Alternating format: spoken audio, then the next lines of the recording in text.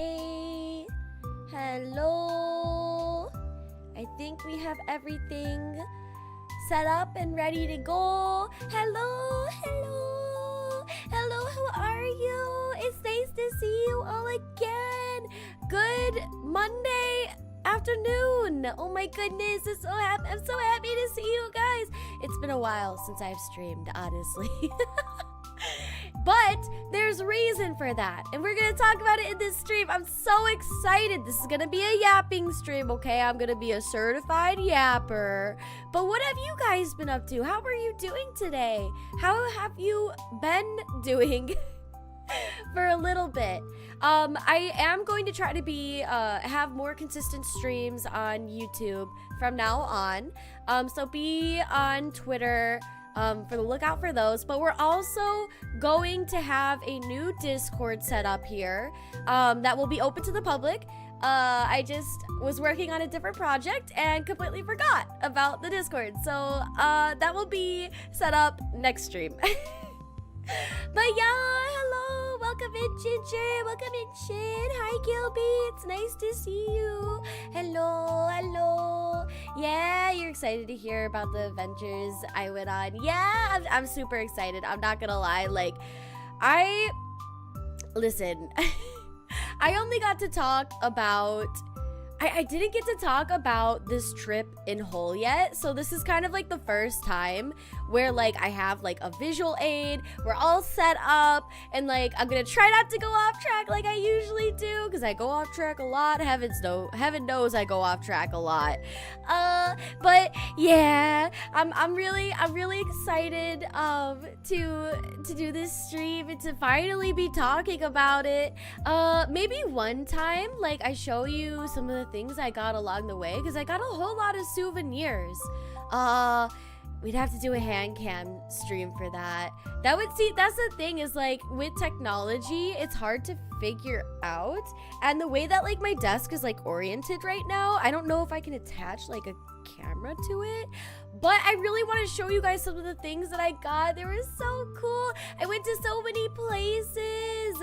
Yeah, it's gonna be so much fun. Yeah, so in total I went to let's see here, I went to England, Scotland, Norway, and France. So in total today we're only gonna talk about England, Scotland, and France, because I don't want to dox my lovely friend, and I don't trust y'all. No, I'm totally just messing with you guys, but it's gonna be a really good time. And in a way, like, I'm kind of immortalizing my time by streaming it as well. So I hope you guys have a wonderful time, and I hope your Monday has been going well too, by the way. It is the start of the week. Oh my gosh, I can't speak. It is the start. It is the start of the week.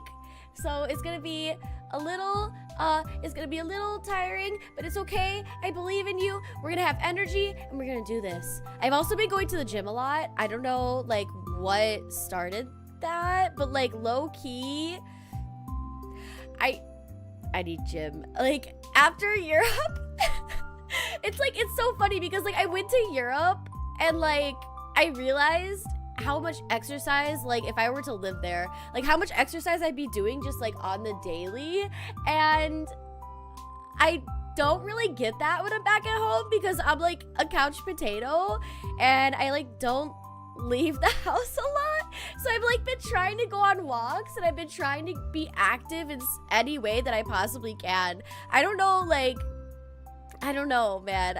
It's definitely been a switch. I'm gonna try to keep with it at least for a month. But yeah, hi Rose, it's nice to see you. Hi Rose, how are you? You don't trust me? No, I trust you, Gilby. I trust you. I'm sorry I ever doubted you.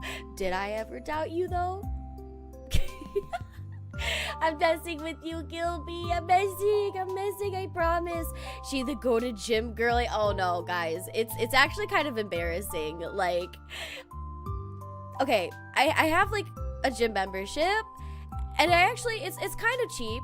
I feel like it's, you know, I feel like gym memberships can be very expensive, and for like what I have, it's kind of cheap because I got it a while ago, and that price is fixed, baby. That price is fixed. It doesn't go up. It doesn't change. It's actually really amazing. I actually really love it. But yeah, I look like a rat in the gym. Like, if you see a rat in the gym, it's probably me, honestly. Like, that's what I look like in the gym. I look so terrible. But, like, I'm not going there to look like a gym model, like a gym girly. I just go because I got work to do. I gotta get shit done. I gotta get in there. I gotta get out of there. And then I gotta go home and I gotta continue to do some work. So yeah, you got this. Thank you, Buff Kizui. That's what we're trying to be. I'm trying to be toned. It's funny because, like, summer, I don't know, would you guys say that summer is nearly over? Like, when does summer start and when does summer end? Like, I feel like, oh, by the way, is my audio good? Because, like, sorry, that was, like, big question. I'll get to my question here in a second, okay? But, like, are you guys, like, hearing me okay? Because I know sometimes, like, my background music could be overpowering. But in regard to what I was saying earlier, like, do you think that summer ends in September? Or does it end in August? Or, like when does fall really begin? You know, like, I don't know. Yeah, audio good, don't worry. Thank you. Wait, what's grass? I don't know. Have I been touching it? Have I not? The earth will never know. Hi, Ginger. Hello, hello. How are you? She on the grind. It ends in September. Yeah. That's what I think too. I think that summer ends in September and then like midway. I think that maybe I don't know. Like, why do we think that? I feel like lately, like, the seasons have been like pushing back and back and back. You know what I mean? To where, like, snow doesn't really happen in December, but it happens more in, like, February now. At least where I'm from. Like, I know a lot of you may be from places that don't get a lot of snow. And to that, I say, damn, you are soldiers. I don't know how you live in hot climates. It's very... I went to very... Well, I guess right now is really hot where I live as well, and I couldn't do it year round. It's too, like, I think I would rather be cold than be hot. I don't know about you guys, but yeah, summer ends when school starts back up, in my opinion. That's true, but then, so for most school seasons, like, school starts at mid-August or end of August.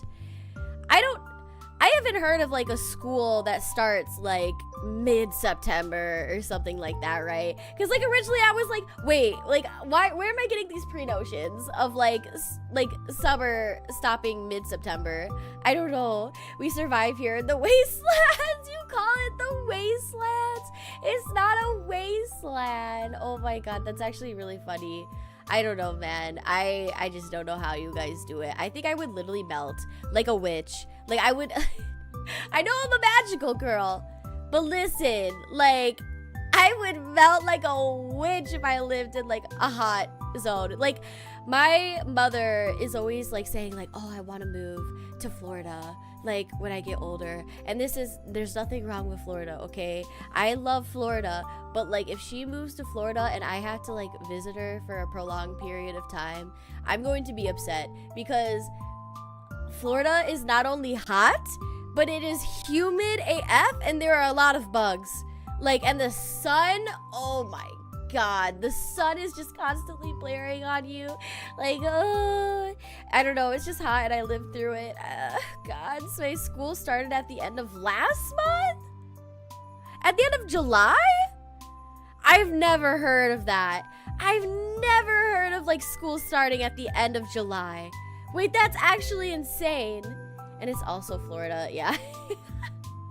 Fair enough. Fair enough. Yeah, I don't know, man. Like, it feels funny to, like, be talking about, like, school. It starts, like, here and here. But, like, it's true, though. I feel like our notions of when, like, the seasons change, at least for summer to fall, like, is attached with school, in a way, in a sense. I don't know, man. The time tends to blur now. Like, The time tends to blur for me occasionally, okay? Okay. But yeah, I just wanted to say hi and see how you guys were all doing. I know it is the start of the week. We got this. We're gonna make it through, okay? But I wanted to say hi, and then we're gonna transition into talking about my trip. By the way, it is a very long trip. Like, oh my god. Okay. Before I like transition to the slides that I prepared, let me just say I did a lot in this trip. Like, I did a lot. Okay, like, so my trip was the total, well, I guess, so I went on study abroad. Okay, so study abroad, that lasted like a month, a little bit over a month, like a week over a month. And then my parents came up and visited, and that was like a week and a half. Like, it was a lot. So we got a lot to talk about. So this is gonna be a giant yapping session. I hope y'all are okay with that. I figured like I might change the music from my background music to like I don't know. How are you guys vibing with the, like, I could definitely change it. I think I might wanna actually. Okay. I'm worried that I'm gonna get like copyrighted. So here's what I'm gonna do. Turning off the music. Oh my god, it's just my voice is a little crazy. Oh my gosh. Hi guys. Hello. It's me. Okay, hold on. Give me a second. Desktop audio. I'm like, guys, I realized on this trip that, like, I'm a slow human being. I'm so slow. So, like, I just, like, work through things a little bit more slowly. Is this audio good? Can you guys hear it? Also, I'm gonna totally, like, rewind this because I've been listening to this the whole time. Okay. I hope this audio is not overpowering me. Let me know if it is. I'm gonna turn it down maybe just a little bit more. So like at like 0.7. And I also don't want it to be too quiet. So let me know if it's a little too overpowering on my voice, but we could go ahead and get started, and I could teleport. Straight to the slides. Fine by me. That's awesome. Okay, thank you so much. Anyone who tells me how the audio levels are doing, y'all amazing. I love you. Okay. Yeah. Okay, so don't mind the snails. Don't mind the snails. That's just my background like image so that like I don't you know, have other like shit popping up on the screen. But okay, I prepared these slides. I'm gonna go full screen, so that's why they're like in the corner. It's not gonna be in the corner. It's gonna be like, yeah. Okay. So we're gonna like full on, like, it's PowerPoint time, guys. When all else fails, we do a PowerPoint. Okay. And so what's gonna happen throughout this stream is I'm probably going to move a lot. So I'm going to talk here, but then I might be over here to just like show you guys like some pictures, because this screen is going to be full with pictures I took from the trip. And everything you see on this PowerPoint, everything you see on this stream are images and videos that I took myself, okay? Every single one. I didn't pull from the internet. I tried pulling from my friends, but they did not have sufficient material. So every image you see is an image that came from me. PowerPoint, ANG, magical girl. I'm confused, but I agree. I don't know. Slow? No, you just work at your own pace. You know what? I like that. I'm gonna use that, Ginger. I'm gonna use that. Okay? I'm gonna say, you know what? I'm not slow. The next time someone calls me slow, I'm gonna be like, you know what? I just work at my own pace. You're kind of a bully for saying that. A bully! That's crazy. Don't bully me. No bullying. I don't tolerate such bullying. Yes. But some details about this trip that I've already said, right? So I went to England, Scotland, Norway, and France. So we did a lot of countries that were really close together, and it was very fun. And we did try to go. We did try to go to the Olympics in France, but unfortunately we weren't able to get tickets to see any event. So we still did a lot of stuff, and you're still gonna see like a lot of pictures that like of the stuff that we did there. But unfortunately, yeah, we didn't get to see any of like any events in person. We watched them from our hotel. Which sounds really depressing, but our hotel was like actually really cute. We watched them from our hotel with wine. So I mean, like, kind of a win-win, you know? Like, we could kind of relax and watch the Olympics, but also like drink wine. And yeah, okay. Anyways, hi, I'm Kizui, and this is my trip that I was on. This is why I took a temporary hiatus. This is why I haven't been streaming for a month and a half, because I've been busy. I traveled, you're right, shit, I traveled. Amane Kanata did her debut with the PowerPoint slideshow. It got called PowerPoint Angel. Oh, I see. PowerPoint Tenchi. Oh, okay, I see. I was like so confused for a second. Yeah, their photos were not as goated with the sauce as mine. Yeah, my photos are goated with the sauce. But like, low-key, I think my photos start out strong, and then like with France, I'm gonna be very knowledgeable, okay? I have a lot to yap about, okay? But when it comes to France, I have a little less to yap about, and there's so many things to take pictures of that it was hard to like what do I take a picture of? I could just take a picture of everything, you know? Like, my phone has been a little broken, okay? That's all I'll say about this. I bully. No, Gilby, don't bully. Okay. Let's go ahead and get started with this. I don't really have anything else to say on this end, okay? So the first next slide. The first place that I went to was Oxford, right? So the flight from America to England, we originally land in Heathrow, London, and it was a very long ride, about 8 hours or so, and it was actually kind of grueling. Okay, let me talk about the flight to Oxford, the flight to London real quick. I don't know what it was. I think I was just really stressed. But when I took the flight to London, I ended up having a migraine for like the entire 8 hours, and I like nearly got sick at the end of the plane ride. It was such a great plane ride, and I was like, I've never experienced plane rides that like have like 3 rows of seats, you know? Like, I'm really used to domestic flights with only like 2 seats, right? Like, I'm really used to like Southwest. Yeah. And that's like it. But I took an American Airlines flight, and there were 3 rows, and I was like, oh my god, I'm getting served lunch? This is crazy. I literally, like, the flight attendant came up to me when she was serving lunch, and she was like, she was like, what would you like? And I was like, do I have to pay for this? And she was like, no. No, I don't think she was British yet. Honestly, guys, I'm just pulling your strings.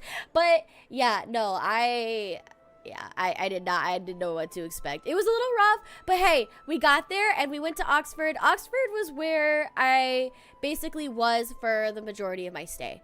Okay, so I have a lot to say about Oxford. Like, there are a lot of images, and I'm excited to share with you all of the images. And yeah, okay, let's get into it. Okay, so once again, I'll move a little bit over so you can see what I'm covering right now, but I'm gonna just talk about some of these images that I took. Yeah, so okay. So this is Oxford. If you see in this image right now, this tower is Magdalene College. This wasn't where I went to school, but I had to essentially walk on this street every day to get to where I had to go. This is a tour bus that takes you around campus. It's actually very nice because what happens is you get on that tour bus, and then they essentially you plug in like some headphones and they have like constant audio playing about like the town. It's very nice, very touristy, but I digress. And yeah, okay, so then this image here, I believe this really big tower is a church. If you go to England, like you'll notice a lot of the time there are a lot of churches, and it's actually really pretty and really cool. Yeah. And if you guys have any questions, like just let me know too. Like, yeah, I'm very open to questions as well. This down here, oh sorry, hold on. No, you can't see that yet. We're not on to the next slide yet. But the photos are still strong though. I have brain, wait, she traveled the wine again. Wait, I'm so confused. No, yes, you don't have brain rot. I mean, maybe a little, Shin. Maybe you have a little brain rot. But a healthy amount of brain rot. Like me. Although, I don't know if my brain rot is healthy. But, so yeah, this next place is Oriel College. This is what it looks like when you walk in. I actually had a really hard time finding this place. Just because, like, it's kind of hidden. I don't know like why they made it this way, but there's like only one entrance to it, and it's like on the side of a building, and I was like, wait, what the fuck, where am I going, like what is happening? But I found it finally, and it was so pretty, guys. So what happens is that we essentially walk in here, and this is what you see, and then every single day at like 7:30 a.m. I would walk along, and you can't see it because the picture, it's too big for like to take an entire picture of it. I feel like that's a common theme you'll find within these photos, is that like a lot of the time these pictures are a little too like the camera's a little too small to completely capture what is there, but I hope that you get the gist of it nonetheless. So what happens is we'll walk in at like 7:30, and then we'll walk around. There's like a little sidewalk that goes here, and then you see this entrance right here. This is essentially where we go for breakfast. Like we walk through, it's like a little tunnel, and then there's another open space, and then that's where we have breakfast. It's very nice. I got to know like the staff really well, and when my parents came up, it was the end of our study abroad trip, so we weren't really allowed to go in here, but because like I knew the staff, like I was able to bring my parents in here, and they were like, oh my god, this is crazy, and I was like, yeah, it's crazy, and it's very, very beautiful, very beautiful. I bet your brain rot is a lot healthier than mine. I don't know, how are we measuring brain rot, guys? Like, how do we measure the brain rot? I'm confused. Okay, but moving on. So this right here, I believe is Christ Church. Oh god, okay, don't quote me on this. But there's a lot of buildings. Like the thing is that they're Oxford University. Okay, it's not like a typical American university where essentially like you have like let's talk about maybe Harvard, right? Harvard is known as Harvard University, and then there are different colleges like the College of Liberal Arts and Sciences, and then there's like College of Engineering, so on and so forth.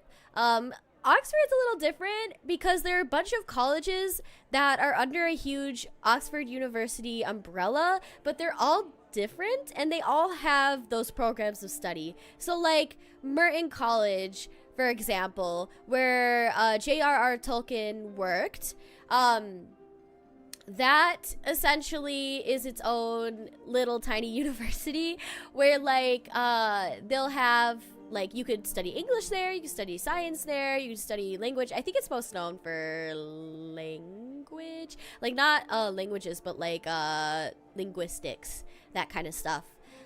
So yeah, there's a whole bunch of universities. So I studied at Oriel, and then we'll see a couple of other universities within this stream. Yeah. But I think this is Christ Church, which is also a college. So Christ Church, I believe. Oh God. Don't quote me on that. I didn't get to visit Christ Church. I literally forgot. I was doing so many things, and I'm pissed because Christ Church is where they filmed Harry Potter at Oxford.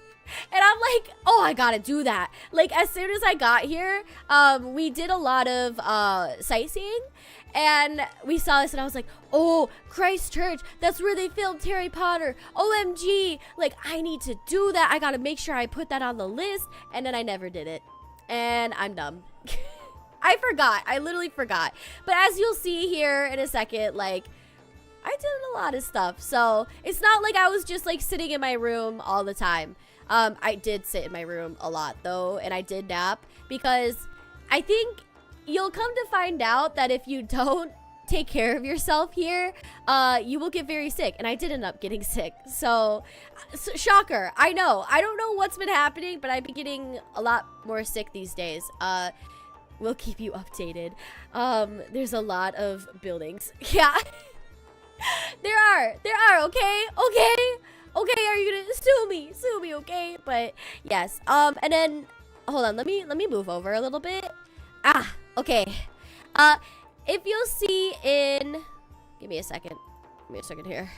Okay, if you'll see in this image right here, this is a tea tray. I don't know what it's called, actually. Like, I don't know physically what it's called, okay? But one day, we went to a restaurant. It was like a tea place. They're serious about their tea over there. It's actually really funny.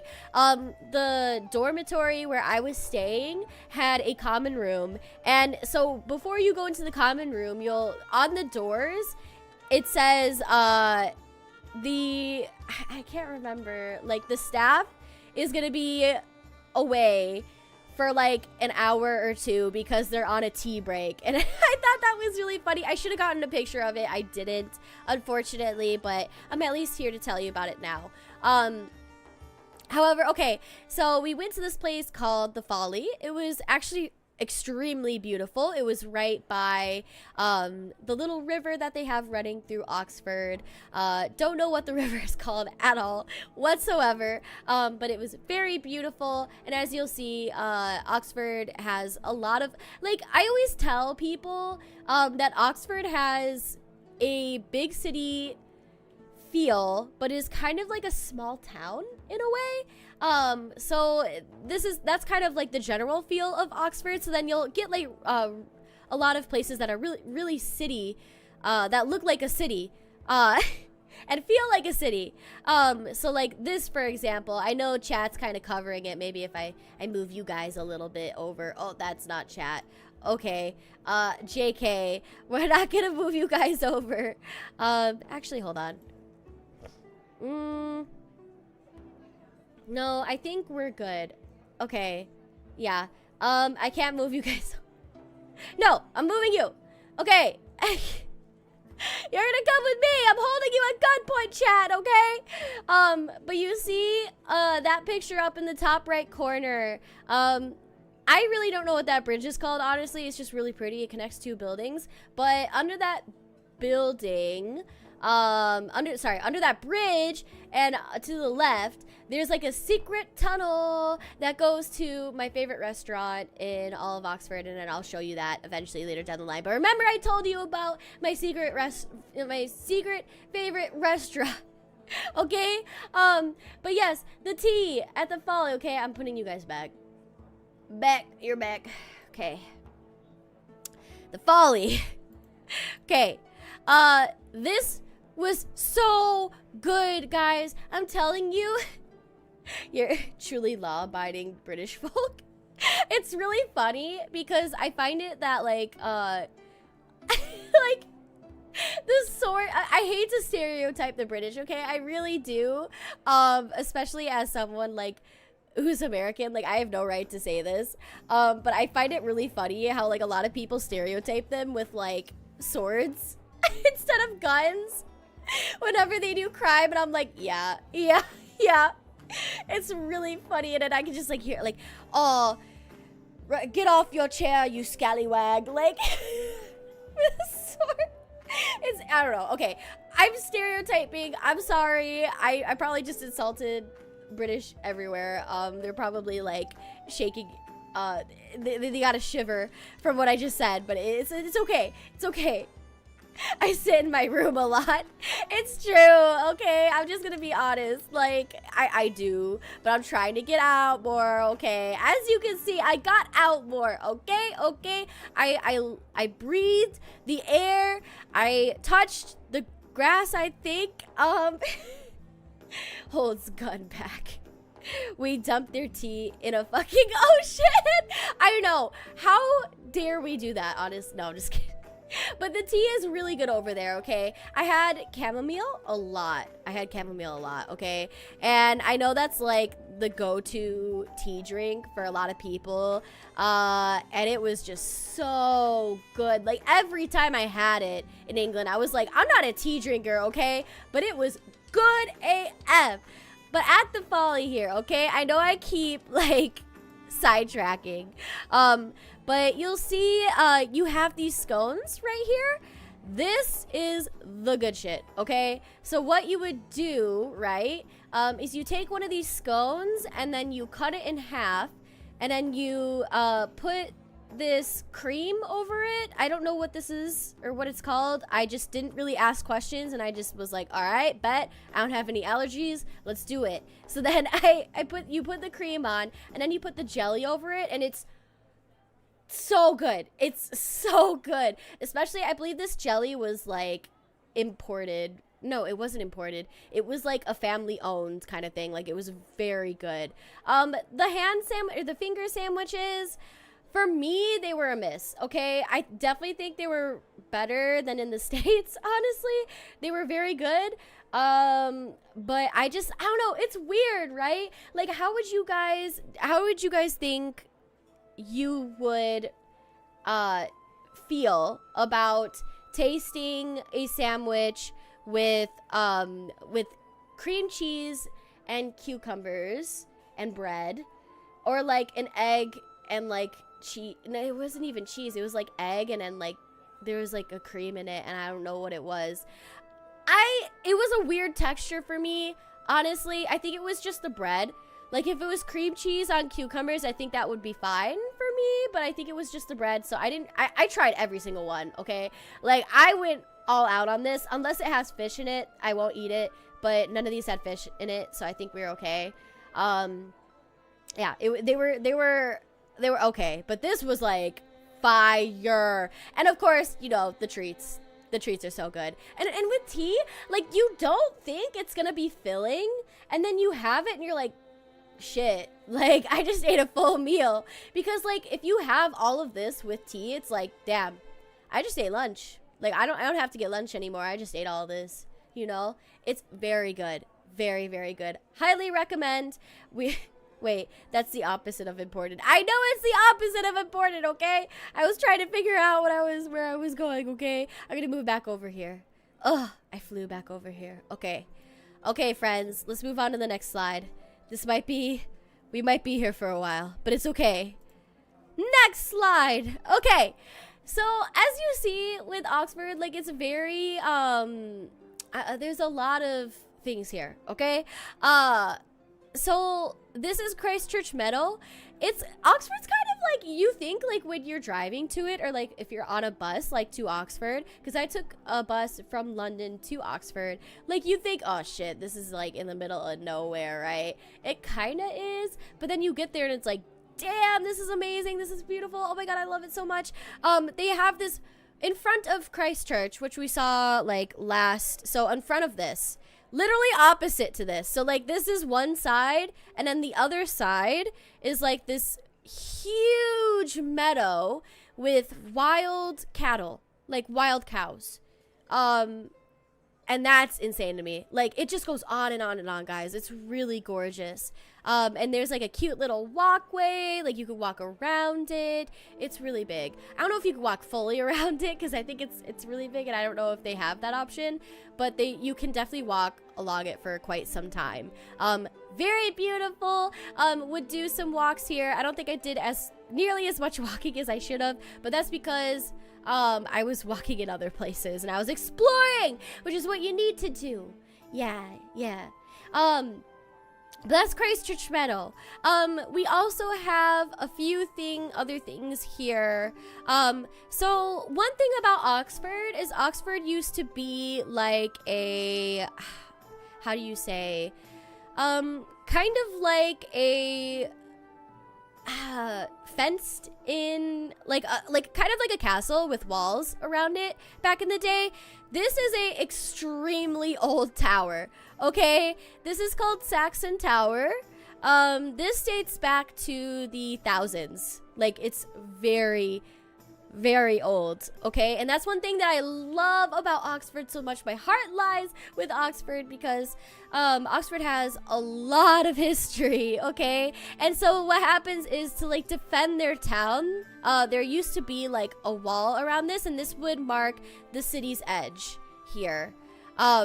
So they would shoot weapons out of these windows, I believe, and then of course at the top and stuff like that. But like when you go up here, the energy just like changed. It was weird. Like I believe in spirituality, and I believe in a lot of supernatural things, right? But there is a door to, okay, hold on, let me move over just a bit. We'll talk about the other stuff here in a second. There is a door that relates to this monument here. Obviously, so back in the day, they were not very keen on witches. This has to do with, okay, so this isn't really sorry. Oh my gosh, I'm getting all my thoughts and facts mixed up here. This doesn't really have to do with witches or witch burnings, but they burned a lot of people at the stake, okay? In Oxford Castle, which I'll talk about later, that's where they would essentially accuse women who who were typically of lower class, by the way. They would accuse women of witchcraft, and then they would tie their thumb with their toe, and then they would throw them into the moat around Oxford Castle. And if they, essentially, if they swum up to the top, then that means that they, congrats, you lived, but you're a witch, so you're gonna die. But if you sunk, that means, oh, that's good, she's not a witch, but you're dead anyway because you sunk and you drowned. So there really wasn't a win-win scenario here. England back in the day, as you guys probably already know, was very a violent kind of place. And also it's really interesting. I'm giving you guys a little bit of a history lesson here. But I don't know the exact names of these monks, right? But if you look at this specific picture, there are I believe it's three religious figures. You can't see the third one because I think it's on the other side, that were burned at the stake here. Like literally, so that monument is the site in which they were like burned at the stake. And in here probably asking, why were they burned at the stake? Okay. One stable ass tower. Yeah, I know, right? Like, just think about that though for a second. I'll get to this in a second. These two are related, and I'll tell you why they're related, okay?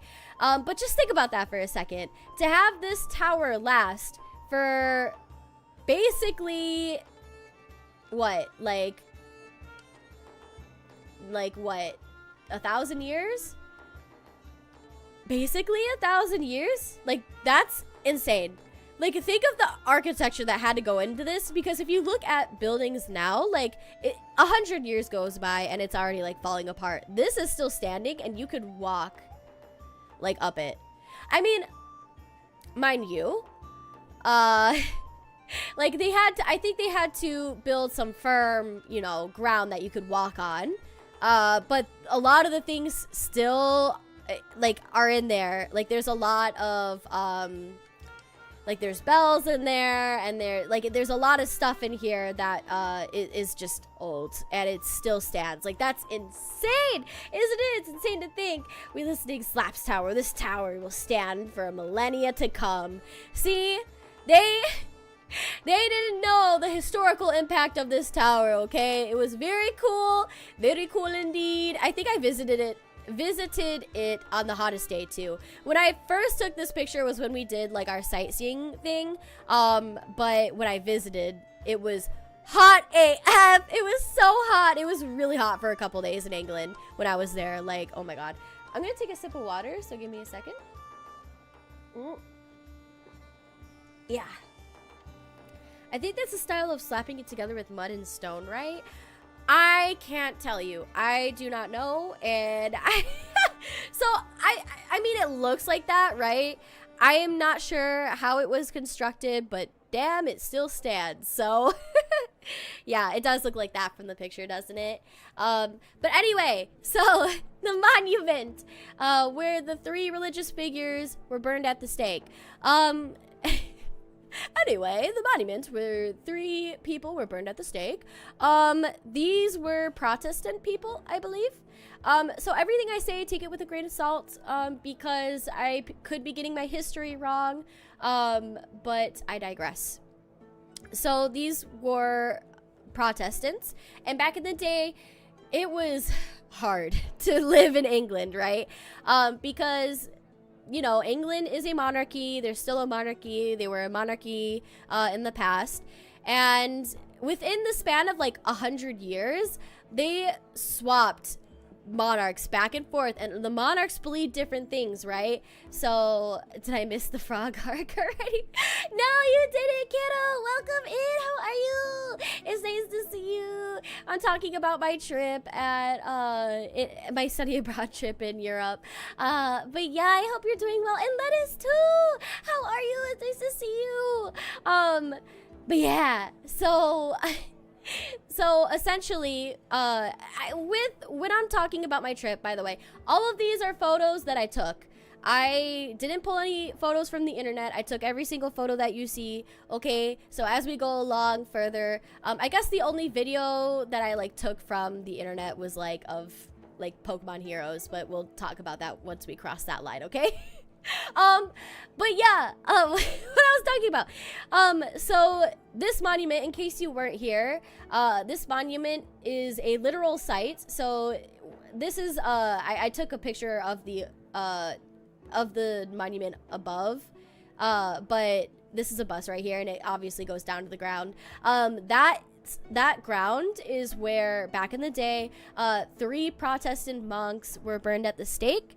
And they were burned because at the time, England was Protestant, so it was safe for them to be Protestant.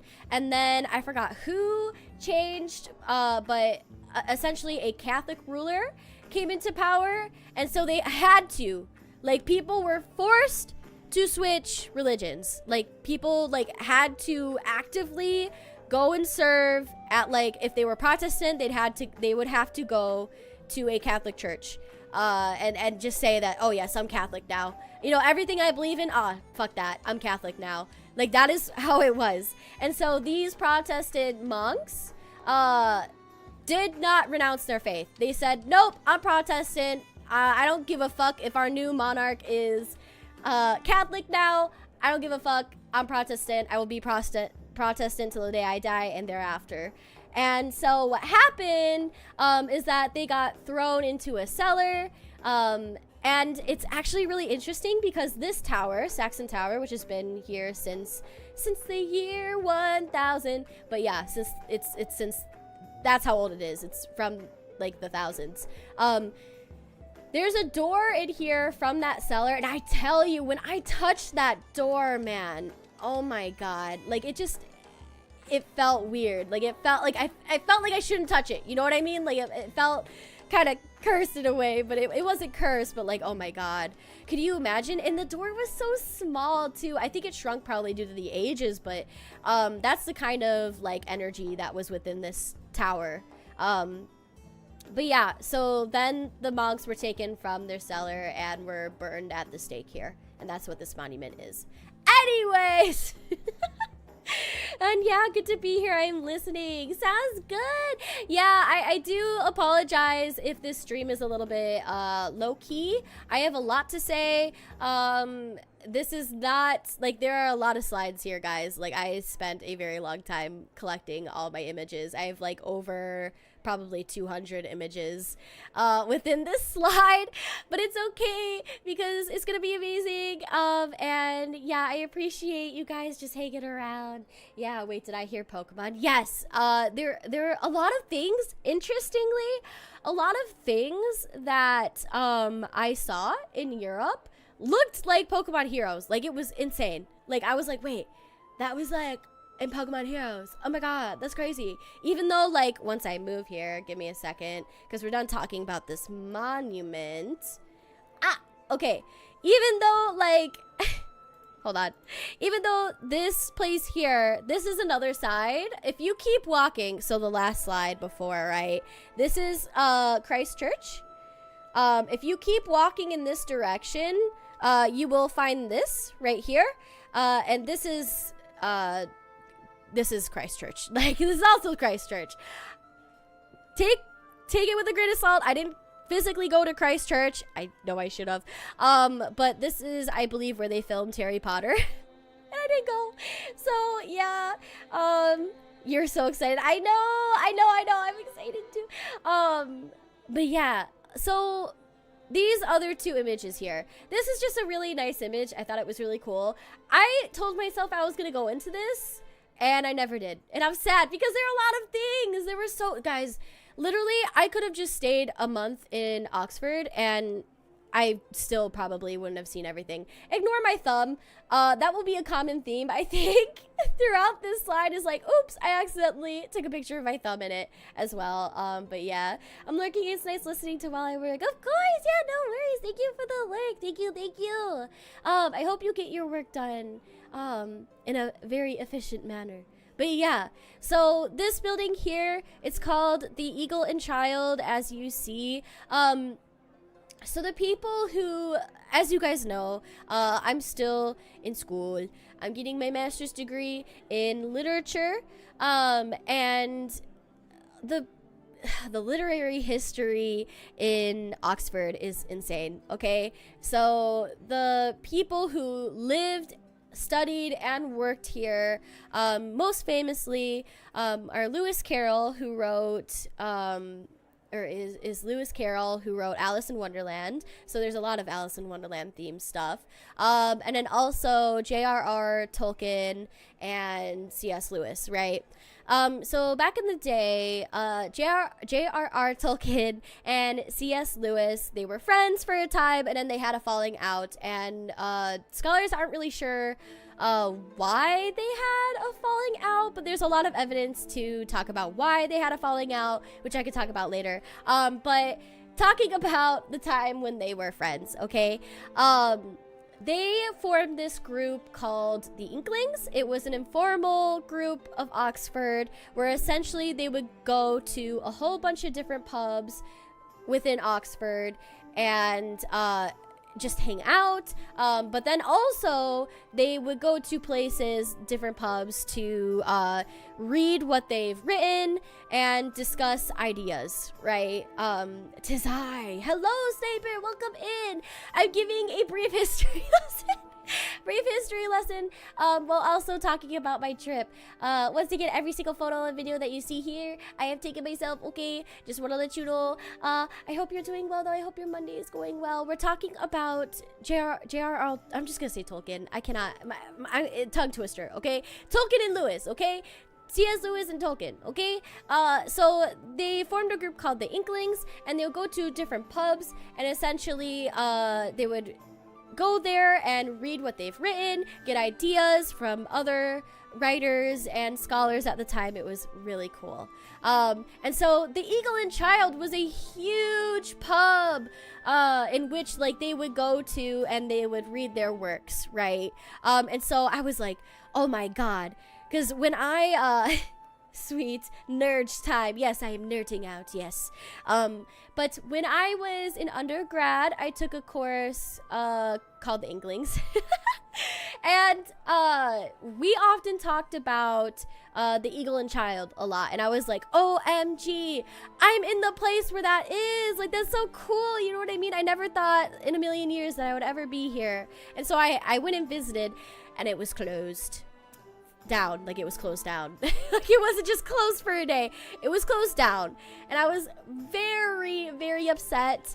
And apparently an American company took over, and I don't know how I feel about that.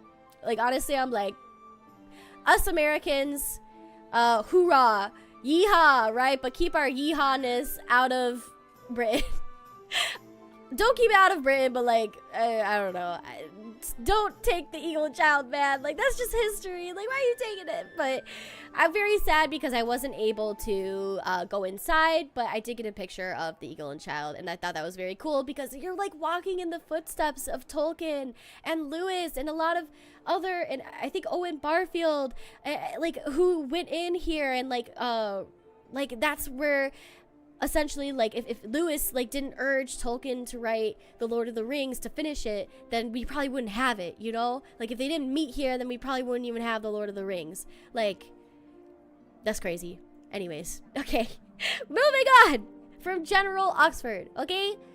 Oh, we have some videos. I have some videos to share with you, okay? So this is the back street of Oxford. It's actually really near Merton College, where Tolkien worked. So with Tolkien and Lewis, Tolkien studied at Exeter and I believe a different university. And then Tolkien also worked at Pembroke, I believe, and Merton College. And then C.S. Lewis, I believe, I can't remember where he studied, but I know he worked at Magdalen, which I will show you further pictures of Magdalen College later. But 100% Tolkien and Lewis, there was no connection there. Like, they did not study at the same place. They did not work at the same place. They were just English faculty, and that's how they met, like, in a faculty meeting, I believe, which is crazy. I would take a sip of water. Okay. If you have any questions, by the way, like, feel free to ask. I'll try to answer them to my best ability. I'm not particularly a Tolkien or Lewis scholar yet, but I feel like one after this trip. Anyways, let's watch this video because it kind of just shows like the general atmosphere. This is once again like the back roads of Oxford. But yeah. Like, it's so pretty, right? Everywhere you go, history is literally everywhere you go. Like, you're walking in their footsteps. Very short video, but I digress. And then here, hold on, let me move over. Okay, so this next video is actually really funny. I have a story around it. Apparently, like, around the same time, Tolkien mentioned I Must Appear. Hi, Long John! Yes, I'm gonna be mentioning Tolkien and C.S. Lewis a lot in this stream. I stayed in Oxford during my study abroad, and that's where they lived, studied, and worked. So, yeah, I have a lot to say about them. And I studied them a little bit, just a little bit. But I hope you're doing well, Long John. It's nice to see you. Hi. I'm just vibing on this ride. Hell yeah. We're nerding out a little bit. But yes, okay, back to where I was. It's really funny, because apparently when I was staying at, and I'm gonna hold on, wait a minute. I'm gonna move you guys. Moving chat temporarily.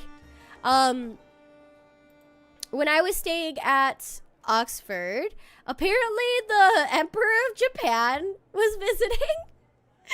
Okay, like, tell me how that lined up. I don't know. I don't know why he was visiting, but he was visiting.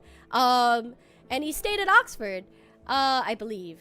And woman is geek, 'tis glorious. We are all glorious in our right to live here on this planet. Good to see you too. Yeah.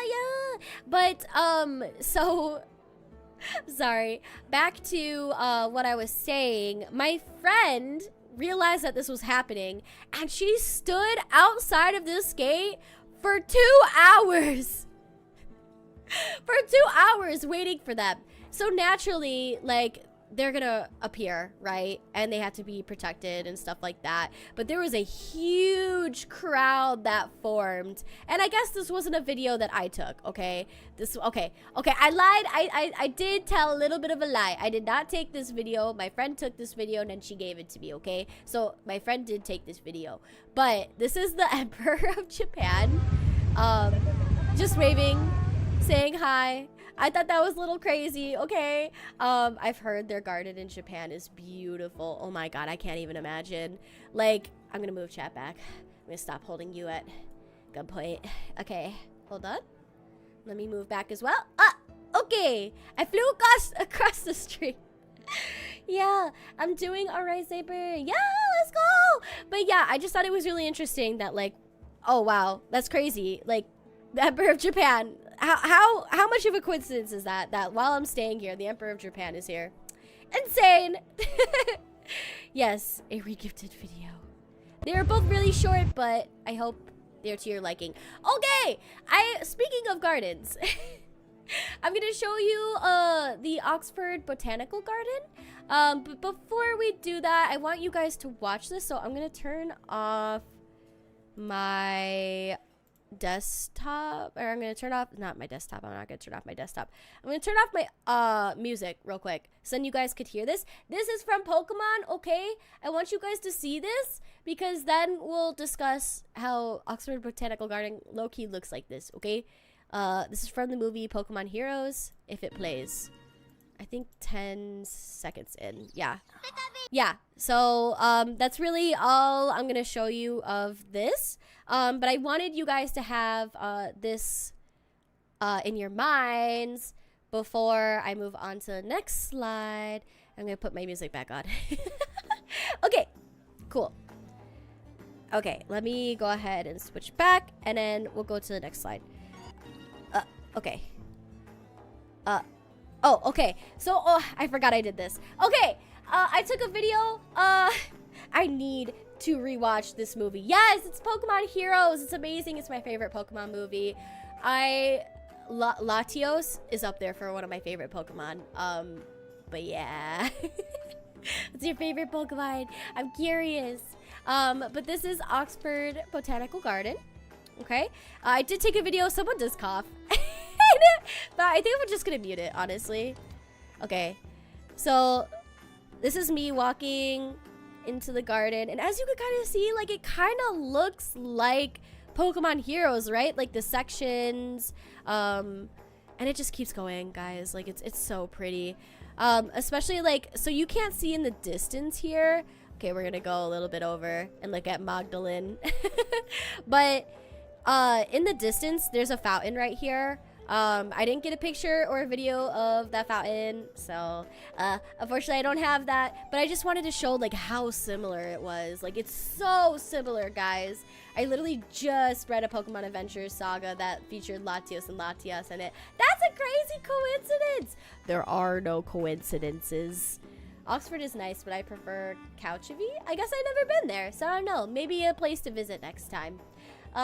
Your favorite Pokemon is Rowlet. Oh my god, such an amazing pick. Yes, I love Rowlet too. Rowlet's really cute. I'm a Houndoom kind of guy. Houndoom is amazing. I love Houndoom as well. Blitz, hi, how are you? Hey, yo, Oxford, the UK? Yeah, that's why I have been AFK for a month and a half.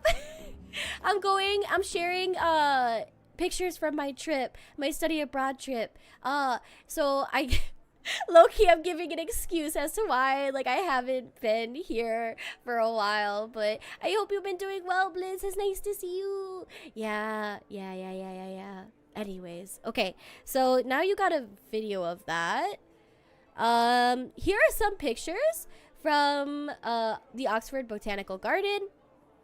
They're very pretty, right? I took this picture and I was like, oh my gosh, this is gorgeous. It's like picture frameable. Like, it's very, very pretty, because I think like having like a tree and someone sitting down and reading in the grass, like, gorgeous. This day was also extremely hot. I feel like you can tell from like the quality of these images. Like, whenever it's really hot, like my camera just like kind of starts to get this glare on it. So yeah. But yeah, so this was the outside of the garden. So this is actually the right side of it. If you go a little bit over to the left, that's where the entrance is. It was about like £7, but it was £5 because I was a student. So yeah, very nice, very nice.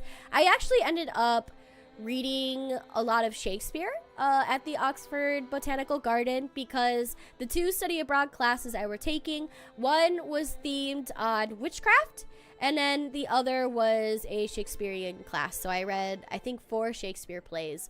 And yeah, I think the 4 Shakespeare plays, Twelfth Night, oh my god, oh my memory, Twelfth Night, Richard III, Merry Wives of Windsor, and then Henry IV, Part 1. Yes.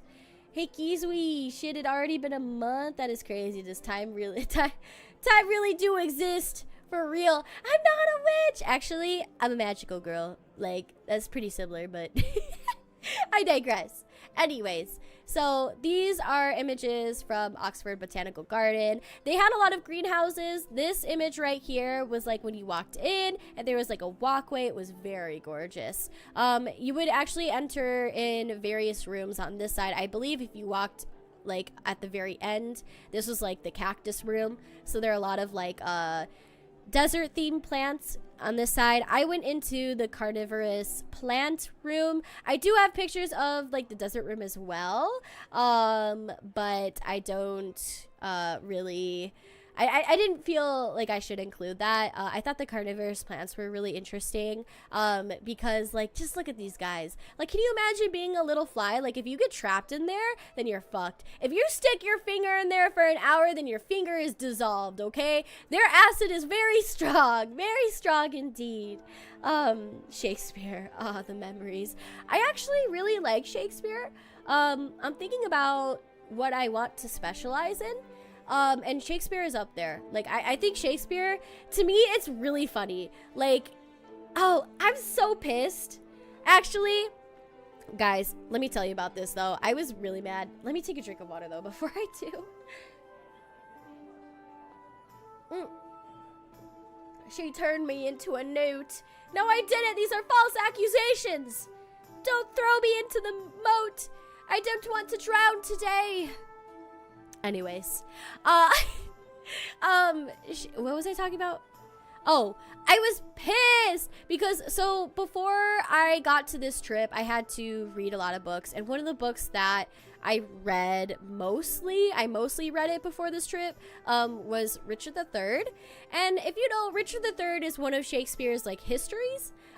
Shakespeare has a lot of books. They are categorized in 3 different ways. There's comedy, tragedy, and history. So Richard III is one of Shakespeare's histories, and it's supposed to be more serious, but I thought it was so fucking funny, guys. Like, I thought Shakespeare was fucking funny, okay? Because it opens up with Richard just like talking about how ugly he is and how like, oh, I can't get a maiden, so I'm gonna be the bad guy. Like, that's literally what he says. And then like, so what happened is like, I was talking with people from my study abroad trip, and they're like, oh, how do you like Richard III? And I was saying like, oh, I thought it was really funny. And they were like, funny? And they were like looking at me weird. Like, they were like, why do you think it's funny? What the fuck? And I'm pissed because like we you know, it got to the time in which we were studying Richard III, and we went to go see the play at a Shakespeare theater, and it was funny. They made the history funny. It was dark humor. And I'm like, yeah, that's fucking right, because it's funny. Ugh, I'm mad. Anyway, I'm ranting. Accuse, no. tomorrow. No. You should stick your finger in there for an hour for science. No, I'm good. How about you do it? If long shot, why don't you lead by example? You know, like, I feel like if you're gonna make such statements, like, you should put your finger within the carnivorous plant for an hour and then, like, tell me how it is so then I can do it, you know? They just don't get it. They don't. Man, I was so mad. I was so frustrated. But I was like, you know what? Whatever. I guess I'm just weird. But yeah, so that happened. But this place was so pretty, guys. It was so pretty. Let me also move over to the side again. What? Okay. So what was also really cool about Oxford Botanical Garden is they had a lot of plants that would be medicine or medicinal, like a lot of medicinal plants. And then they also had like a lot of different, how do you say, like they had like caffeine. Like I saw caffeine as a plant and I was like, that's cool. I didn't know that caffeine was a plant.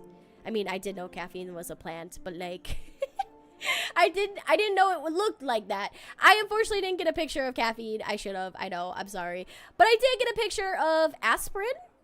So this is what aspirin looks like. And I thought that was really cool. So yeah, they had a whole lot of different medicinal plants in there. It was very, very cool. Very cool. I mean, you are weird, but that's besides the point. Wow. And he's saying that as if he's not also weird. As if weird's a bad thing. Being weird is amazing. It's not a bad thing. She jumped medicinal. Yeah, I know. I'm sorry.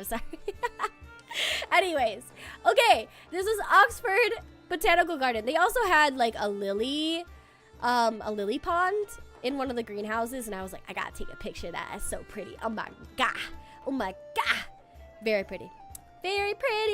Okay, I'm gonna go ahead and move on to the next slide. Yeah, she clearly did not read my follow-up message. Oh, the good kind of weird. No, I did not read your follow-up message. It's okay, Shin. I don't assume bad of you. I know you only mean well. Next slide. Turf Tavern, my favorite tavern, my favorite restaurant in all of Oxford.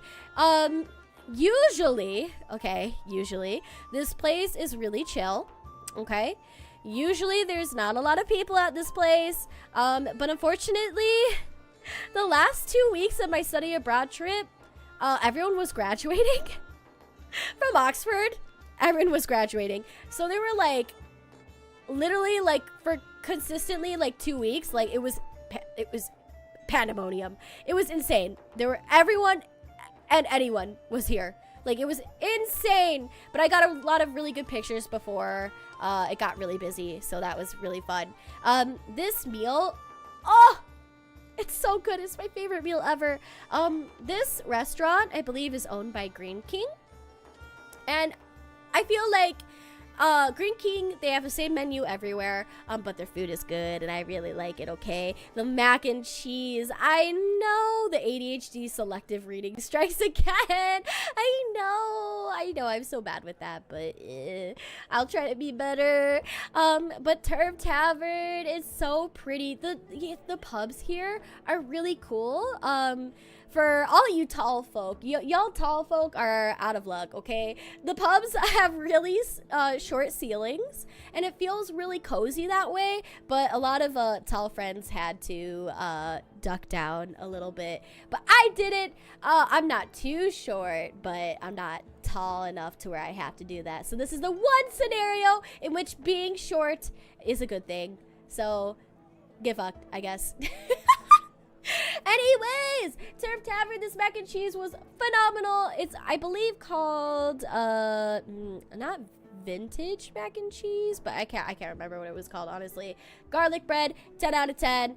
The salad, 10 out of 10. 10 out of 10 meal. Oh, I would come here and I would read what I needed to read.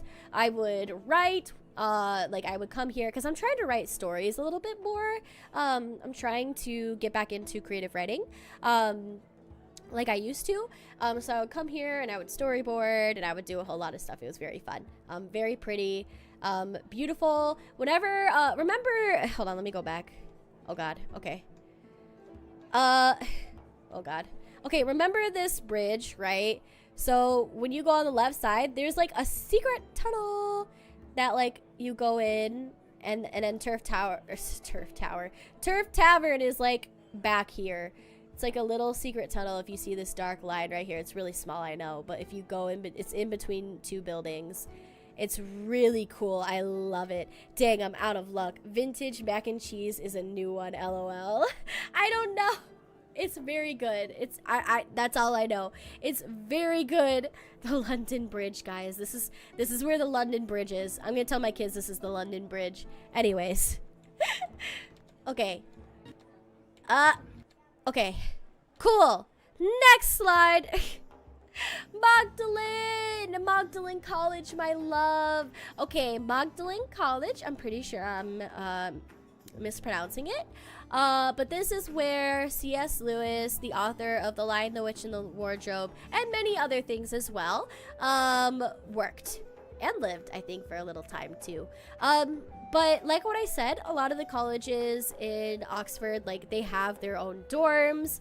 They have their own, like, dining halls. Like, they're like tiny little universities just in a little encapsulated space. Magdalen College felt like Harry Potter to me, okay? So within Magdalen College, this is one of the pictures I took. There's like a whole, like, oh gosh, I guess you can't see from this side, but this isn't just it. Like, there's more to it that, like, once again, a common theme within this PowerPoint is that, like, I can't take a picture of the entire thing, right? It's only, like, I have to pick and choose what I take pictures of. Yeah, C.S. Lewis, my Oshi. That's funny. Yeah, no, I am myself, A.C.S. Lewis enjoyer, okay? I really enjoy his works, and I think that they're more complex than a lot of people make them out to be, but yeah. Oh, you probably loved it there with the Harry Potter vibes. I did! The unfortunate thing is that you have to pay to get into Magdalen. Once again, it's like £7. I think it's actually 12. It's kind of expensive, but it's worth it. When I went, it was student open day, so it was free. I was like, thank God. Oh my God. I took advantage of the time when I was there. But within within Magdalen College, they had a cute little deer park. It's so cute. And wild deer would just roam. I have a better picture. You can kind of barely see the deer, but I have a better picture on the next slide. Hi, Solex. How are you? I hope you're doing well. I'm gonna, hold on, take a sip of water. My throat's kind of getting a little scratchy because I've been yapping, okay? We're yapping away.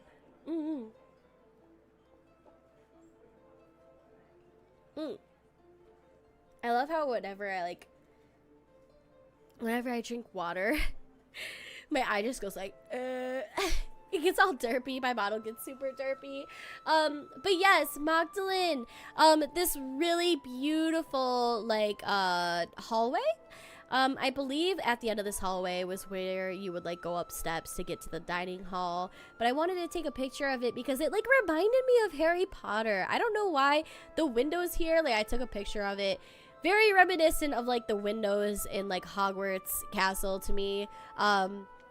Especially, like, so this is, like, me taking a picture from inside, and then this is the outside of, oh, I guess you can't really see. Hold on. I'm holding you guys captive again. I need to move. Holding you all captive. Wah! Okay. And then I need to move myself. Wah! Okay. So, let's see here. I think, oh God, wrong. Hold on. I'm on the wrong place. I'm in the wrong place. This place right here. Yeah, okay. So this would be the inside of the window, and then this would be the outside of the window, and you would look and it would be this huge green place. It's very, very beautiful. Let me take a sip of water. Hold on.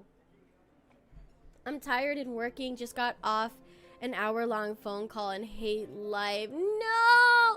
So, like, I hope you get through the day. I'm so sorry to hear that. You're here now though. If you need to go for work, that's totally okay. Don't feel as though you need to stay at all or any sense of the word. I appreciate you, but I hope your day goes by as smoothly as it possibly can. But yeah, Magdalene. So Magdalen's very pretty. They have a lot of greenery, a lot of flowers. It's honestly, they say that Magdalen is probably Oxford's most gorgeous, college. Yeah, I almost said university. Oh my goodness. Okay, next slide.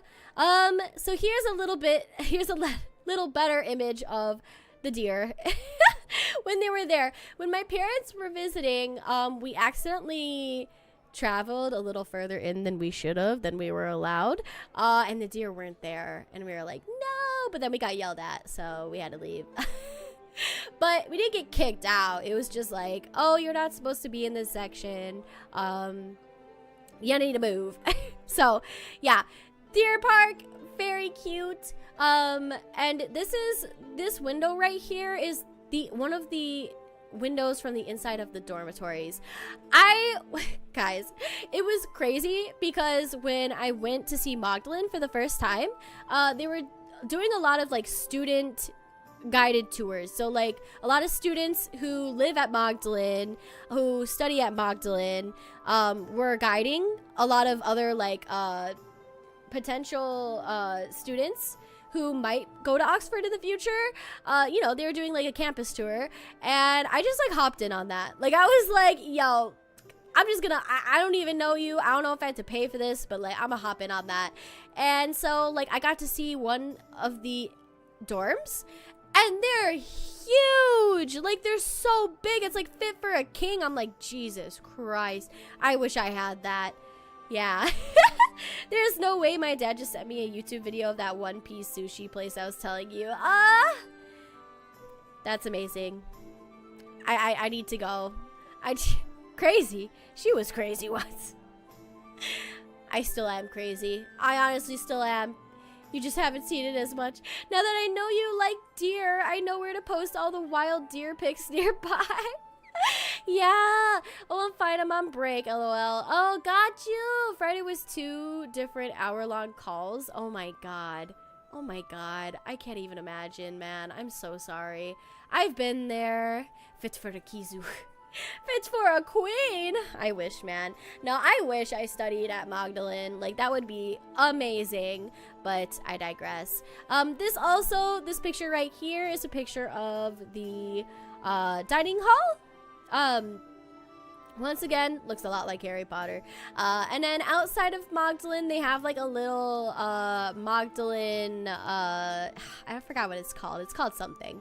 But they have fields out here and a path that you could walk along. And it said that like Tolkien and Lewis went on a walk here, and within this path was where Tolkien convinced Lewis to not be an atheist and to convert to Christianity, even though Lewis wasn't Christian, he was Anglican. But I digress. Yeah. By the way, we'll talk more about punting later. But these are essentially on the side of Magdalen here as well. You could go down and get into boats and punt around the Oxford Botanical Garden, which is on the other side of Magdalen. And yeah, they locked her in a room full of rats. But I am the rat. Anyways, let me go ahead and technology. Jump over here, and then of course move you guys as well. Okay. Yeah. Okay.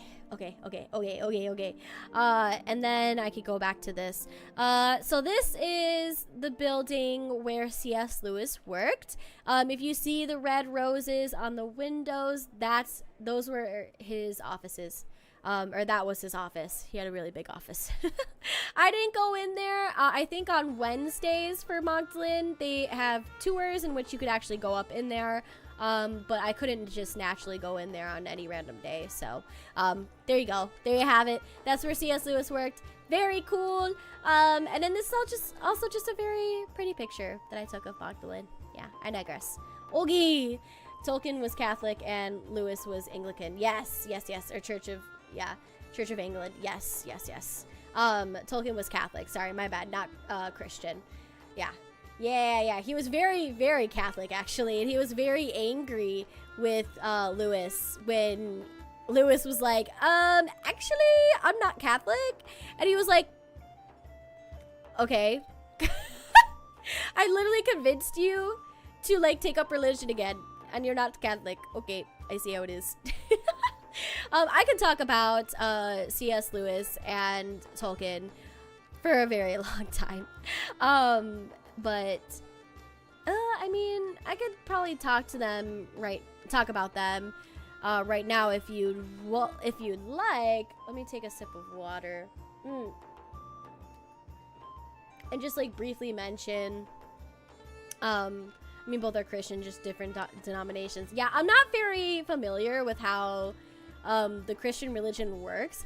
It's interesting because I'm technically like baptized and confirmed as Catholic. But that was something that like my family kind of did, right? Like I didn't really do of my own volition. I digress. But yes, there are a lot of interesting things with Tolkien and Lewis. They butted heads a lot. They're kind of different in every instance of the word, honestly. Tolkien was more of a perfectionist and a procrastinator, at least in Lewis's words, right? And Lewis to Tolkien was someone who wrote, how do I say this? I wouldn't say carelessly. Like, I think carelessly is definitely the wrong word because a lot of Lewis's works are very well thought out, and he was not a person who wrote carelessly. But as you could probably tell from The Lion, the Witch, and the Wardrobe, it isn't as detailed as like Tolkien, who wrote like the Silmarillion, the Lord of the Rings. Like Tolkien's world, his fantasy world, is very, very, very detailed, whereas like C.S. Lewis's fantasy worlds were maybe not as detailed. But there's like the thing is a lot of people think that his worlds are not as detailed. He combines a lot of different mythologies within The Lion, the Witch, and the Wardrobe.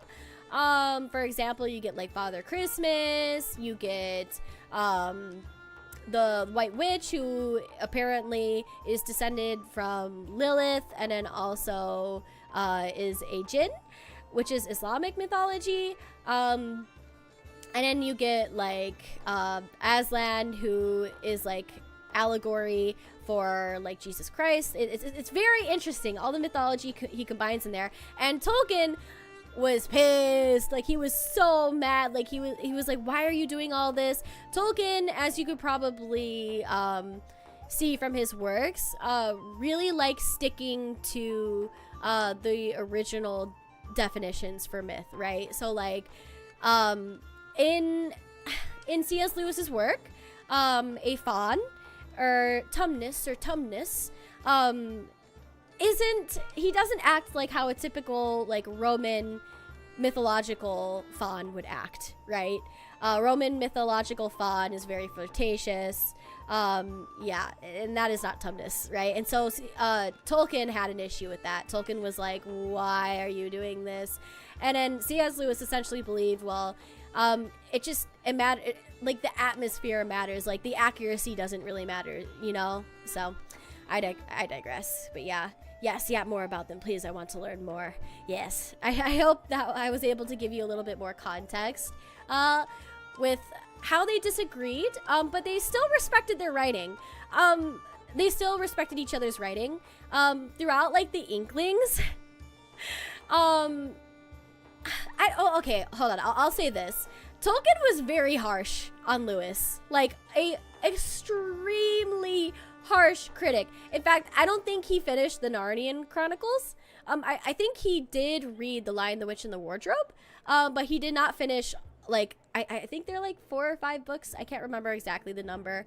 He didn't finish it because he was like so frustrated with like C.S. Lewis's writing. He definitely Tolkien thought that C.S. Lewis left a lot of loose ends in his writing, and he was also not happy about that. He also thought that, and he has gone on record to hint at slight plagiarism that C.S. Lewis would do, because C.S. Lewis very much so believed that there is no original work, and that he borrowed from a lot of different authors in the past and present. So like a lot of his friends, like he would maybe like take some of their ideas and then switch it a little bit, and then so yeah, that is that. But at the same time, like Tolkien ended up like giving The Lion, the Witch, and the Wardrobe to his daughter, so like I don't know, that was interesting. Anyway, yeah, I think Tolkien definitely, and this is my opinion, this is not fact, but I think Tolkien was a little jealous of how fast C.S. Lewis could write and how fast he can publish books, because C.S. Lewis would like publish it like it was fucking insane, and then Tolkien took a little bit longer to publish The Lord of the Rings, Hobbit, yada yada yada. If it weren't for C.S. Lewis, we probably wouldn't have The Lord of the Rings, because he would like genuinely push Tolkien like, come on, today. They actually were okay, this is the last thing and then I'll move on. I could rant and rant and rant about them, but they were working on a book about linguistics together, I believe. I can't remember what exactly it was called, but it ended up falling through because Lewis was getting frustrated that Tolkien couldn't finish it. Like, so once again, they both have their own faults. They're both amazing authors, and we both should respect them for what they've accomplished, but I digress. Anyways, moving on from Magdalen College. Okay, we got punting. So fun. I wish I took more pictures of this. I really did not take a lot of pictures of this, okay? Like, I'm low-key frustrated with myself, but yeah. Bruh, I didn't even know that. I watch mythology videos all the time, and I didn't know the White Witch was a descendant of Lilith.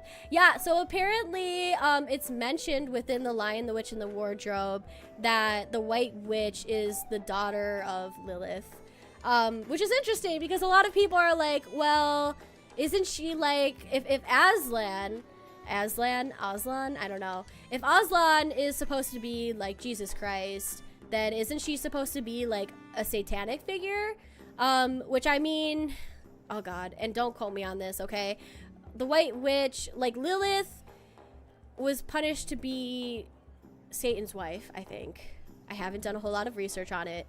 So then it's like, what are the gender connotations of this, right? You know, like, because every single thing that is put within a book is an author's choice, right? So I read a little bit more on C.S. Lewis and found out he was a little misogynistic, just a little. He believed that women should stay in the kitchen. Yeah, it's a little rough. Like, women should, like, all wives should serve their husbands, like, kind of type beat, you know what I mean? Like, so I would be interested to explore that a little further, but I digress. Yeah, I mean, C.S. Lewis isn't really wrong. Like, a lot of stories are inspired by other stories. Yeah, it's true. I mean, like, I agree. Like, I fully agree. I don't really see him differently for, like, and the thing is I don't think he plagiarized. But Tolkien hinted at him plagiarizing, like thinks that he might have. So I don't know. That's just what I've learned. Yeah. To be fair, it's easier to push books out when you aren't inventing an entire language of Elvish. Yes, exactly. Tolkien reminds me a lot of the perfectionism of my sister. LOL. 100%. Sorry. 100%. Tolkien is, I think, known more so as the, like, father of modern fantasy. Like, what Tolkien has accomplished is insane. Like, he's written a lot, guys. Like, Tolkien also was an insane scholar, right? Like, they're both scholars within the English field, but they just also wrote, like, fantasy on the side, too. So, like, insane. Like, I'm not, okay.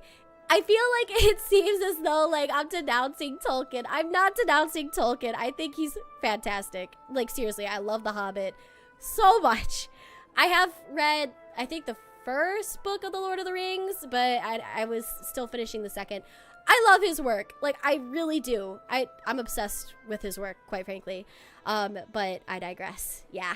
They're both amazing writers. Exactly. Yes, yes, yes. Lilith is known as the mother of demons as well. Yes, I know. I know. So I'm interested in, like, how, like, that plays into the the Narnian Chronicles. Yeah, Lilith historically is a wild biblical fan fiction with a weird way she came about. Yeah. I digress. Punting! So when it comes to punting, once again, like, I didn't take a lot of pictures. There was this path we took that wrapped around Oxford Botanical Garden. It was very beautiful. I'm dumb, I didn't take pictures of it, but I did get pictures of, like, how you would punt. You would get on these boats, and essentially someone at the end here would stand and have a log stick, kind of like in Venice, and would more so, like, drag you because, like, you would just kind of flow with the current, but then, like, steer and push. So, like, I was gonna volunteer to do it, but then, like, my friend's boyfriend was there, and he was like, nah, I'll do it. And I was like, thank God. Okay, please. Because I probably would end up in the water. My professor almost did. It was so funny, okay? Because I was in a study abroad group, right? And so, like, we all went out, and we had different groups on different boats, and my professor was with his family because his wife is also my other professor, and they had 2 kids that they brought along with them, and they were in a boat, and I watched his ass nearly dip into the water. It was so fucking funny. But I digress. Yeah, Lilith was Adam's first wife. Yeah, but she didn't like Adam rule, believed she should be treated the same. She found solace with Lucifer, who felt he should be treated as the same god, or even, yes, at least from what I've read so far, that is what I have found. But also, I am scared about the sources that I found, so I don't know. Anyways, moving on to Oxford Castle. Woo! I'm gonna move you guys over once again. I wish I took some more photos of Oxford Castle. Unfortunately, I didn't get the thing is like, I took so many photos. I took more videos than I did photos, honestly. I think there's, like, a turning point within this trip that I realized, like, oh, I should probably be making a video about this. So I have more videos than I have photos, but I have more videos of France than I have photos. So when we get to France, there's gonna be a lot of videos, but I do have a video right here for you guys to see. But Oxford Castle, guys, hold on. Okay, bro almost gave an impromptu swimming lesson. It's true.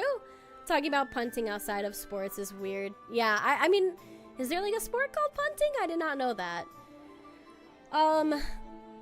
It just means gotta go back one day. Yeah, it's true. I love Oxford. I would not be opposed to going back, you know. But Oxford Castle, so fun, okay? There is this really big tower that we had to climb up. Maybe I talk about that towards the end. Essentially what they did is they took us up the tower, and then they took us through, like, pathways, like different cells. And then we went down into the crypt, which is what I got pictures of. Within Oxford Castle, it's really interesting because back in the day when they first had it, it was more so meant to... You think, like, oh, this is, like, looking like an A. Wait, what? An A+ presentation? Oh, thank you, Winton. I appreciate the grade. Thank you. Welcome in, by the way. I hope you're doing well. Made it in time for the field trip PowerPoint. Hell yeah. But Oxford Castle. You think that they would hold criminals in here, like really bad criminals in here. And they did, right? They did later on, like in more modern times. Now it's not really used as a prison anymore. Obviously, like, it's used for tour guides, that kind of stuff. But back in the day when it was made, it was actually to keep drunk students for the night because you know, England has a rich drinking culture, okay? And students would get really rowdy with their alcohol. And so police would arrest students if they were being a little too rowdy, and throw them into a cell for the night, and then they'd be let out. Like, that was the original purpose of Oxford Castle. I thought that was just so funny. I was like, are you for real? This is insane. I mean, it wasn't the original purpose. Like, I think this was like around, oh, actually it might have been it, I think. But later it was used like during war times as like a defensive kind of building, right? A PowerPoint magical girl, yeah. Yeah, Lilith didn't appear in the Bible. The story about her came from medieval to Renaissance writings. Yes. Yeah, that makes sense, which is why she isn't considered canon. When Nagoon talks about it. Oh, I love When Nagoon. I think that's a YouTuber, right? I think I might follow him. I'm not sure if we're talking about the same person, but I hope we are. Yeah. Because of Kizui, I can't see you without hearing that screamed. What? Winton? Oh. Sorry, Winton. I messed up your name. I'm sorry. That's what I did with Dono, too. I, like, messed up saying his name. I now say Dono, not Dono. To you guys, it's Dono. To me, it's Dono. Because he was, like, the first friend I made on the internet, like, ever. So, anyways, I digress. Okay, Oxford Castle. Once again, we went down into the crypt. So, this is the crypt. Essentially, oh, hold on. You guys can't see my mouse. Okay, this is the crypt here. This would be essentially where they would keep dead bodies. No one died down here. They would just store dead bodies because it historically was cooler down here, so they wouldn't, you know, like rot, I guess, quicker. Yeah, because England, even now, England doesn't have a lot of air conditioning. Like, they just don't believe in it. I don't know, it's weird. Listen, I am not very patriotic about a lot of things, but I am very patriotic about air conditioning, okay? That is one thing I am very patriotic about. I would talk to that castle walls. Yeah. But I could just see you blitz. Oh my god. Sorry. I'm sorry if like if my energy goes down at all. It's just my throat is starting to hurt a little bit. So I'm gonna take a little sip of water. Ooh. We love our AC. Yes! Winnigoon is a YouTuber and one of my favorites. He's a Sunday school teacher as well and does an awesome biblical history podcast with the Lore Lodge. Yeah, it's cool. That's really cool. Does he do mythology as well, or am I thinking of a different person? I might be thinking of a different person, honestly. Anyways, so it was here. Okay. This is where facts might be wrong, okay? But my tour guide here said that above the crypt, Geoffrey of Monmouth, which is the person who wrote Arthurian Legend, that's where he wrote Arthurian Legend, was above the crypt at Oxford Castle. My facts could be wrong, okay? That is what my tour guide said. I think she said above the crypt. Obviously, I don't know if he wrote in the crypt. Maybe it wasn't a crypt at the time. I don't know. But yeah, he does mythology, history, and horror. Yeah, I definitely think we're talking about the same person. Yeah. As a Texan, I cannot imagine not having AC. Dude, that's what France felt like. I hate to say it, France, okay?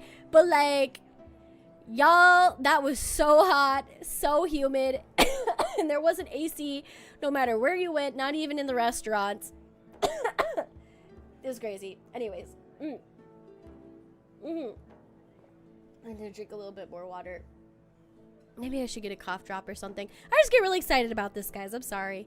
You know, hold on. I'm gonna get a cough drop, actually. I think that's probably gonna help me. BRB.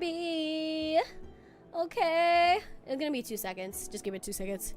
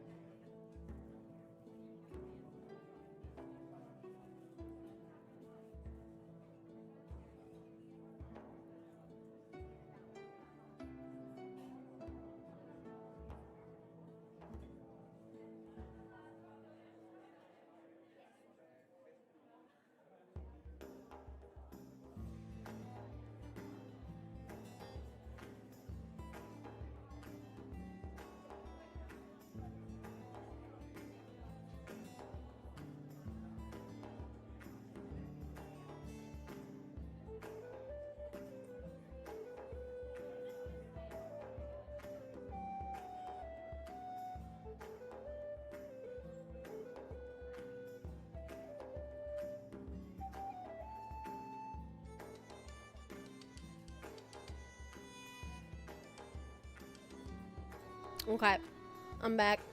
That took a little bit longer than a second because I had to find them. They're like all the way back in my drawer. I was like, bruh. All right, I got a cough drop, guys. We're bulling. Let's go. Yeah, apparently this is where Jeffrey of Monmouth wrote Arthurian legend, maybe above. This in a church. Or maybe this, I don't know. I don't know. This, oh, sorry, you can't even see my, I just realized you can't even see my mouse. Okay.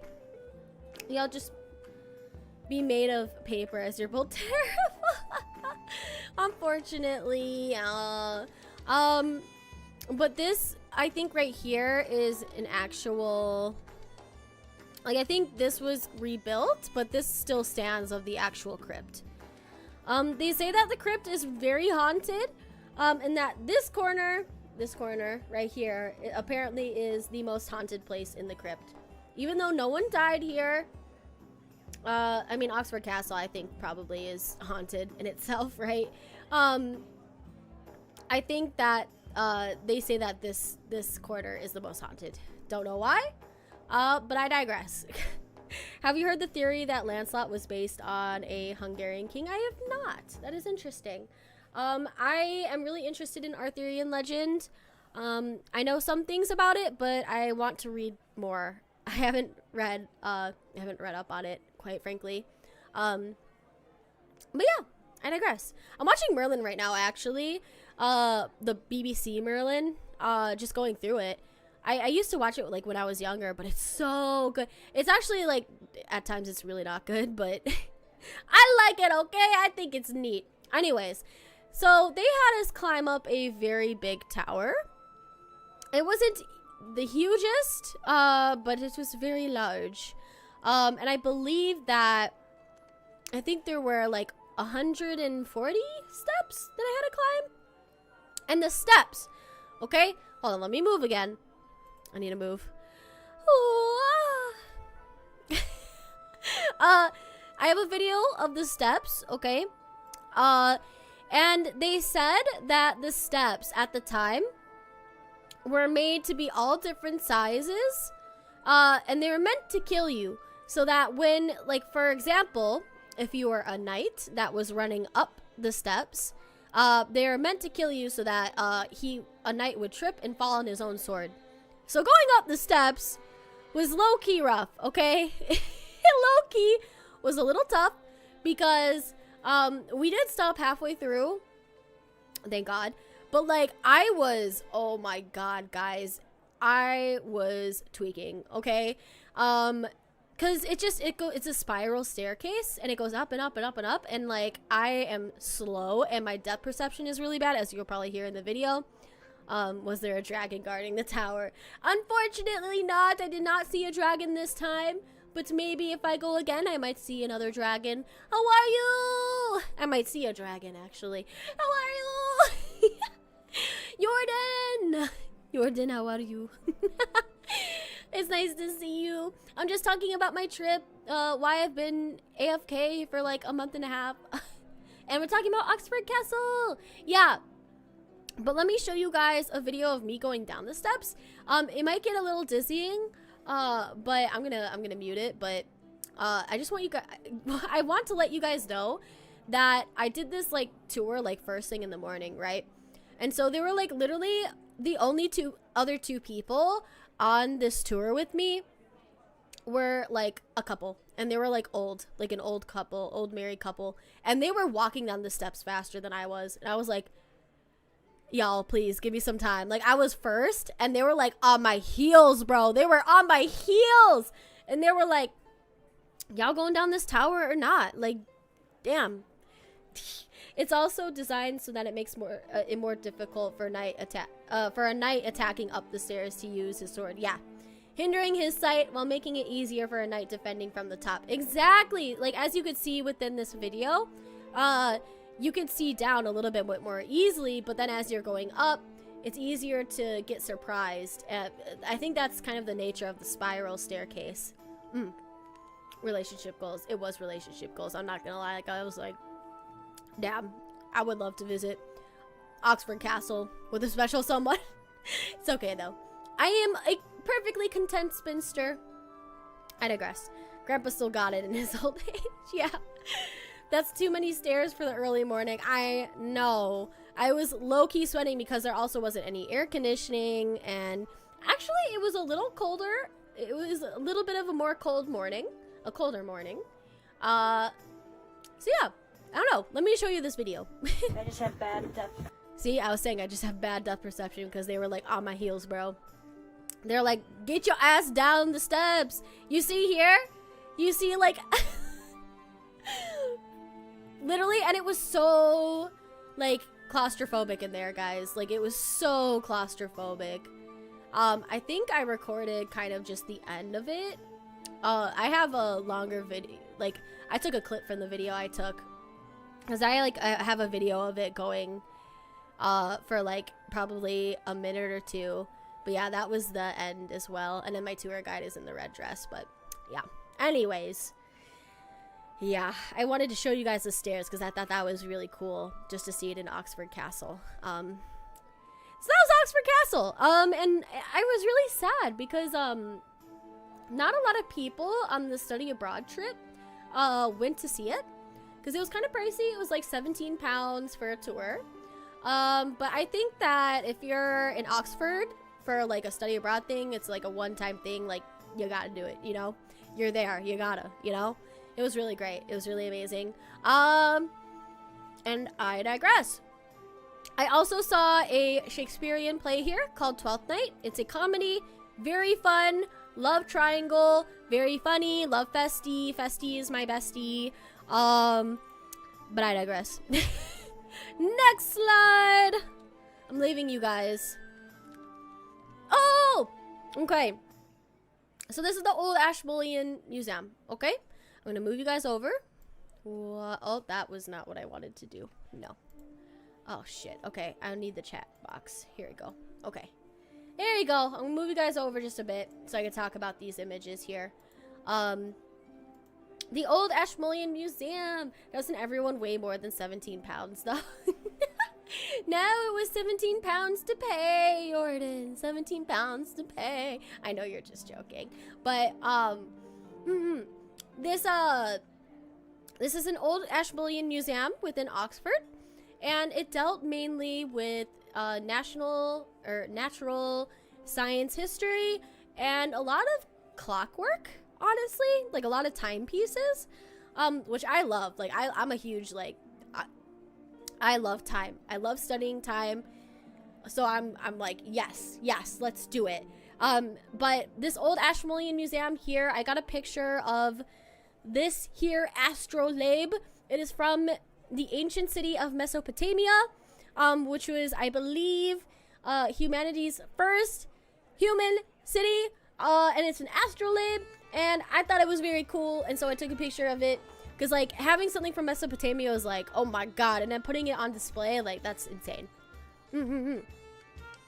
So, this image here, is, like, kind of in the basement. And this is where, like, they have a lot of history on, like, oh my gosh, all these Oxford scholars, like, they invented penicillin and, a lot of other stuff, and it was really cool. But back in the day, this was used, for chemistry and I believe alchemy. So that's why, if you look at the top here, they have, like, this used to be, like, a vent for dangerous chemical materials to go up and not remain within this, like, this little room here. That was correct. Mesopotamia was the first civilization. Yeah. Isn't that crazy? It's so crazy. It's so cool. I love it. But then this building here too, as you can see, like, the windows are kind of like caved in a bit because I believe it was architecturally designed to withstand a bomb dropping on it. So take that as you may. I believe that's why. Yeah. Gilgamesh is from Mesopotamia. Yeah, I know that from Fate. Yeah, I believe that Gilgamesh, like the story of Gilgamesh, is our first human record of a story that is written. Yeah. because I think it was written on like slabs. I'm trying to remember back in the day, but yeah. But I would geek out at that museum. LOL, that is my shit. Space and time are my shit. Yeah, it was so cool. They had so much stuff on space and time there. Like, it was very, very interesting. This room in particular had a lot on space. It was very, very interesting. But I took a picture of it in particular because this is the room in which they would perform human dissection. So this is where they would do like experiments with dead bodies and stuff like that. But also oh, I forgot, I'm covering up a very important thing that I'll talk about here in a second. But I'll also talk about vivisection. Maybe not vivisection, but human dissection later when I talk about Edinburgh in Scotland. So that will be interesting. Anyways, let me move over a bit to myself. Whoa. Okay. Oh, I'm a little too far. Okay. You guys, chat is covering up a here we go. You guys are covering up a very cute a very beautiful stained glass window. I don't really know much about it, honestly, other than that it's really pretty and I just want to include it. But I was covering up a very important image because wait, what the fuck? Okay, no, we're good. Sorry, my bad. Because that blackboard is Einstein's blackboard. So Einstein came to Oxford to do a presentation, and they saved his blackboard, everything that he wrote on it. And apparently what he's explaining here is how the universe expands, I believe, is what he was, is what is on that blackboard. So that was really cool. I was like, oh my god, gotta take a picture of that. That's Einstein's blackboard, bro. That's crazy. So yeah, I took a picture of that. Anyways, I remember learning in a literature class that Gilgamesh is the first epic ever written, and that many of the stories that came later were based upon his story. Yes. Very interesting. Was this to do with those doctors you told me about? Yes. We'll talk about Burke and Hare later when we get to Scotland. Yeah. Okay. Next slide. Okay. I'm moving back over here. And I'm moving you guys back over here too. If I sound like I'm eating something, I'm sorry. I'm literally just like chewing on a cough drop. It's actually really helping. Like, I'm like, sheesh. Okay. Next slide. General universities. I got some pictures of some general universities here, right? This, I believe, was University College. I just took a picture because I felt like it looked like the Harry Potter stairs. You know, like the stairs that like move on their own. Like, I thought that was really cool. I don't see E equals MC squared on that blackboard, so I'm pressing X to doubt. You're right. Sorry, my bad, guys. I just took a picture of a random blackboard and said it was his. My bad, guys. My bad. I really didn't want to expose the truth to you, but yeah, so this is University College. This is All Souls College, which apparently is a graduate university.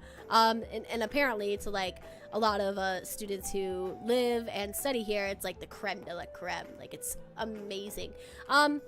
This was an image actually of a Galilean thermometer that I bought at god damn it, at the old Ashmolean building. And it was like 30 pounds or so. This is actually my only net loss. Oh my god. This is my only financial loss. Because when I bought it, it's extremely fragile, okay? Like, a Galilean thermometer, it looks very pretty, but it is extremely fragile. If you look closely, there's a little orb here that broke. Like, the glass broke. I broke it while I carried it back to my dorm. And it's hard because, like, how do you protect it, you know? Like, there these little orb things with different I believe different kinds of different densities of mercury in them. They're all encased within a glass sphere, and so like you can't protect them from the other spheres inside. You just can't. So it's like if you shake it around too much, like, you're fucked. And apparently I shook it around too much and I broke it, because then all the mercury went into the water here. And as you can see, it's like at the top. So the only one that's like floating above that, like density wise, is this one, you know? And it stayed like that the entire trip. So I was like really upset. I was like, no, I love my Galilean thermometer, but I have to leave it behind, because it's like, if I took it in my suitcase, like that shit would just crack and like spill over everything. Did you get to go see Hogwarts or not? Unfortunately, no. I did not see Hogwarts. My letter didn't come yet. I'm waiting for it, okay? But yeah, I digress. Let me go ahead and move over here. And also move you guys. But also, once again, the blue image, that's All Souls. And then the image below that, I actually don't know what university that is, but I just thought it was a really cool picture. If you see the blue image, I believe this is a church. And at the back of it, they had like 1,000, not like 1,000, like not actually, but like a lot of statues of standing up there. And I was like, this is beautiful. Oh my God, I gotta take a picture of this. I gotta show you guys this. Alrighty, let's move on to the next slide. Okay, so this is Headington. Headington was where C.S. Lewis lived. The Kilns is the name of his house right here. And he had a nature preserve that was really close to his house.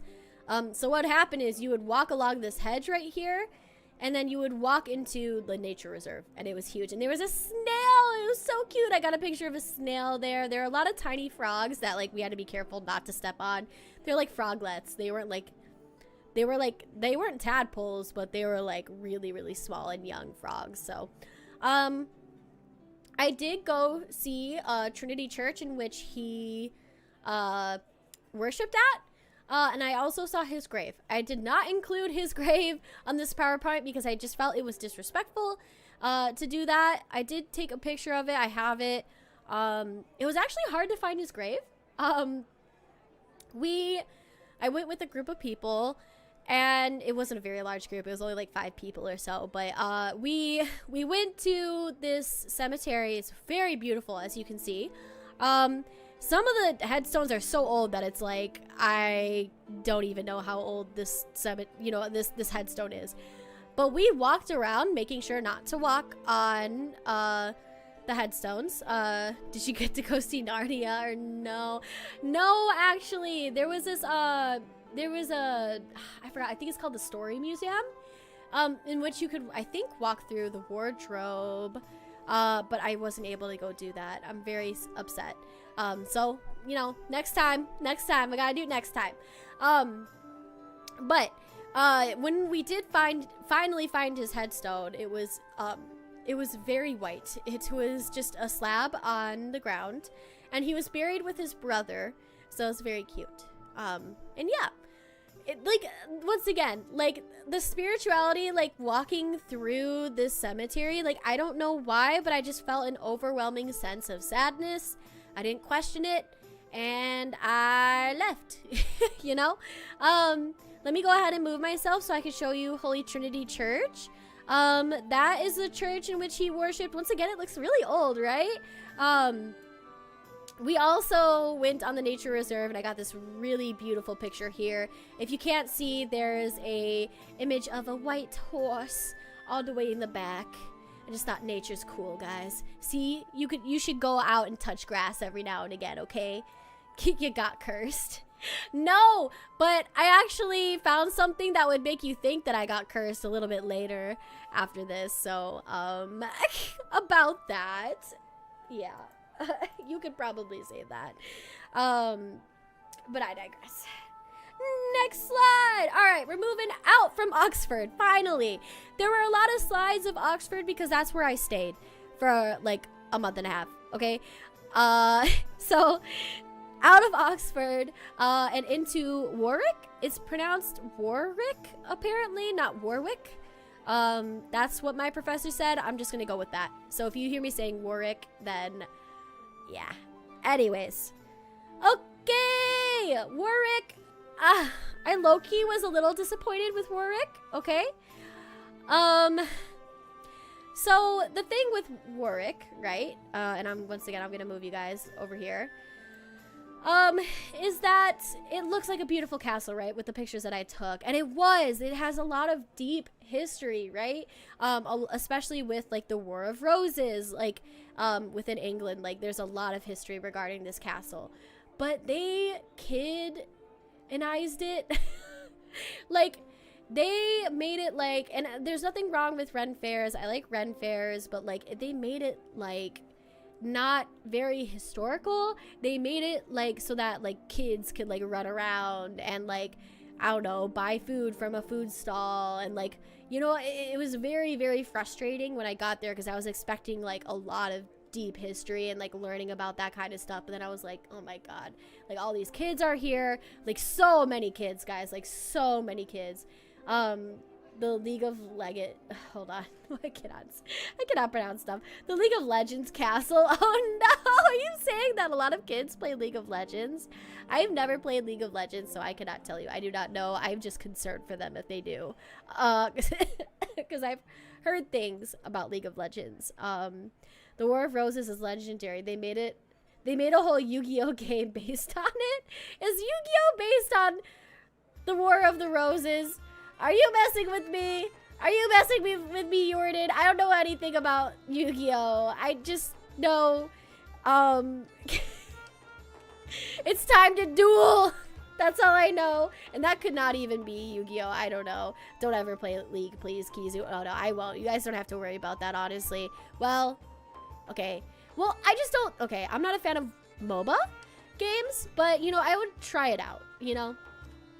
I've played Smite. Smite isn't my thing, and I feel like if I don't like Smite, I probably won't like League, so I digress. No, it's Warwick Castle. Warwick is a character in League, really? Also, never play League. It's worse than Gabba. I don't even know what Gabba is. Oh, some cards are probably based off them. Yes, that's really interesting. There's a PS2 game that is based on the War of Roses. I did not know. That's so cool. Oh my god. Oh my god. I love it. I love it so much. But yes. So Warwick. it has a lot of history on the War of Roses. I believe the Kingmaker, I believe that's what he was called, lived and ruled here. And yeah, it was I don't know. For me, it was a little bit of a hard time when I went to this place because previously the night before we went to London and we got back from London at like 1:30 a.m. and we had to be like the train arrived in Oxford at like 1:30 a.m. and we had to be up at like 7, I think, for this. And I got like a little car sick on the bus ride, so I was car sick. I wanted to sleep. I didn't want to have to wake up, and then I had to wake up, and then I was like a little cranky too when I went, but it was still a really good time, and I think it was very beautiful in some aspects. Yeah. Game of Thrones is based off of the War of Roses. Really? There was even an event called the Black Wedding. Interesting. Because I actually was gonna start watching Game of Thrones. Once I got back from this trip, my cousins, they were up from the state that they live in. And so, yeah, my one cousin is very much so a huge fan of Game of Thrones, and she was watching it. And I just saw, like, oh my god, guys, I walked in and I saw a scene, like a sex scene, and I was like, oh, okay. And then... And then I saw this woman, like, and you guys probably know this scene, but this woman, like, placed leeches on him, and I was like, god damn, like, she's bloodletting, and I was like, okay, what did I walk in on? But I do still want to watch it, because it's just, like, so, like, I've heard so many good things about it, so, I've heard bad things as well, but I digress. I mean, if I say but I digress one more time, I swear to god. But, yeah, I do really want to watch it, so... that will be happening. And even knowing that it's like based on the War of Roses is interesting because I learned some history on that. Mind you, I'm very, very, very, very, very bad with learning history of kings and queens in England. It doesn't interest me. I wish it did, but it just doesn't interest me. So yeah, Yeah, it's hard, but I think I would like Game of Thrones, and I definitely really like Arthurian legend. So who knows at this point. Anyways, let me go ahead and move my little booty out of the way so you could see the peacock. They had a cute little peacock garden. It was so cute, guys. Oh my god. And these guys, like, it's not like they were in an encampment. Like, there was like a tiny little fence, like, that would hold your like feet, like you would trip on it, and that's it. So like they could just walk back and forth and do whatever they want. It was great. Look at this guy. He's so cute. God damn, dude, peacocks are much larger than I thought they would be. Like, they're huge, guys. And I don't think I saw like one with their feathers fully out or anything like that. They were all like super eepy, and I was like, yeah, it's like early morning kind of, so like I get it. But I think she digresses, guys. God damn it. God damn it, Jordan. God damn it.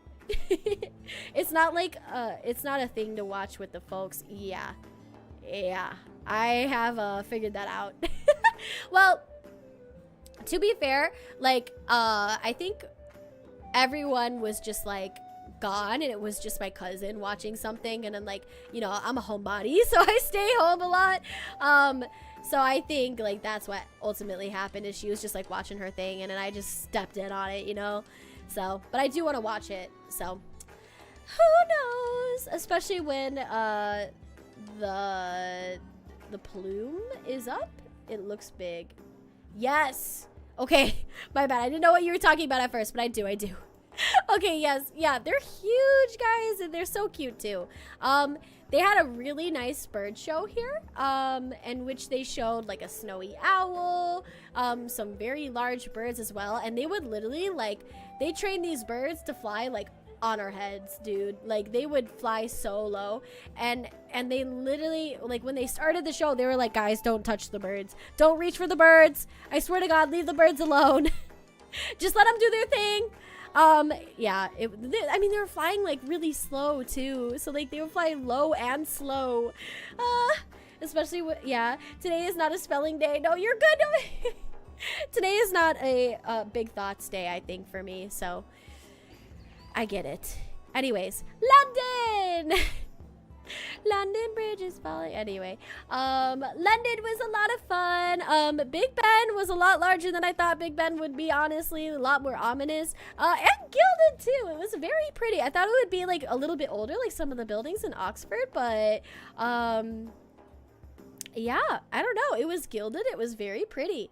And then I don't know what this building is, honestly, but I thought it was very pretty. It's right next to Big Ben, so like if you see this part of Big Ben, like it just goes on, and that's that. Yeah, minor spelling mistake detected. How dare you? I also, so Green King, once again, it's an amazing, I really like Green King. If you go there, you just know you're gonna get good food, in my opinion. It had a Shakespeare themed restaurant, and it had a little Shakespeare guy peeking out the window, and I was like, oh my god, this is so cute, I have to take a picture. When my family came up, we went to go see Winston Churchill's bunker, and within that bunker we found his Nobel Peace Prize, god damn it, for literature. I could be saying that wrong. Yeah, Nobel Prize. Why am I saying Nobel Peace Prize? Nobel Prize. Hello, welcome back, Snick. Welcome back. How are you? It's nice to see you. I know it's been a bit. I'm just showing off some photos I took from my trip, but I thought this was really interesting because I'd never seen what a Nobel Prize for literature looked like, and apparently this is what it looked like. So I was like, oh my god, this is crazy. And then I think this is part of Buckingham Palace. If you look closely, you could see guards on horses. According to Buckingham Palace, or according to my tour guide, a lot of tourists get really close, and the horses, like if you get close, the horses are not nice to you. For lack of better words. And apparently, these guys every hour get off their horse, and they get new horses because the horses get tired for standing for an hour, you know, and they don't want to abuse their horses. But yeah, they're on their horses here. That's why there's like a huge crowd because of that. I think this is part of Buckingham, yeah. Actually, that's not Big Ben. Big Ben is the bell. Oh, well. Well, it's the tower. I don't know. It's not the Tower of London, though, I think. I think that's something different. So I really wanted to see the Tower of London because it's very prominent in Richard III, which is what I read, but whatever. It's fine. Did Buckingham Palace have any bucks? God damn it, Shin. I don't know. Probably inside. I'm sure there's a room full of bucks in there. Doing good, Seagull Andy. I'm not a seagull. Oh my god. We're doing this again, Snack. Oh my god. If you get too close to the horses at Buckingham, you will be bucked. Yeah. No, like, they are not nice about it. They say, like, don't get too close, because I think there were injuries, and I think there continues to be injuries from people going a little bit too far with tourism. So take that with a grain of salt. Let me go back over here and then move you guys as well. Do you guys mind if I just like turn off chat? Like, I feel like if we just do that, it might be a little bit easier for this stream. I'll put you guys back on for next stream, but for this one, I think, yeah, I think we gotta do that. I'm sorry, y'all. I am revoking your chat privileges. But was Big Ben big? I mean, you tell me. It looks pretty big, does it not? It was really cool because we got to hear it ring as well. It was like da da da da da da da da. You know, it was that typical kind of voice, but it was very pretty, very, very nice. Yeah, yeah. Less moving around. We can become ninjas in the walls. Yeah, exactly. Okay, next slide. Okay, I got a story, okay? Just hear me out, okay? I know, like, if you look close, you can see a tooth in a baggie, okay? Let me explain myself here, okay? In fact, I think I might have to get another cough drop for this. Hold on. Okay, I'm gonna just, like, leave the stream on. You can hear me, like, struggle in the back. Cough drop! I hit my foot. Story time. Yeah, story time. I know, my model is, kind of soulless right now. Hold on. I'm not sitting down yet. Okay, I'm sitting down. Justice for chat. Did you have a lot of crumpets? No, but I had scones. I had scones. I don't even know what crumpets are, to be honest with you. I could be... maybe I had them, and they're just, you know, also named crumpets. I don't know. We've been Thanos snapped. Thanos snapped you out of existence from my stream. I'm sorry, y'all. It just has to be like this, okay? I'm doing it for the best of the universe. Anyways. Okay. So... in a lot of the books I read, tea with no crumpets, I know. In a lot of stories I read, right, the Thames River is included in it, and because I think it hasn't rained in a while, it was really low tide, and so I was able to go down into these rocks. So the reason we were here is because on the opposite side of this little walkway here, we were waiting to get into a Shakespearean play, Richard III, in the Globe, which I'll show you pictures of on the next slide. But so I was like, everyone was sitting down, and I was like, I don't want to sit. I want to go do things. So then I was like, I'm going to go walk by the Thames. So then I did. I went down, and, you know, I kind of follow where my feet take me, okay? I got this picture because I thought it was really cool. I was like, oh my god, there's a witch by the Thames. Who is she? There's a witch.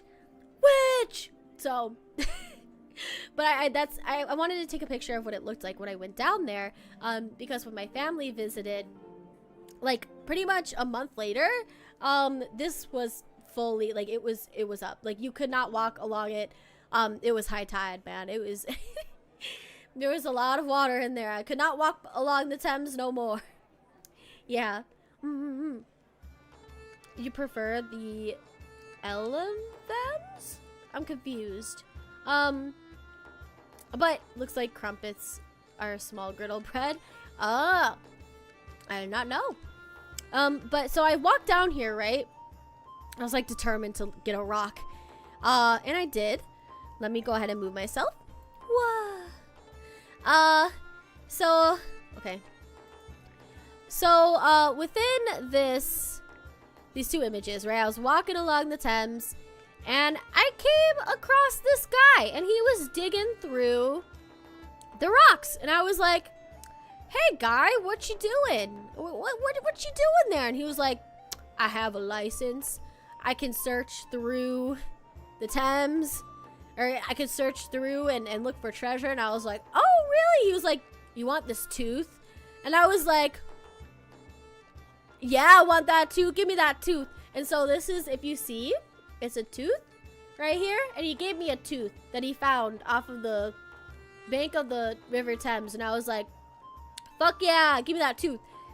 And apparently he said it was like a sheep's tooth, but I looked up what sheep's teeth look like and it does not look like that. I don't know. Maybe I'm wrong. And I really should believe him if he's got a license and everything, but I don't know.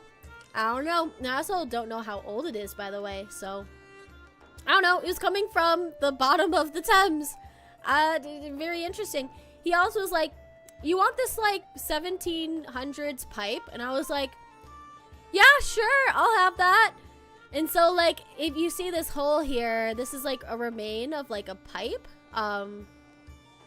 Yeah, and he gave me that, and I was like, shit, okay. It's also like this is also a part of it right here too.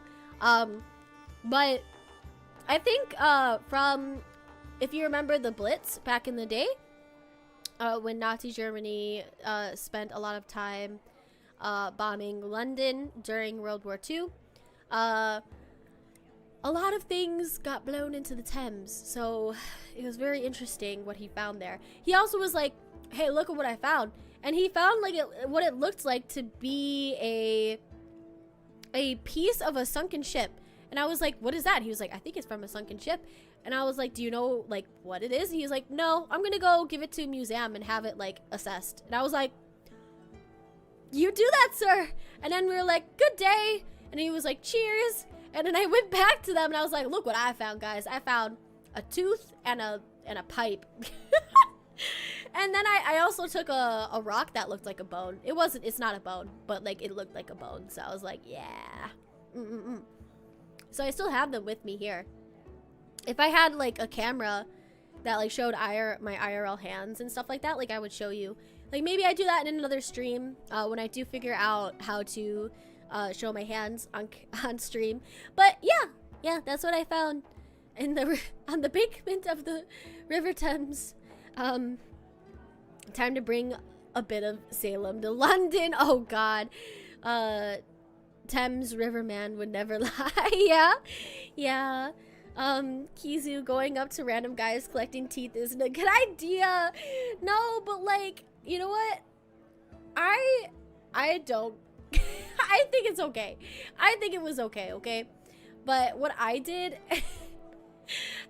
I washed my hands immediately after this. I was like, I gotta, you know, like, I don't know what the fuck is on this shit, you know? But like, I still got it with me.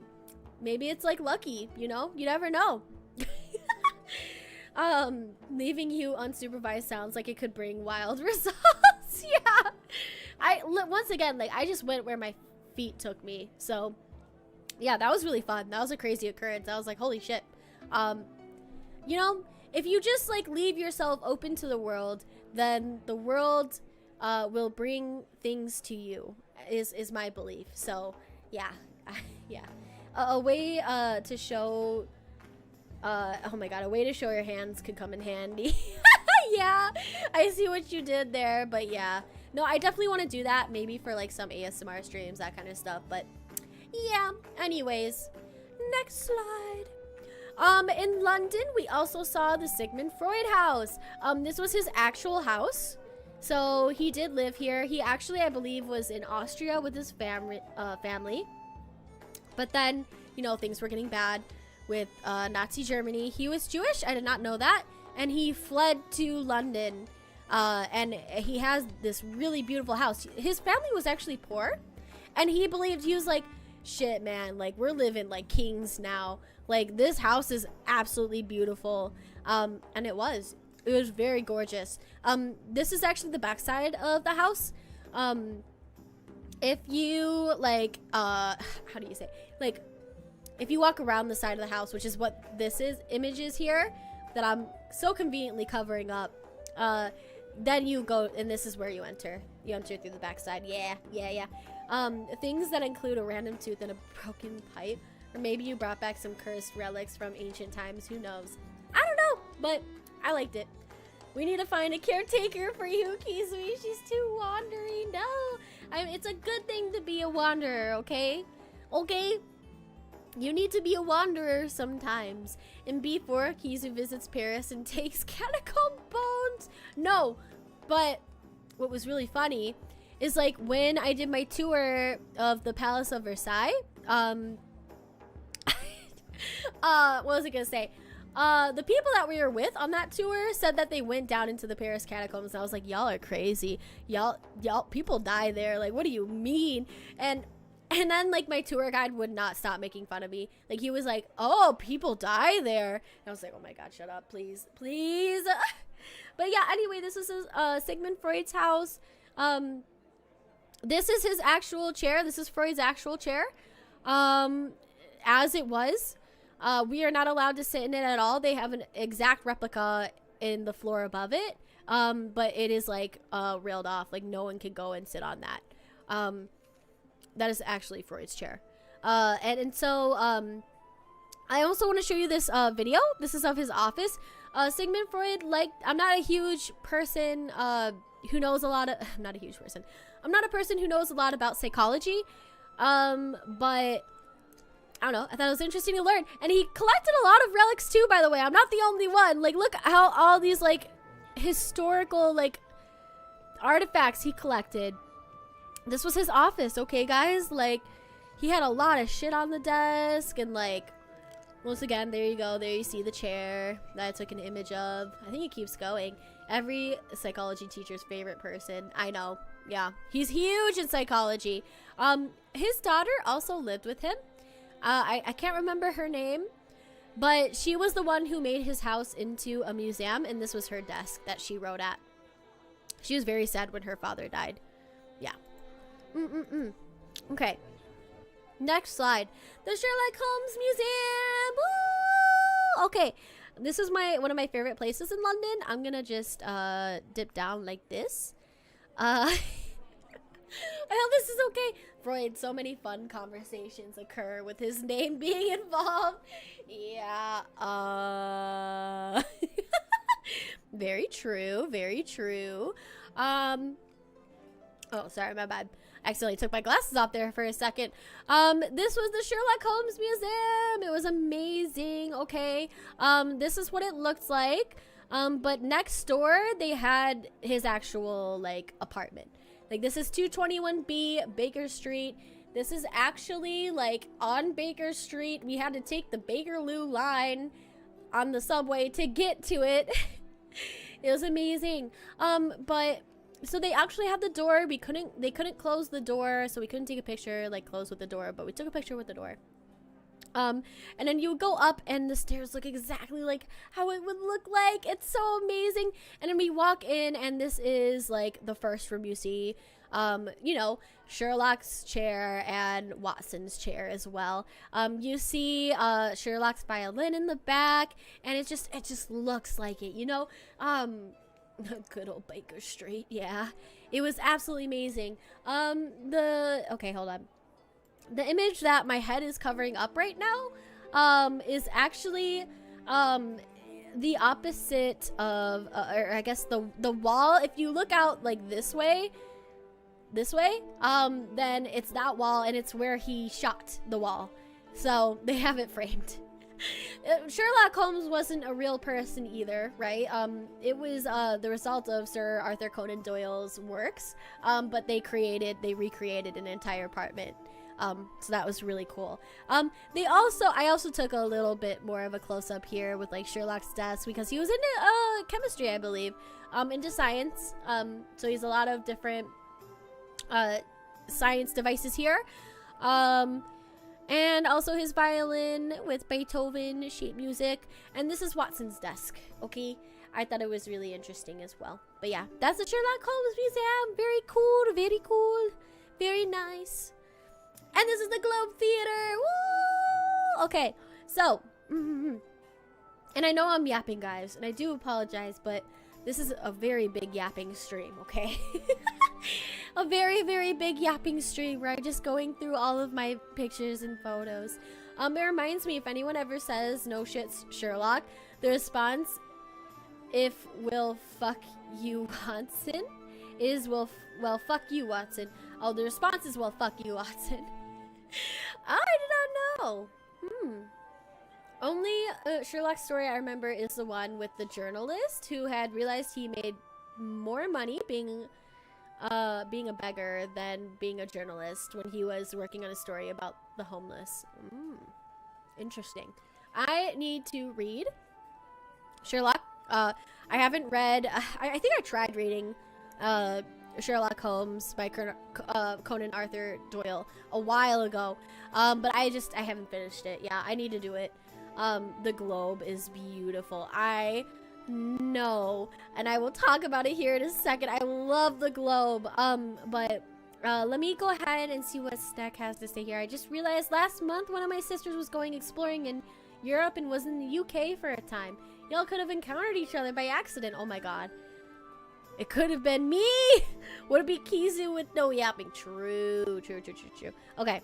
Once again, let me move myself a bit. Okay. So, this was a Globe, okay?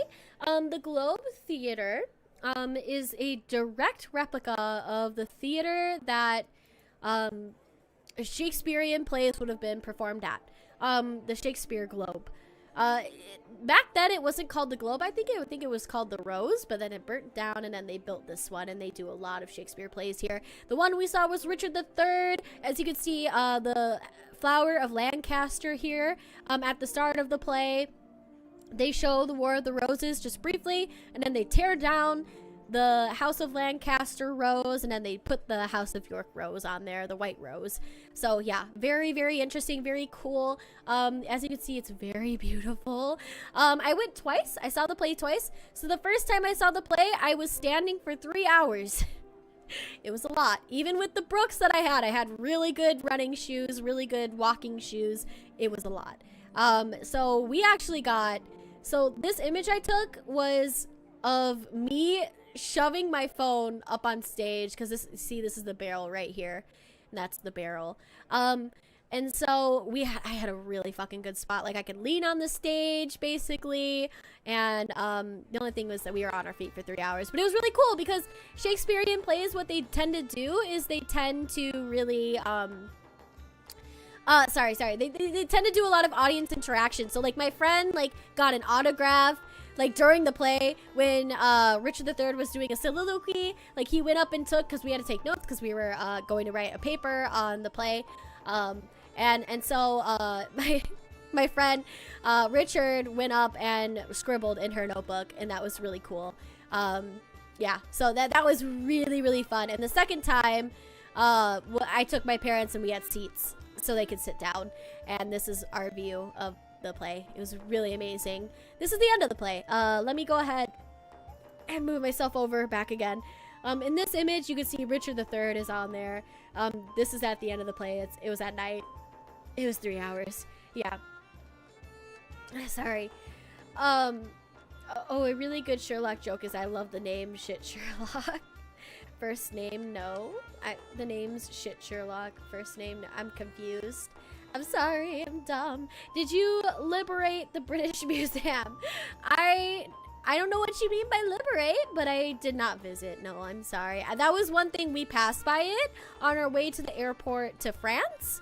And I was like, fuck, man. Like, our hotel, when we were in Britain with my family, my dad did so good. Like, he got us a hotel right in Covent Garden. And we were right by Trafalgar Square. Like, it was so gorgeous. We were able to go to Covent Garden and see a whole lot of stuff. It was very nice. Did you go to the Harry Potter corner? I didn't. The Harry Potter corner? What do you mean by the Harry Potter corner? Was there a Harry Potter corner that I missed? That could very well be the case. There were a lot of Harry Potter stores everywhere. I actually did not go into a Harry Potter store throughout my entire time I was in England. I didn't go into a Harry Potter store once. Oh wait, actually I did go in one time. But then I was like, I don't know if I'm going to get anything. And then I walked out. I love Harry Potter, but yeah. Yeah, the joke is they give their last name first, which is Shit Sherlock. And then they say their, I gotcha. I gotcha now. I see. Alrighty. Moving on from the globe. Such a wonderful experience. I think this was one of my favorites, honestly, of London. It was just so beautiful. Alrighty, now we get to the stones. It's time for the stones. This is when I turn into a froge. No, but this is, so Bath and Stonehenge. Bath has a lot of literary history as well. It's where Mary Shelley, who wrote Frankenstein, once lived at a point of her time. She didn't live there forever. And then also where Jane Austen lived at one point in time as well. And Jane Austen wrote Pride and Prejudice, Sense and Sensibility, all that kind of jazz, that kind of stuff. So yeah, the stones, OMG, the stones. It was so busy, guys. And let me tell you, so, oh my gosh, I need to take a drink of water. Ooh. Oh shit, almost forgot my brother made Globe Theater in Minecraft once for high school class. Oh my god, I did not know that. That's so cool. This is the part where Kizui finally took a bath. Actually, it's funny that you say that because I went to the Roman bath. The Roman baths in Bath. I actually did. So, I mean, okay, I didn't take a bath, but I drank bath water. So, more about that later. The stones, okay. This was kind of nuts. So as you can see, my hair is very light. So when I went there, I don't know why, but it's very much so more buggy than a lot of other places in England, and my friends were picking spiders out of my hair. My friends were picking spiders out of my hair. There were like 4 I braided my hair that day, and there were like 4 spiders in my hair. Like, they caught them. Like, we were waiting in line to go into Stonehenge, and yeah, they picked 4 spiders out of my hair. It was kind of concerning. And I think later that night too, like, I picked a spider out. I was like, ow! Oh my god, this is so gross. But whatever, man, whatever. Was Kizui one of the people that graffitied the stones? No, I would never do that in a million years. In fact, I don't think that the graffiti was visible on the stones. As you could see with these pictures, I think it was like fully gone. So like, thank God. That is crazy. I know. Crazy that the spiders were in my hair when I saw the magic stones. It's crazy. I would have showered the hell after that. Yeah, I think I took 2 showers that night. I did though. I shampooed twice. Like, I was like, yeah, I shampooed a lot. Like, I was like, no, I gotta make sure, like, because that was also another thing, is like, I think the next day I was going to Scotland, and I was like, yeah, I kind of need to, like, get these bugs out of my hair before I go to another country. Hey, I'm lurking because doing voiceovers, but great to see you again. Hi, Mr. No Life. Thank you so much for the lurk. And I hope that your work goes well. Yeah, voiceovers is really cool. Thank you so much for stopping in and saying hi. Yeah. Heck no, spiders and hair burned the place down. Yeah, they were small. They were very small spiders. But I'm just thanking God that my hair was light that day, because a lot of my friends had like dark hair, and it was like, who knows, you know, like it would be harder to find them. But yeah, it was rough. My hair was also braided, so I think it was easier for them to like see if I, you know, had spiders in my hair or not. So yeah, I would have showered. Yeah, my bad. Kizui, this is why you need to clean yourself more. I do. I was so cleanly. I still am cleanly. Okay. Oh my gosh. Okay. I took a bath in the magical bath that I'll show you later. But yeah, these are the stones. It was really interesting because they had like a huge exhibition and I was so interested. I went to the exhibition and I was just reading everything. Like literally just, I spent like an hour like reading about the history of the stones. And what's actually interesting is that in Arthurian legend, Merlin is supposedly the one who sets up these stones. Even though Arthurian legend is written way after the stones were set up, like historically. So we scholars know it to be historically untrue, but in Arthurian legend, it is written that Merlin set up these stones. They don't really know how these stones were carried, like, long distance, because they're super fucking heavy, right? So it's a mystery, but it's really cool. I spent a lot of time learning about that, and I realized, I was like, shit, I just spent an hour reading up on these stones, and I haven't visited the fucking stones yet. I have an hour left before the bus leaves. And if you guys don't know, and I'll move myself, hold on. What? Give me a second. If you guys don't know, it takes 30 minutes to walk to the stones. So I was like, but luckily there were buses. I didn't take the fucking bus. Like, I was a dumbass. But also, like, I'm kind of happy that I didn't do that because there's a mock village of the people who would have lived during the time of Stone Age and worshipped at the temple that they believed was Stonehenge. Did I say Stone Age? I meant to say Stonehenge. So, like, there's a village, and then there's a whole walkway in which you could walk in their footsteps in which they would have walked to their temple. So that's what I did. And I took a video of it. It's very, like, bare bones, like what you would expect. I gotta make sure not to... Okay, no, I didn't... I cut that out. Okay. Kizui. What? What, Snack? What? But, yeah. I was low-key, like... I was low on time. I know. I'm sorry, Snake. But I was like, shit, I haven't even seen the stones yet. I gotta go actually see the stones. So then I was like walking as fast as I fucking could. And it was a 30-minute walk exactly. Like exactly 30 minutes. And let me tell you, I have never exercised so much in my goddamn life. I sped walk that entire 40 minutes. I think I even ran a little bit too. And I was like, oh my God, it was a lot.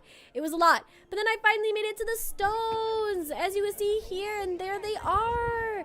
Look at them. They're stones, the magic stones.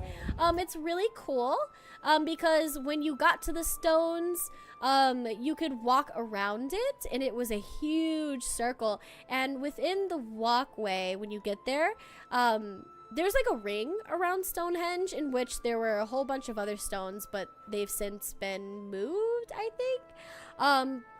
But archaeologists, when they discovered Stonehenge, within the little dip in the ring outside of it, they found a lot of animal bones, human bones, very interesting stuff. But you could actually walk over the ring. It was very, very cool. I'm not gonna lie, like super interesting. Yeah, and that was the stones. I got, like, there were a whole bunch of ravens there, too, as well. So I was like, oh, my God, this is so fucking cool. And so, like, this image here, right? I believe... Actually, I'm not going to say that. I don't know. But I do know that... Okay, this is also... I'm not, like, super sure on this. But with the tallest rock, it marks the winter solstice. And with the lowest rock, it marks like the summer solstice or something like that.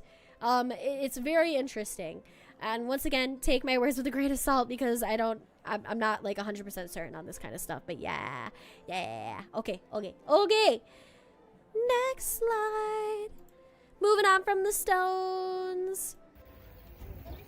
Okay, Beth. We have Beth. Beth was really pretty. Look at Beth. This was a church, okay? Once again, Europe has a lot of really pretty churches, okay? But what I didn't get a picture of, and I should have, I think I was very pictured out by the end of this trip, was essentially the front of this church has a bunch of angels crawling up it, And I thought that was really gorgeous. I think it's one of a kind. I don't think it's like, I don't think artwork like that exists anywhere in the world except for here. So there are also really beautiful places within Bath. You have this store called Sweet Little Things, I think it's called Sweet Little Things, if I could read it properly. Also, welcome in, it's nice to see you. I'm just talking about my trip in Europe, but so this was really cute. I just want to take a picture of it. It was like so cute. They had the Jane Austen Center, which is really nice. When my parents came up, we had tea with Mr. Darcy. Even though he wasn't there, we didn't have tea with Mr. Darcy. But we had tea and it was very lovely. It was a highlight of the trip. I think it's really funny because like you look at this picture and you see Mr. Wickham, because all of the tour guides are in character. So you see Mr. Wickham on his phone, and I thought that was so fucking funny. I actually later went in and got a picture with Mr. Wickham before my parents came, but it was very a great time.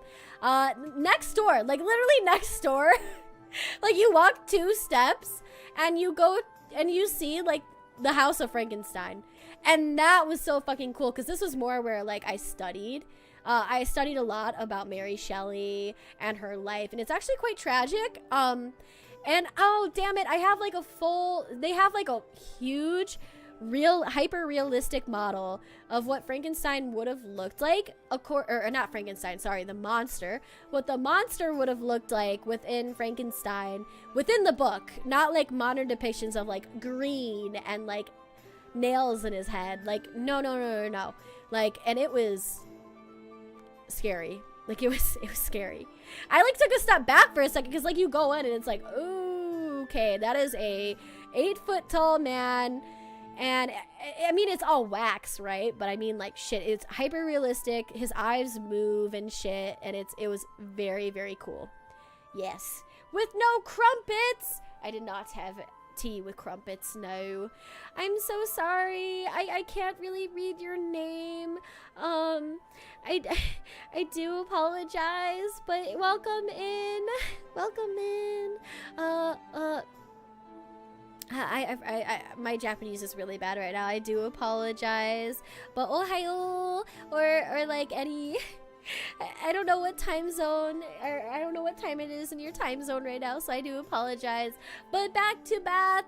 This image down here is the Royal Crescent. It's very beautiful. It's a bunch of royal houses where the royals stay or whatever. And then I'll move. I'll move myself. And then you got, oh, sorry, hold on. Give me a second. Okay. This really cute lake right here, and this is a really famous bridge. Don't know what it's called. Thought it was a really pretty picture. I digress. An 8-foot tall man, the most terrifying thing ever. Yeah, I'm not even kidding with you. Like, I hate to say yeah, but like yeah, it was very terrifying.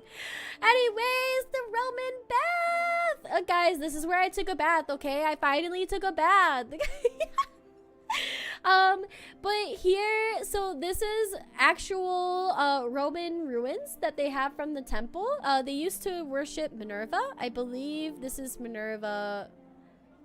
I could be wrong. But they did worship. I do know for a fact that they worship Minerva at this specific temple. Well, at this specific, because it was Roman. They believed that the Roman baths were holy, and that you could cure illnesses if you just bathe in the holy baths, in the holy Roman bath. And they also had a temple of Minerva in there as well. Obviously this is a little this is a little ominous here, but this is an actual tombstone, and you could just walk over it. I was like, oh my god, we're walking on a tombstone. I gotta take a picture. It's very interesting. Is this here? Is this where you drink the bath water? Yes, I drink the bath water here. Okay, let me well, hold on. This is a oh my god, what the fuck was this? This is tile. Tile, Roman tile. Okay, I thought it was really pretty, but let me go ahead and show you the bath. The actual physical bath. So this is a picture or video I took of it. There are a bunch of baths. This was just the main one. I drink water from there, guys. Okay, I'm not being 100% real with you. I didn't take a cup and fucking drink from this bath. Obviously, it's nasty, right? A mosaic, yes. Yeah, I think that's right. Yeah. But I think that so at the end of my trip with the Roman baths, I took a they have it made available to where you actually can drink it, but they, you know, they run it through filters, they clean that shit, but they include minerals in it, and it tasted like shit, guys. Like, it tasted so bad. Oh my fucking god. It tasted terrible. They don't have you just dip your cup into like the bath. But no, they run it through like it's warm water. It's just really gross. Like, they actually treat it. they treat it. They wouldn't just be handing it out if they didn't treat it, you know. So take that with a grain of salt. Maybe they, you know, they don't treat it enough, but I drank it. I drank it. I have a little bit of the holy water within me, guys, okay? All my illnesses will be cured, right? What's interesting about this, though, they had male parts of the baths, and then they had female parts of the bath, right? And the female parts, the female sections were actually cleaner. Because they had a warm, like, hot. They believe that going from like hot water to cold water will heal you. Like, and to an extent, like, I mean, you know, shit happened, you know, works with blood pressure, that kind of stuff. But it was actually more clean, I believe, because they had the hot water. God damn it. I don't know how. I just know that it was safer too, because the bacteria from like open wounds and shit wouldn't spread because of how hot the water would have been, or something like that. I think that's what it was. Washing out all the good stuff. Drinking gamer goddesses bath water. Yabai! Yabai! Very yabai. Yeah, I think I drank, guys. Oh my god, I can say guys, I'm gonna tweet that at the end of this stream. I'm gonna tweet that I drank bath water. Because I drank bath water. Oh my god. It's clean. Looks like kind of green and nasty to drink. Yeah, but the water that they give you is not like that. It's not. And back then, it was not like healthy. Like, they thought it was holy, and they actually, like, so this one you see right here is more of a, like, for serious illnesses kind of people. Like, people would come in here and they believe this was like the holy spring. And so that, like, people with, like, serious illnesses would dip in here for, like, hours and hours and hours at a time, you know? So, and the thing is, like, illnesses would spread through the water, you know? So a lot of times, like, people would contract shit through the water, but, yeah, it's kind of nasty. Yeah, no, they did not have us drink that shit. But yeah, they didn't have anyone touch it. Like, you couldn't touch it, you couldn't go into it. But back in the day, it was believed that Jane Austen would have been at this, I believe, would have been at this bath from time to time. I believe. So you can say it's holy gamer girl streamer bathwater. I think so, Psycho. I think so, Psycho. Also, Psycho. I'm sorry if I didn't say hi before, but how are you? Welcome in. I hope you're doing well. The cancer spring. Yeah, because that's how you contract cancer, right? Yeah, I digress. Next slide. This is just more bath. I just think it's really funny. A lot of people would throw a lot of things in the baths as well. So they would throw things like little tablets with curses on them to other people. So I got this video of this guy who goes to this priest and is like, oh my god, this person wronged me somehow. Oh my god. Like, they had this video within the bath within the ruins and stuff like that. And so like he goes to this priest and like tells the priest to like write him a tablet, and then they toss it into the water. And I thought that was very interesting. It's fine, Seagull. Bro, why you call me a Seagull? Oh my god, I'm gonna cry.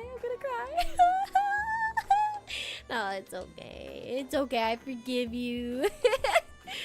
Yeah, but I'm glad it's going okay for you. And then, of course, I'll go ahead and move myself a little bit. But these are just really beautiful images I saw of Bath that I just wanted to show you guys. Yeah, this is our meet. The top image was our meeting place.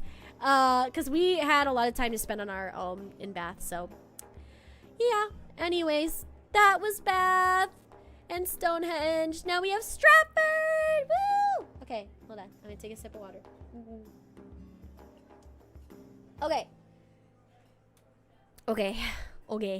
Okay, Stratford, which is also known as Shakespeare's birthplace. If you can't tell, a lot of my trip was centered around Shakespeare. I do really like Shakespeare a lot. A lot of witchcraft and wizardry kind of stuff was also tied in with my trip, as you saw with the stones. Yeah. I don't know why I can't see your text. I'm so sorry. Wow, Stratford. Yeah, Stratford's really cool, isn't it? I was like super excited for Stratford. I'm not gonna lie. When I first went on this trip, I was like, oh my god, I'm gonna see his birthplace. So like, this was his actual house. I believe it's the back side of it. I didn't get a picture of the front side because I'm dumb. Yeah, I know. I literally missed with that. I'm pissed at myself too. It's okay. But I did get an image of a bedroom. This wasn't, I don't know whose bedroom this was. I believe it would have actually been the bedroom of like a couple of children, honestly. Like not just one. And then this, of course, was the room that Shakespeare was actually born in.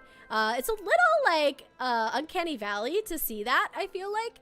Especially like when you go in, you're like, oh, that's a baby. Like that's not a baby. That's like a little baby bed. Oh my god, that's crazy. But yeah, and I just think that the paper is very, very pretty, very artistic. Everyone has accepted the seagull. Sasuke Lord, no. Did you try acting like Shakespeare when you were there? No. The thing is like for one of my for my Shakespeare class, we had the extra credit opportunity to go up in front of the class and to recite like 100 lines or more of Shakespeare. And I was like, I do not have it in me to memorize Shakespeare lines right now. I'm sorry, I just don't. I can't do it. Like, I physically, I struggle with memory as it is, as you guys already know.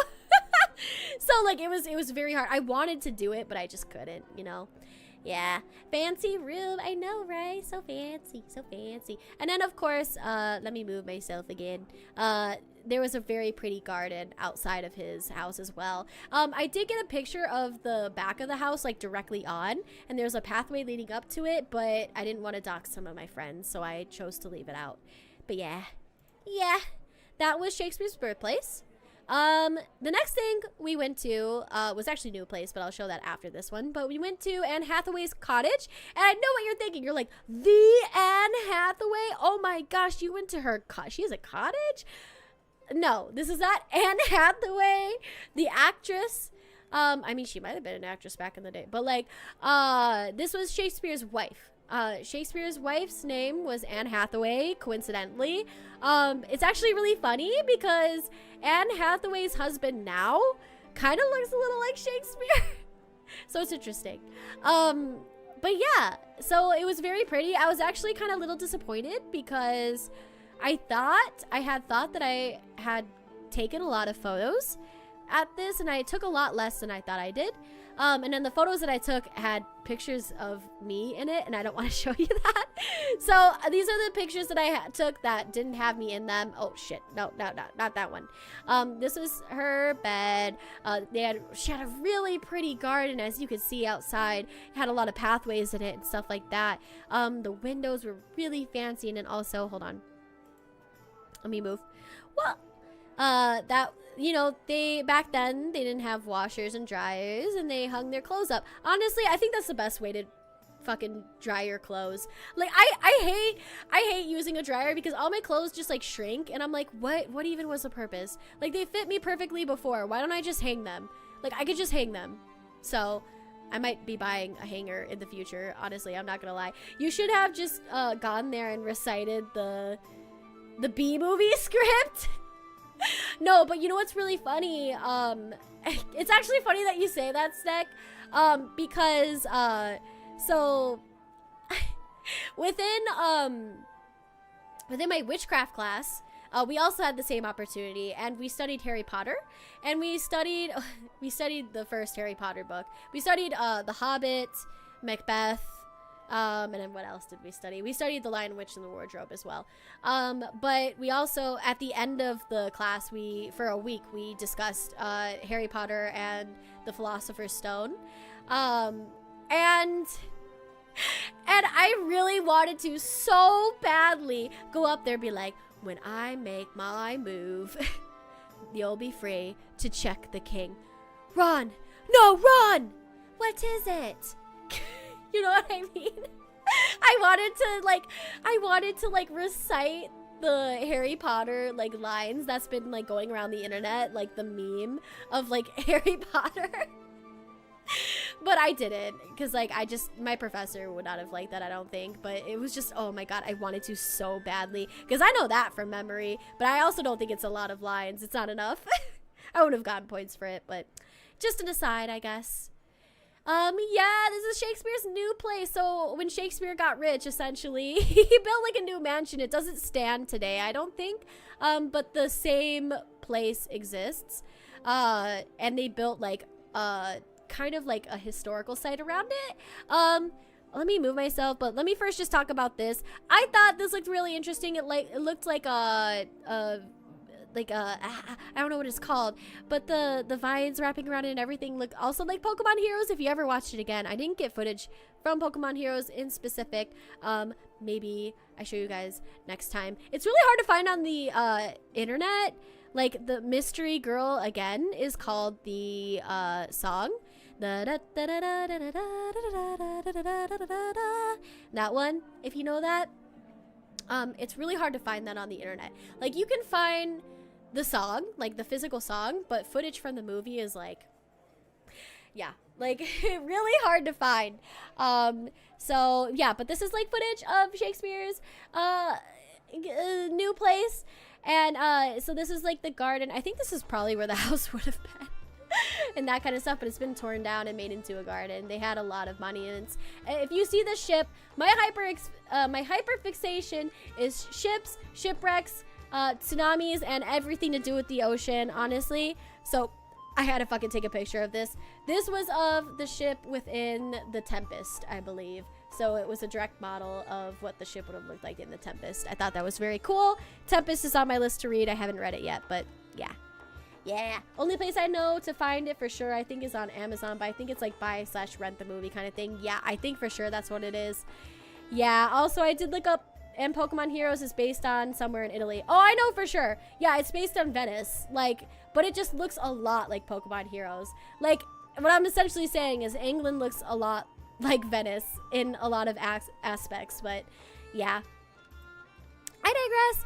I also like found these really cool statues when I was in Stratford. So you have Festi here, but also like just the general idea of like clowns in Shakespeare literature.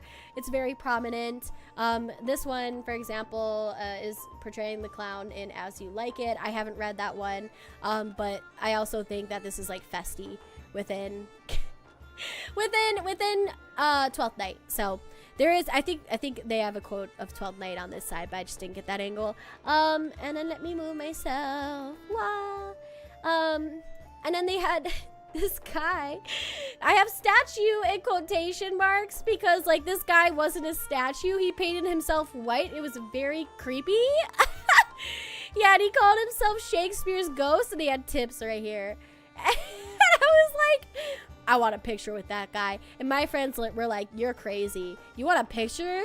do you want a picture with yourself with him? I was like, no, I just want a picture of him. Because he's like, oh my God, how detailed were the statues? They were very detailed. Like, I mean, this guy wasn't a statue. But like, shit, like, that's kind of crazy how like everything, like he's very white here. You know what I mean? And guys, Stratford was the fucking hottest day. It was so hot in Stratford that after we, because the walk to Anne Hathaway's cottage was so fucking long. So after we came back from Anne Hathaway's cottage, like the walk back, I was in the sun. We went to a restaurant and I sat in that restaurant for like 2 hours just fanning myself. Like, because, the restaurant didn't have air conditioning. And so I was fanning myself for 2 hours and I felt very weak, very faint. Yeah, it was rough. So like the fact that like the white paint like sticks on him, I don't know what the fuck he did, but that's crazy. Yeah. Just like Eurotrip, I'm gonna punch the robot statue in the face. Oh my gosh, don't punch the statue. Almost as pale as me. I don't know, I think we're pretty similar. We're pretty close in skin color if you can't tell, but yeah. Yeah, so that was very interesting. Very nice. My favorite place. We're moving away from England now, finally. So a majority of this PowerPoint actually is just England. Because that was where I stayed for the majority of my time, right? But I did go to Scotland. Scotland, I think, was my favorite place. I went there for like 2 or 3 days. Very gorgeous place. And you'll see here why. This is just general images of Edinburgh. I went to Edinburgh, which is the capital of Scotland, and it was so gorgeous. Scotland is literally hilly as fuck. Like, it is the most steps, the most hills I have ever seen in my life. Like, actually insane kind of shit. You know what, guys? I am gonna take a quick break real quick before I start on Scotland. I have to go use the restroom, but after that we'll return and I will talk about Edinburgh. All right, y'all, so give me some time. Let's see here. I think I'll just leave these images up and then I'll just like yeet myself out of the frame. So you could like reminisce on Edinburgh while I'm gone. I'll turn up the audio just a bit. Okay, we're at 0.75, but now I'm gonna turn up the audio and then I will BRB, okay guys? I will BRB, okay? Go piss, girl. Yep, exactly, Solix.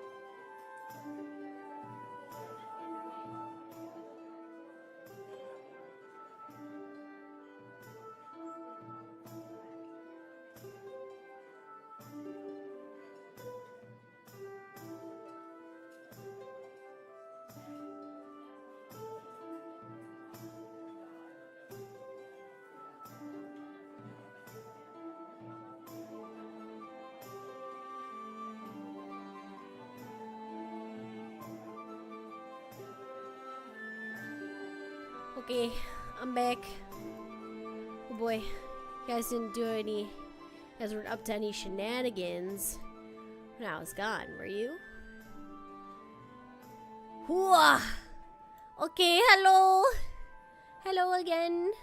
I'm sorry for taking a bit. I also got water, so there's that. Anyways, do we continue? Shall we continue? Take a sip of water. Alright, so who has the tea that we're gonna throw in the river? Oh my god. Welcome back.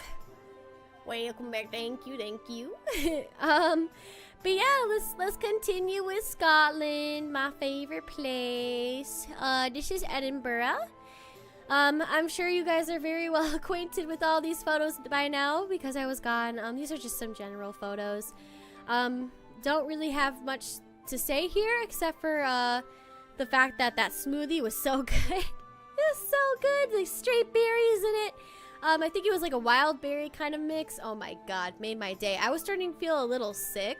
So like a smoothie like really helped me feel a little bit better. Yeah. Welcome back, unclean hands. Who said what the fuck? I always clean my hands. Oh my god, you're asking the wrong person, man. I always clean my hands. I make sure all my family members clean their hands. That's like my number one. If you don't clean your hands, you know, like I think it's like 75% of humanity like doesn't clean their hands, and that is wild to me. Like, clean your hands. Ugh. Anyway. What drink is that? It sounds sweet. Yeah, it's yeah, wild berry. Yeah. All right, I'm gonna move over to it though so I can show you the little video. Lies and slander. It's not lies and slander. At least I think that's what it was. I could be wrong. No more so than normal. I'm always up to shenanigans. Shin does shenanigans instead. Shall we, shmilady? We are back. And stronger than ever before. Let me, therefore, show you this video. I'm just gonna like cut to like halfway through. Because I just want to show you this cute little town with like all of these like colored... Oh, you can hear me like out of breath from like fucking walking up this hill. But like all these colored buildings are so pretty. There was a really cool like witch shop like right across from here that I went into. Nearly bought myself a witch tour, but they were all booked out. And I was like, no! Okay, it's fine. It's fine. I see how it is. And yeah, that was my trip. Oh, not my trip. That wasn't just it. So, when I decided to go to Edinburgh, it was not included within my study abroad trip. I had to plan this thing all by myself. And one of the things that I wanted to go do was see Edinburgh Castle. This is Edinburgh Castle. It lies on top of an extinct volcano. So this is the volcano, like the extinct volcano. It's very, very cool, very cool. But I didn't know it was like one of those things in Disney. Like, you know when you go to Disney and you want to go to like the really cool like Star Wars bar, but it's like booked out until like December, you know what I mean? That kind of was like how Edinburgh Castle was. Like you had to have booked that like weeks in advance. I didn't know, so I didn't get to go, but I did get some really cool pictures of the outside of Edinburgh. Okay, did you say where's Nessie? Oh my god, okay, it's really interesting that you say that because when we went into Edinburgh, there were so many tourism like shops there, by the way, like so many. And like every single one of them has merch of Nessie. Like every single one. I nearly bought myself a Nessie plush and I should have. I'm pissed that I didn't. So like that's a missed opportunity in my opinion. Like I should have bought a Nessie plush, but I didn't. Where the Loch Ness actually is, it's not in Edinburgh. I was like, oh my god, what if it was? Like, will you go and see it? But no, it wasn't in Edinburgh. It's actually in Inverness, I believe, which is in the Scottish Highlands. I believe it's like 2 hours away from Edinburgh. So we could have gone, but I don't think I had time physically because I had to be in class, like back at Oxford on Monday, and I just did a weekend trip. Yeah. Heh, Birkin hair lap dancing. See, you get it, Solix. I was about to talk about that.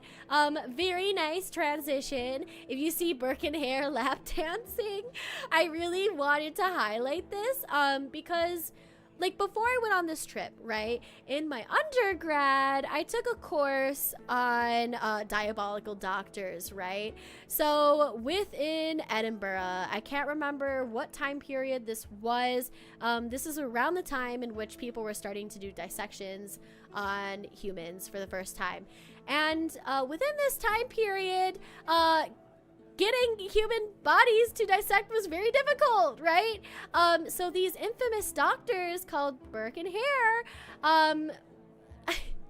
they went around grave robbing. So they would go to cemeteries and they would dig up dead bodies and they would dissect them, like in class for students to, to learn from. And it was actually, it even got even more insane because they would murder people. And so like you would see someone on the street and then the next day you would see them in the classroom on the dissection table. Like I read I can't remember exactly what the novel was called where it happened, and it was very interesting. I just thought it was really funny how like there, like, of course there's like a Burke and Hare lap dancing, like lap dancing club. Like, really? Do you know what Burke and Hare were doing? I think it's just really funny that they have that, honestly. Like, I know it's on purpose, but grave robbing was rampant. Yeah, it was really bad. And I had no idea that it was, like, it took place in Edinburgh. And what's even worse is that with Burke and Hare, if you see me now, once I move, that's the University of Edinburgh, right? What I just moved from. Very gorgeous university. I'm actually looking at it for schools to go to if I do a potential PhD program. Not sure what my future will hold, but I'm looking into it. What's interesting, though, and I know I shouldn't say this after saying I'm interested in this university, but back in the day when Burke and Hare were grave robbing and murdering people to use their bodies for dissection, the university was supporting them. Like, I think the university might have known and was supporting them. So, yeah, take that. That's a little crazy, right? And pole dancing, grave robbing, and pole dancing was rampant back in the day. I love that. That's amazing. I'm pretty sure that that it is a plot point in Good Omens. What do you mean? I'm confused on what you mean. But yeah, so that was Edinburgh. I was like, I actually booked a tour that centered around Burke and Hare, but she rarely talked about Burke and Hare, and I was like, no, I want you to talk more about them. I want to learn more about them, and she just didn't talk more about them. I was actually quite disappointed by that tour.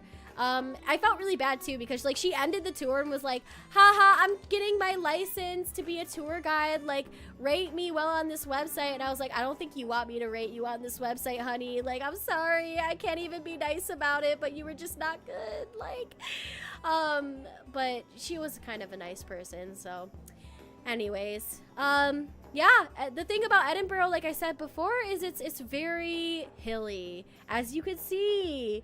And so like what they do is they just keep building up. So you see like this giant bridge right here. It's because they keep building up and up and up on the hill. They kind of build on each other. So it's honestly, it's thought that a lot of ruins within Edinburgh are still undiscovered. Archaeologists haven't dug up a lot of stuff. It's the same with Bath too. That there, like within Bath, like the Roman baths, that kind of stuff. A lot of Roman like ruins, that kind of stuff has yet to be discovered because archaeologists, you know, they have to get licensed to like dig in the city. So it's very difficult. But yeah. They probably just paid. Wait, I'm so confused. They probably just paid them enough money. Burke, I believe, shows up briefly in the show Good Omens. Oh, I did not know. I didn't know Good Omens was a show. Okay, I thought you were just talking about general Good Omens. That's why I was like, wait, what do you mean? But this picture here, I will say, it's called The Witchery. It's a very famous restaurant. It's witch themed. I think it is a site where a lot of witches were actually burned at the stake as well.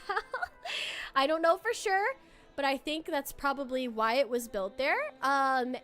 Not probably. I'm pretty sure I read something about that. But the thing was I really wanted to eat there, but it was like 100 pounds per person. I was like, bruh, I can't do that shit. Like, that's too much. So, unfortunately, I just got a picture of it, and that's all you could see about that. Damn, if only she danced like the other one did. Bruh, y'all crazy. I do want to go back. Oh, wait, no, I don't want to go back. I want to go forward. Okay. I forgot I have more pictures of Edinburgh here. Okay, once again, more historic pictures. This is a hill. It looks like a mountain, but it's a really, really, really large hill just outside of Edinburgh called Arthur's Seat. So I don't know the history of it. I don't know if it has anything to do with Arthurian legend at all. But my friends climbed up this, my friends with quotation marks, climbed up this. And it's a very, like, it's like a 2-3 hour like hike. It's a lot. Do they have a menu around burnt witches? I don't know, but I went to a Frankenstein themed bar and I took a picture of the menu, which I will show you, I think probably after this slide, or maybe a couple slides, because, like, oh my god, they had a lot of Frankenstein themed food and drinks. Let me go ahead and take a sip, though. Oh boy, the friends. Yeah, I guess I'll talk about them a little bit. But the thing is I could, like, talk all day about what happened there. And I'll touch on it, but I don't want to go too much in detail. But yeah, in Scotland, they have this historic thing in which they called closes. So this is the Royal Mile. Which is like the touristy kind of center of Edinburgh, where like a lot of stores are located, a lot of history is located here, but they have like little alleys here that are really narrow and they call them closes, right? Closes are very historic in Edinburgh. So right here with this picture, you see a close and then it just opens up to one of, I think this is a cathedral in the back. It's very, and the thing is like, once again, Edinburgh is very hilly. So a lot of the times, like, I took a picture, this is me standing, but like, this is a lamp. So like, there are stairs at the bottom of this and there's super, like a lot of stairs. Okay, guys, like a lot of stairs. Like the most stairs you'll probably ever see in your life. Oh my god. And then you also have, I took a picture of this, and I know for a fact that this was where a lot of witches were burned at the stake.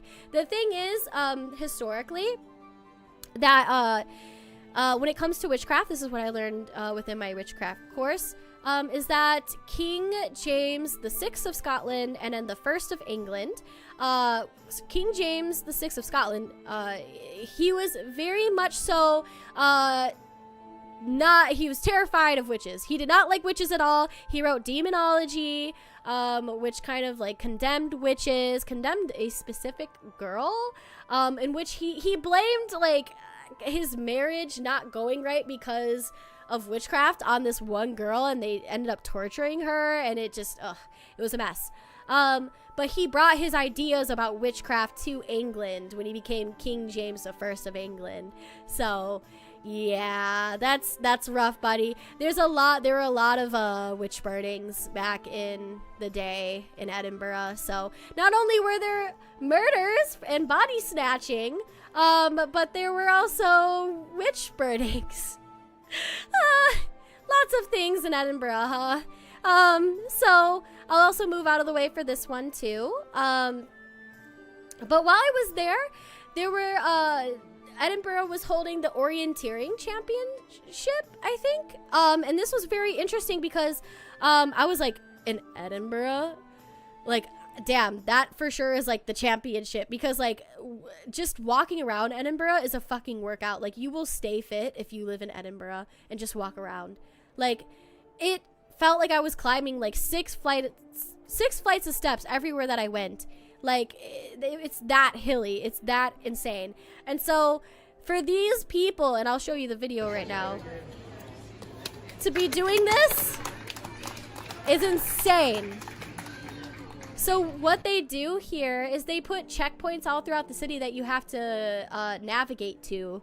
And I think that's the orienteering championships. And I'm like, holy shit, these people are nuts to be running. And there were so many. The streets were like closed off to them. They were like running around trying to get these checkpoints and shit. And at one point, my fat ass, I literally went in and I got ice cream because I was like waiting to, I think, get lunch or something like that. And I was like a little hungry. So I got like a little treat and I walked out and the guy was like, you know, you gotta move. These orienteering guys are coming. And I was like, oh shit. And so I moved and I thought I was safe and I moved right behind the checkpoint. Like right behind, like I was literally like the checkpoint was in front of my waist. And I was like, this guy like had to check in at the checkpoint. And I was like, this athlete had to run to the checkpoint, beep, do the beep thing, and then run away. And I was like so embarrassed because I thought I was safe. I wasn't trying to like be in front of the checkpoint like that, but it's so embarrassing. But yeah, so that's general Edinburgh. Let me take a sip of water.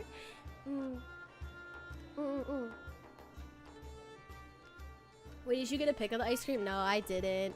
It was good. Actually, I think it was gelato. It was very good though. It was very good ice cream. Anyways, so the next place. Oh, I still have more pictures of Edinburgh. If you guys can't tell, I really like Edinburgh. Okay. The bars in Edinburgh were so bustling, man. Like, look at this. Hell yeah.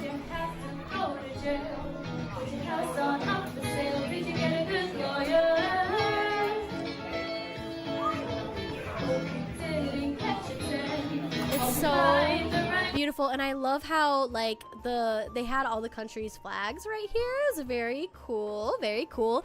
One thing that's really funny about this though, I was like, all right guys, I gotta use the restroom. So I went in to use the restroom, and dude, this is like at maybe 8 p.m. and there were white girl wasted like girls in the bathroom, like wasted girls, like, and I mean like seriously, like, oh my god. Like I went in and the first thing I saw was a girl like with her pants down, like pissing, and like she just had the stall open. Like she just didn't close the stall door. And like they were like yelling at each other. They weren't yelling at each other. They were like, oh my god. Like yeah, do you remember this? I told Shin the story when I was there. I was like, bruh, did you do karaoke? I did do karaoke. That wasn't me though. That wasn't me singing. But there was a place in Edinburgh.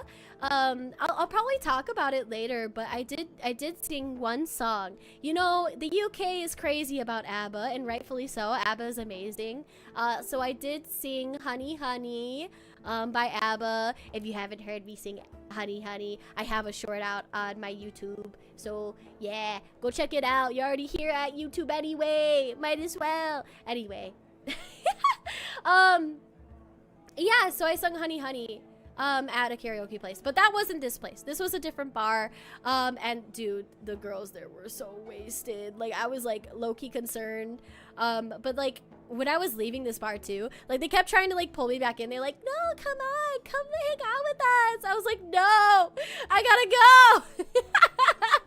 Like I wanted to stay, but like I didn't want to be by myself in the dark, you know? Like I didn't want it to get too late, because by the time we left it was like 10 or something like that, I think. I can't remember, but yeah. Yeah. So that was that. The bars were like, oh my god, it's just absolutely amazing. But I thought it was really interesting. The last day I took a bus tour.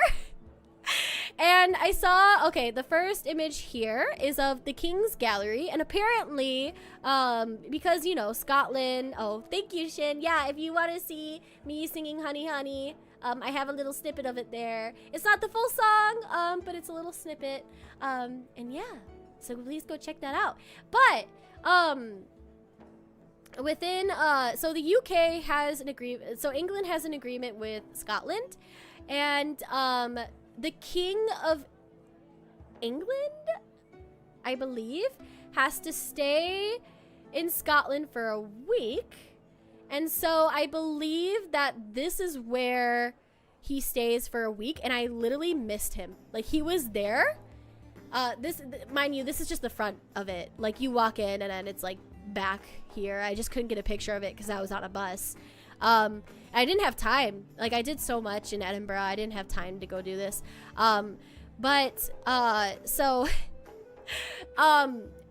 Yeah, so that he stays. So I think a week before I came, he was there, and I just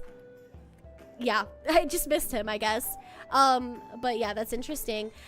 We also drove past Rockstar Gaming headquarters. I had no idea they were in Scotland, but they are apparently. So I was literally on the bus, right, guys? I was on the bus, and the tour guide lady was like, and here you see Rockstar Games. You may know them well. They created Grand Theft Auto and Red Dead Redemption. And I was like, these guys? They have like their headquarters in Edinburgh. Oh my god, I know it's Rockstar Games. I could be messing up with the physical games, like it could just be Red Dead Redemption or Grand Theft Auto, but I know that's the headquarters, and I was like, oh my god, I gotta snap a picture. Like, that's crazy, right? In Edinburgh, I feel like it makes sense, but damn. Yeah, just wanted to share that with y'all. Anyways, that was a little bit of a jump scare, I'm not gonna lie. So okay, that was probably wise to leave when you did. Yeah, I know, for a lot of other reasons, you know, like safety reasons. I didn't want to. Nope, not me. Yeah, I left when I did. I had a really good time. I had a lot of really good food, but it was time. So, in the backpackers hostel, okay? I'm not really going to talk about I'm not going to talk shit about my experience in Scotland with the people that I went, but it was, I did get bullied a little bit by the two people I went with. I originally was planning to go to Scotland alone, but then these other two people were like, hey, can we come along? And I was like, yeah, sure, why not? Because, you know, safety in numbers. I ended up basically just doing this whole Scotland thing alone because they excluded me from everything, and that's like all I'll say about that. I don't want to go too deep into it. But holy shit, the hostel that we got was amazing. And when we walked out of the yeah, fuck them, I know. It was really bad. It was a really, really bad experience. But my time in Edinburgh by myself was absolutely magical, and I wouldn't trade it for the world. Anyways, what happened is I got out of the train station and we had to walk up these steps to our hostel, okay? And I want to let you know. I got hiccups now, oh my god. This is not good. Okay, that these are not the only steps. Like, it continues to go up. Like, it continues to go up past this. If that doesn't show you how hilly Edinburgh is, like, it's insanely hilly everywhere you go.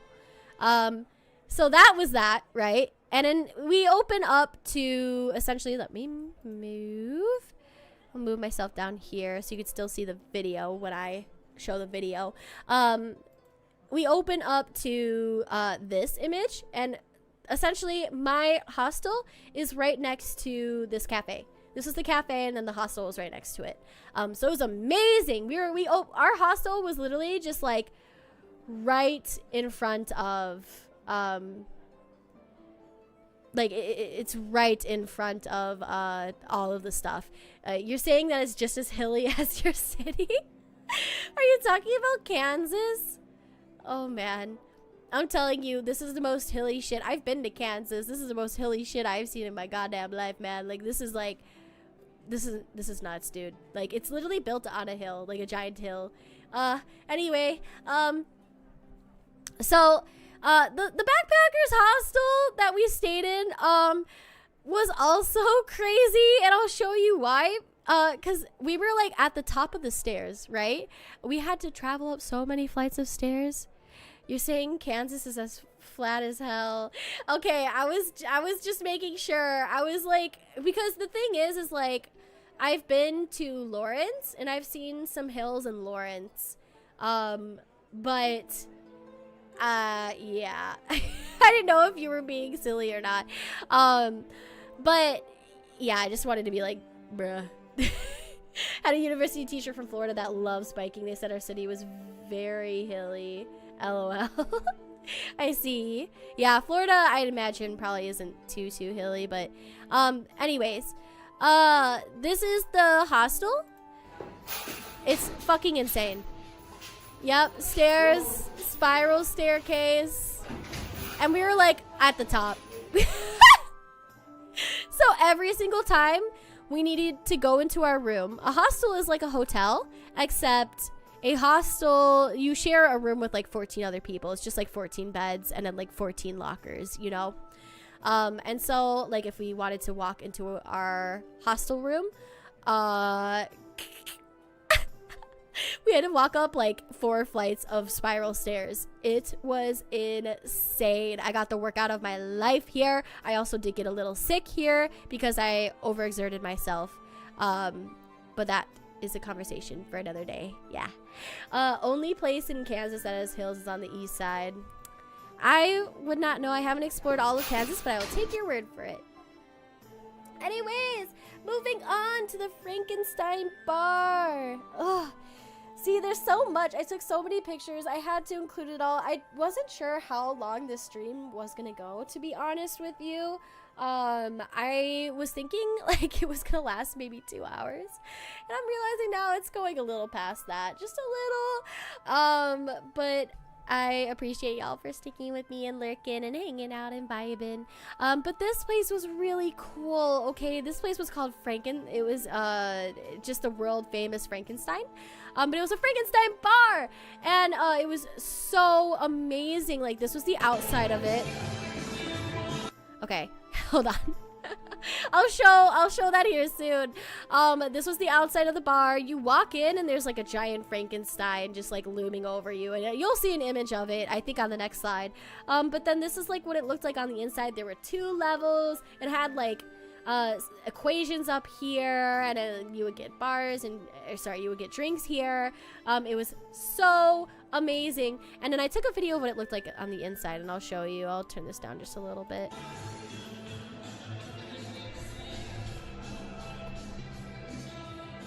Yeah. And then you look down. The thing is like, so I was telling Shin last night as I was going through this actually, that you can kind of see it here, but we were sitting in booths, and the booths didn't really have a place for you to put your feet, like, because the booth, you dangle your feet on the booth essentially. It's very cool. It makes you feel like you're flying. Or that you have no footing, I guess, for an example, for a lack of better words. I did, here, let me go ahead and move over as well. Wow. Okay. Let's see. Which tab are we at? Okay, cool. So I did have this drink. I'm looking at the menu, and I had the Blue Monster Martini. So this is the Blue Monster Martini. It was very good. It tasted kind of like a Blue Jolly Rancher. I'm not a huge fan of Blue Jolly Ranchers, but I really loved it. Kizui, it's like 59 slides, and if you like to rant, this was never gonna be less than 3 hours. I know. I don't know. I was thinking like I could do it, you know? But I also took a picture of the menu, and the stuff on the menu was so amazing. Like, they have Captain Morgan's Strawberry Daiquiri. So then you have the Monster, Espresso Frankentini, like Goblet of Fireball. It's so amazing. And then they had the Black Death. I was really tempted to get that one, but I was like, I'm not really trying to drink vodka right now. I'm not really trying to get like super fucked up. So Yeah, I just got the blue monster martini. These, I think these are cherries in the shape of skulls or something like that. I'm not entirely certain, but once again, so good. Or these might just be regular cherries and then this had a skull on it or something like that. It was interesting. But yeah, classic Kizui stream. I know, the yapping stream. I'm sorry, I'm a yap bender, okay? I can't stop yapping about this place. So this is the Frankenstein when you first walk in. For reference, I walked in and my head was like right here, you know? So it's a huge Frankenstein guy, okay? Like he's really, really, really tall. This is a more modern depiction of, it's not actually Frankenstein, by the way. Frankenstein is the doctor. This is just called the monster. But yeah, it's a more modern depiction of the monster. I don't think this is how the monster would have actually looked like in Mary Shelley's novels, but I digress. To think there will probably be a similar menu once Universal Studios gets their Monsterland finished. Are they doing Monsterland? Is that an actual? I'm gonna take a sip of water for that one. Hold on. I need to let that digest. That's insane. Monsterland? I want to visit that. What the heck? Monsterland, that's cool. But yeah, like you walk in and you see this the monster and he's so big. And what's really cool, and I was sad I didn't get a video of it. Oh my god, you guys would have freaked out. What happens is like so you know in Rainforest Cafe, once again let me move myself just so you can see it a little bit better. In Rainforest Cafe, every hour or so they have like a storm, right? Well, in this bar, every hour or so they have like this whole scene, the lights dim, and then like it has like a mock creation of like Frankenstein coming to life, right? So what they do is they wheel out like a how do you say, like a little like bed kind of, and then they pull it down this way, so it goes down and it has a body on it. And then what happens at the end of it is that the monster, I keep saying Frankenstein, god damn it. The monster on it, like, sits up, and then Frankenstein yells, "It's alive! It's alive! Oh my god, it's alive!" And then the monster will sit back down, it'll go up, and it'll go back in there. I wish I had gotten a video of it. I didn't get a video of it. I was very upset. Yeah, Universal Studios Epic Universe gonna have a Monsterland, like the old style monster movies. Oh my god, with Dracula and Wolfman. Is this in Florida or is this like a different Universal? Like, is this in Los Angeles or like a different country? Only time I went to a Rainforest Cafe, that bathroom had the best air freshener. The best air freshener I've smelled in any bathroom ever. Place was clean as hell too. Yeah, no, I have a special affiliation with Rainforest Cafe just because back when I did cheer a lot, competitive cheer, my family would always like, Worlds and Summit was down in Florida, and so what happens is like, we would compete in Florida, and then after we would go to Disney Springs and go to the Rainforest Cafe in Disney Springs. Just good memories there, honestly. I don't care if Rainforest Cafe is mostly suited towards kids. I really don't care. I just really love Rainforest Cafe. It's very nice, and I really love this Frankenstein bar. It's so cool. Like, imagine, because this, Edinburgh is partly a student city because of the University of Edinburgh. Like, imagine like after finals and like everyone just like hanging out in this bar. You know what I mean? Like, oh, I'm just gonna get the blue monster martini. Don't mind me. Oh, amazing. Yeah, Florida. Oh, Florida. Oh, that's so cool. I'm so excited. Oh gosh. Okay, so maybe one day I'll have to go and finally read Frankenstein. I haven't read it yet. I need to, and I study Mary Shelley, so like I don't know what I'm doing. Okay, I have a really cool story to tell about the real St. Mary King's Close. If you remember what I said before, closes are like alleyways in Scotland. They're historic alleyways that are very narrow. And below Edinburgh, you'll see here, hold on, let me get my pointer. they have a whole lot of ruins from like houses that existed back in the day. I don't know what century this was. It was very old though. It was during the plague times, like the bubonic plague times. So like super, super old, right? So I booked a tour. It's actually really famous. The real St. Mary King's Close. It's actually a really famous place where you could go book a tour, and a tour guide will bring you down into these ruins, and you'll go through all the different closes, and you go into a few houses and learn about the history of Scottish people and how the plague affected them, right? It was very interesting. You became Kizui the Ripper. No, that was actually in London. Jack the Ripper was in London. But I was really interested about that too. I was like, I wanted to learn more. Like, I was like, oh yes, Jack the Ripper was in these streets. Very interesting. But within these, well, I just want to point out this plague doctor here. So back in the day, and I know I'm giving a huge history lesson here. So with the plague, right? The plague, as you know, spreaded from person to person, not because of rats, but because of the fleas on the rats. So the rats would go into houses because, you know, people in Scotland weren't very cleanly, especially in Edinburgh back in the day. Especially, like, because they would literally, like, throw their shit. Like, I mean, like, their shit. Like, I mean, like, their excrement. They would throw their excrement out of the house and just into the street. And so it was just very smelly. In fact, they eventually had to do something about that later on. But these plague doctors would wear these suits, and they were very rare. Not a lot of people wanted to be plague doctors, okay? Because they thought it would, you know, you would have not a very long lifeline. But actually, when you wear these... when you wear this, they're fully covered from head to toe, as you can see, so the fleas can't really get on them, right? So they didn't really get sick. And it's funny, so the mask is shaped like a crow for a reason. It's because they thought that crows were holy beings back in the day, I believe. And so they thought that the plague doctors were guided spiritually, religiously, through this outfit here, that kind of thing.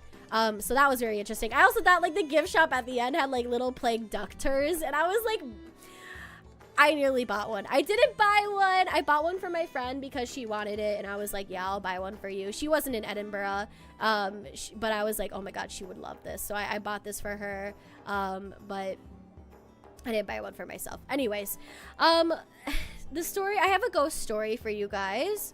If you are down for ghost story stuff. Give me a second to take a little drink, though. So, oh my goodness. Okay. Ghost story time.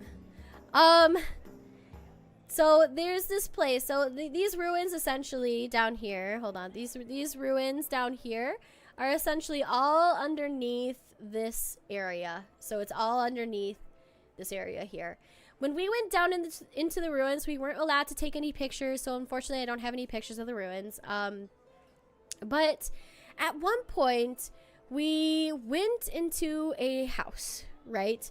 And our tour guide was talking of this like little ghost girl that like lived in the house, that used to live in the house. And I was like, that's cool and all. Have you guys found remains? Like, have you found her remains in the house? And she was like, no. And I was like, okay, can you tell me more about this? And she was like, well, actually, a couple years ago, so like in 2019, I think, before COVID, they brought a psychic down into the ruins, right? And so the psychic, because they wanted to see if this place was haunted. And so she went all throughout this area, right? And she didn't feel anything. Like, she felt nothing. Like, she was like, okay, this isn't really haunted at all, right?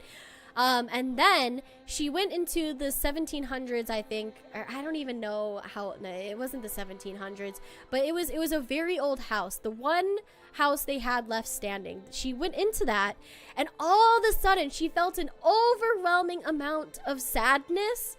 So much so that she like started to run out of the house because it was just so much. Like she started to run, and she turned away to run, and then she felt a tug at her skirt, and she turned around, and there was this little like ghost girl that said like, please don't go.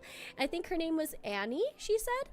And so the psychic was so like moved by this that like she went back up into Edinburgh, bought a Barbie doll, and then went back down and placed it within the house. And it is said, the tour guide said, that ever since the psychic did that, Annie's soul has been at rest. So now I was like, well, do you, like, once again, I think this is what I asked, like, oh, well, have you found remains of Annie in the house? And she was like, no. And I was like, oh, well, okay.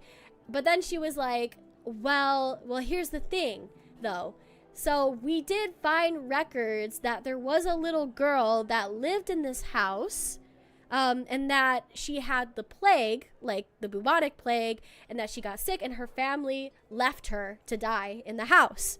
And I was like, oh my God, that's crazy. And then she said, what's even crazier is that we found the records after the psychic went down into there. So they had no idea that there was even a little ghost girl down there before the psychic went down into the house. It was the psychic found out that there was a little ghost girl, and then they found the records after that. Oh, in fact, there was a girl that lived in this house. Isn't that crazy? Oh, I got chills, right? I got chills. And I got chills when I heard her say that too. I was like, oh my God, no, you better not be lying. I'm gonna look this up. I'm curious now. Ghost stories, respect the ghosts. Yeah, always respect the ghosts. Which is funny that you bring that up, right? So remember the Barbie doll that I mentioned? The Barbie doll that I mentioned. Oh my God. You know what? It was crazy. So, if you go down in the house, you'll actually see a lot of toys there for Annie, because a lot of tourists, when they go into the house, they leave toys for Annie down there. And the Barbie doll was stolen. Like, a tourist, why did I say that so American? A tourist went down, like, it was doing, like, a tour guide, right? And stole the Barbie on, like, a tour guide. Without the tour guide, like, went down during a tour and stole the Barbie during the tour, and the tour guide didn't know, and so now like someone out there just has Annie's Barbie doll, and I'm like, have you not seen a horror movie? Like, that's literally insane. Like, why would you do that? That's crazy. Crazy. Anyways, yeah, so that was the real St. Mary King's Close. I could probably move over a little bit, but the ruins were like underneath like this here. They also had a really gorgeous image of Edinburgh Castle and the lock of how it would have looked like back in the day as well, and I had to include that. The heck is wrong with people? I just don't understand. They're so cursed now, LOL. I know, right? Right, Snack? Like, literally, that's what I was saying. I was like, you just don't. Why would you do that? You're so stupid. You're the kind of person who's like, oh, let's split up, gang. You know? Not even thinking ahead. Dumb. And I'm excluding Norway. I'm excluding Norway. We're done with Scotland now. I'm excluding Norway because y'all are stinky, okay? I actually just don't want to dox my friend. That's the real reason, but I'm just blaming it on you guys.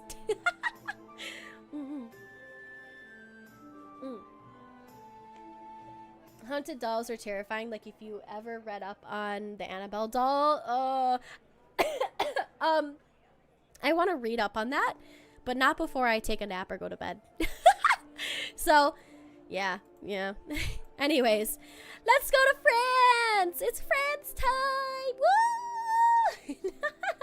So I want to mention that from here on out, my knowledge of France is going to be a little limited. I have a lot of literary connections to England and Scotland that I know about, but I am not a French literature or a French history major. I don't know a lot about French history. The last time I dived into French history was in high school. So, and I was obsessed with it. The one thing I wanted to see, though, in the world was the Palace of Versailles, and I did see it, and I'm going to show you some photos from it, so that's really exciting. We're going to start off with the Palace of Versailles. So, yeah, stinky chat reflects stinky VTuber.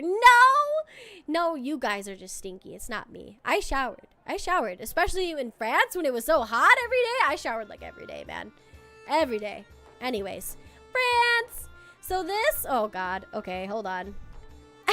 I need to move. This is a general outline of the Palace of Versailles, and I need to tell you that it's even bigger than this. This is a model they had within the palace, right?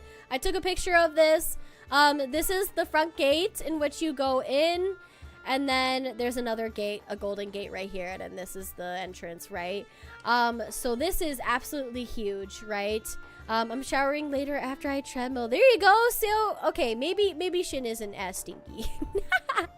But, I want to let you know that the palace has like over 100 acres or whatever. Like, it's ridiculously huge. And, you're not going to see it here, but, behind this, they have like a man-made river that goes all the way to Paris. Like, it's insane. It's absolutely insane. Oh, that reminds me. Did you go to the art museum that I suggested? The Louvre? Oh, no. I don't think I did, actually. I don't think you're talking about the Louvre, Longshot. I'm sorry. No, I didn't do that. Dude, Longshot. I got to France, and I was so tired at this point. Because I want to remind you guys that at this point, I had done everything that I just showed you within a month. Like, I had rigorous studies. Like, I mean rigorous.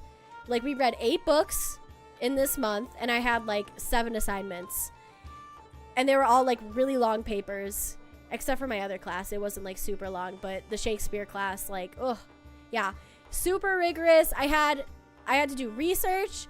I had a lot of scholarly articles that I read, and it was a lot. So I already was like getting like really tired from that. But on top of that, every Thursday we would go to a different city in England. And so that was a lot.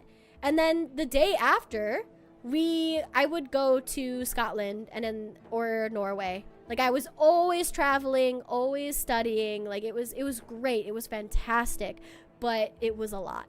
So when I got to France with my family, and I didn't have to study, I didn't have to do anything except just kind of, be a tourist. It was great, but I also was exhausted, like super tired. And it didn't help that like France was really, really hot. And I know I keep saying that, but I just could not cool down, like, no matter where I was, even in the hotel.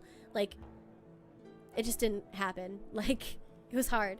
Oh God, a French aunt of mine was over the weekend. Not more croissants? No, okay, but like low-key, the croissants in France were like really good. Like really good. But I will say, I think the food in Britain was better. Okay, the pasta in France, very good. Okay, but the food in Britain, like the actually, I hate to say this, but the bread too. It was really good. It was really good, okay?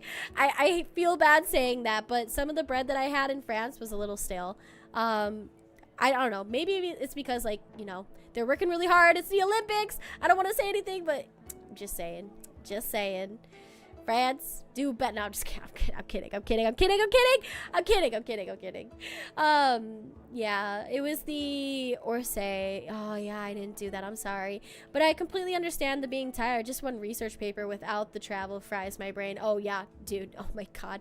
And I did actually really well. I got A's in both classes, so it was just a lot. Very stressful. But that's why I'm here now, to talk about it and share the experience with you guys.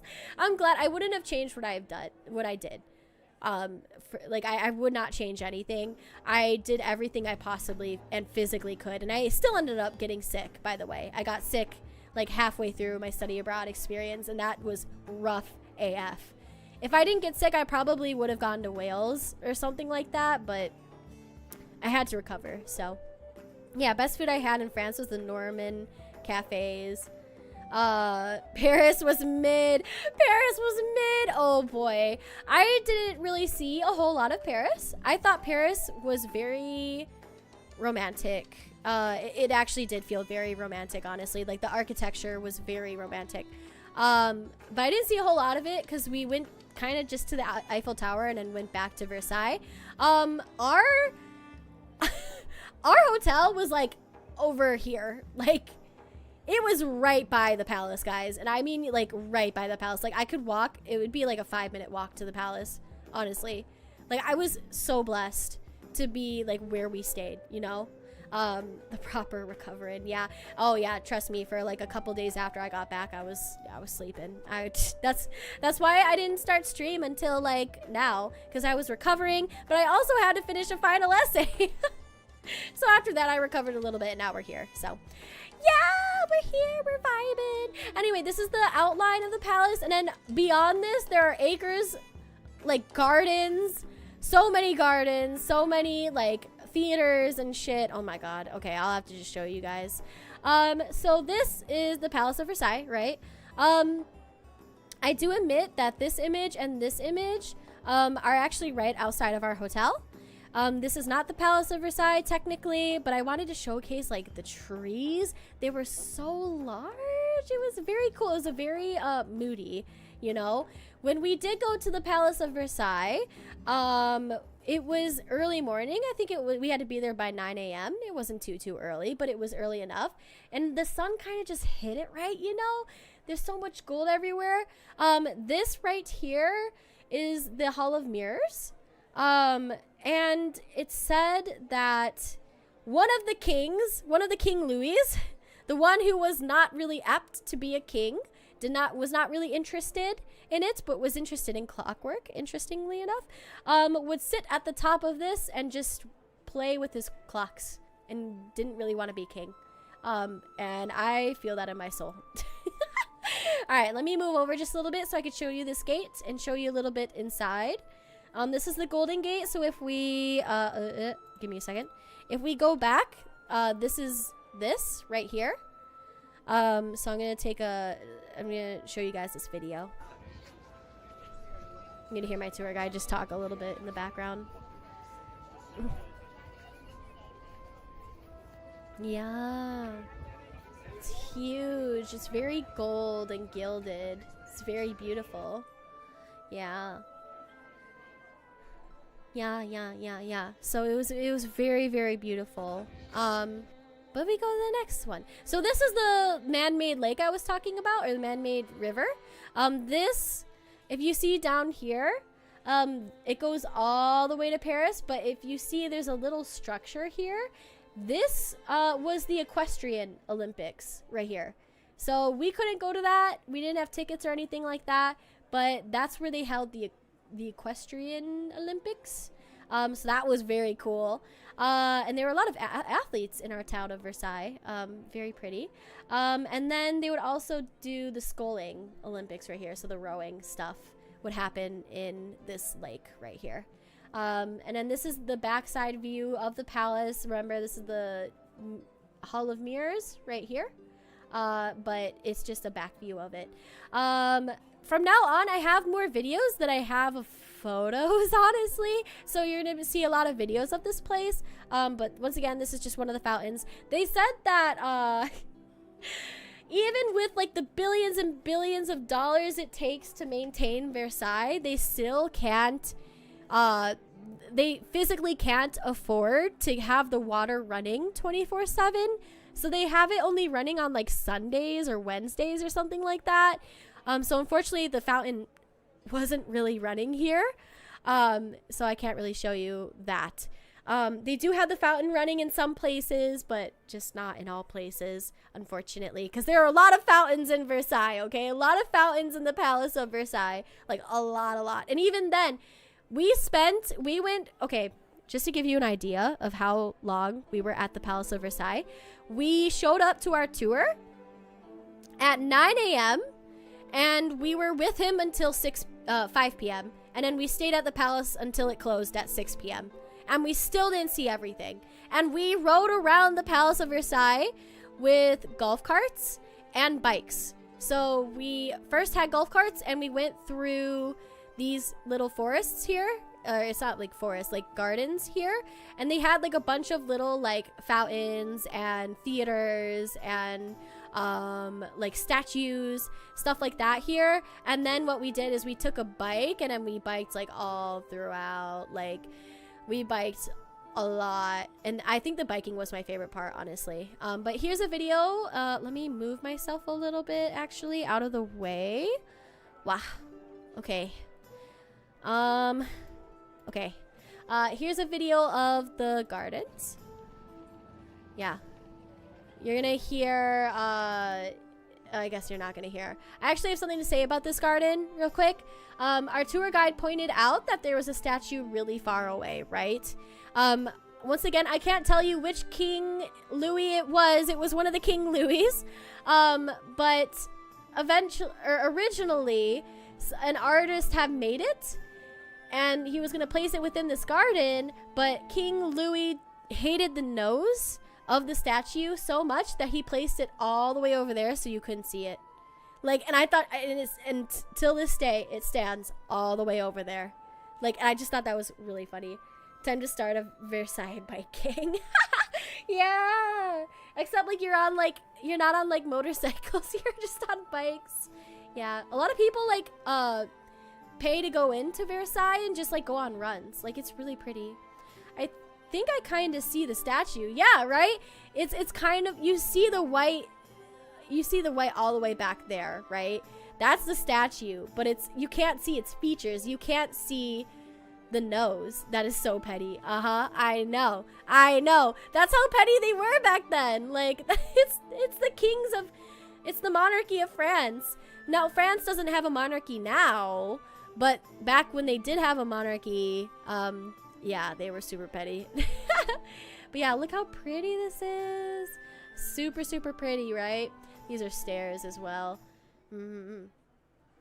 So they said, like, during the winter, they take all of these plants and put them within a greenhouse over here to make sure they survive during the winter. Yeah.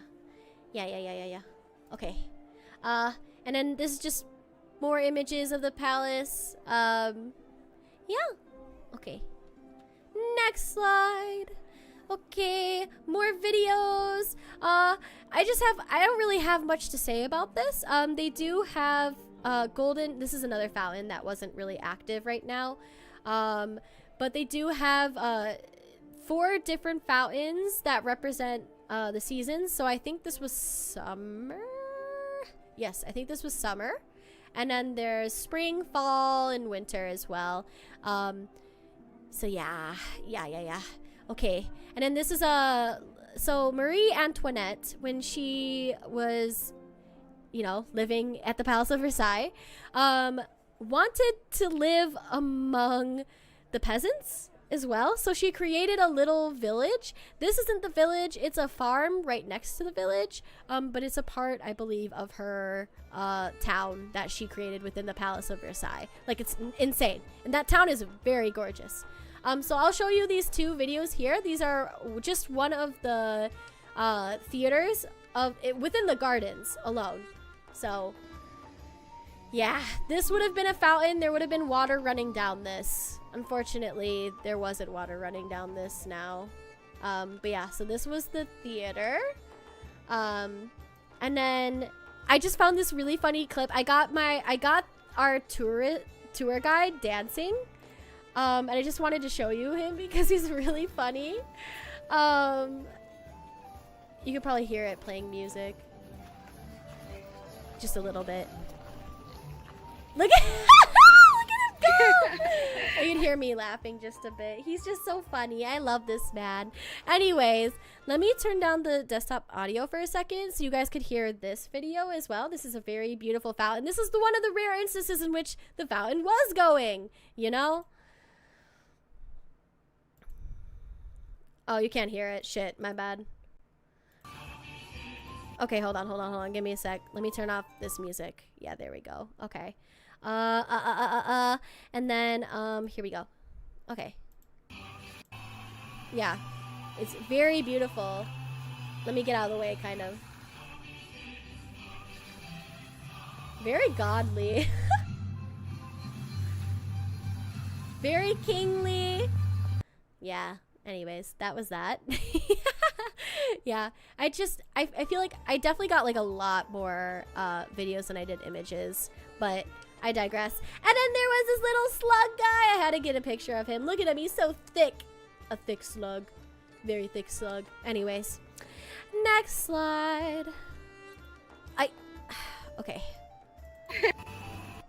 Okay. So now we're gonna enter into Marie Antoinette's little getaway from the palace. It's still within the Palace of Versailles, but this is like her own little estate, which is interesting.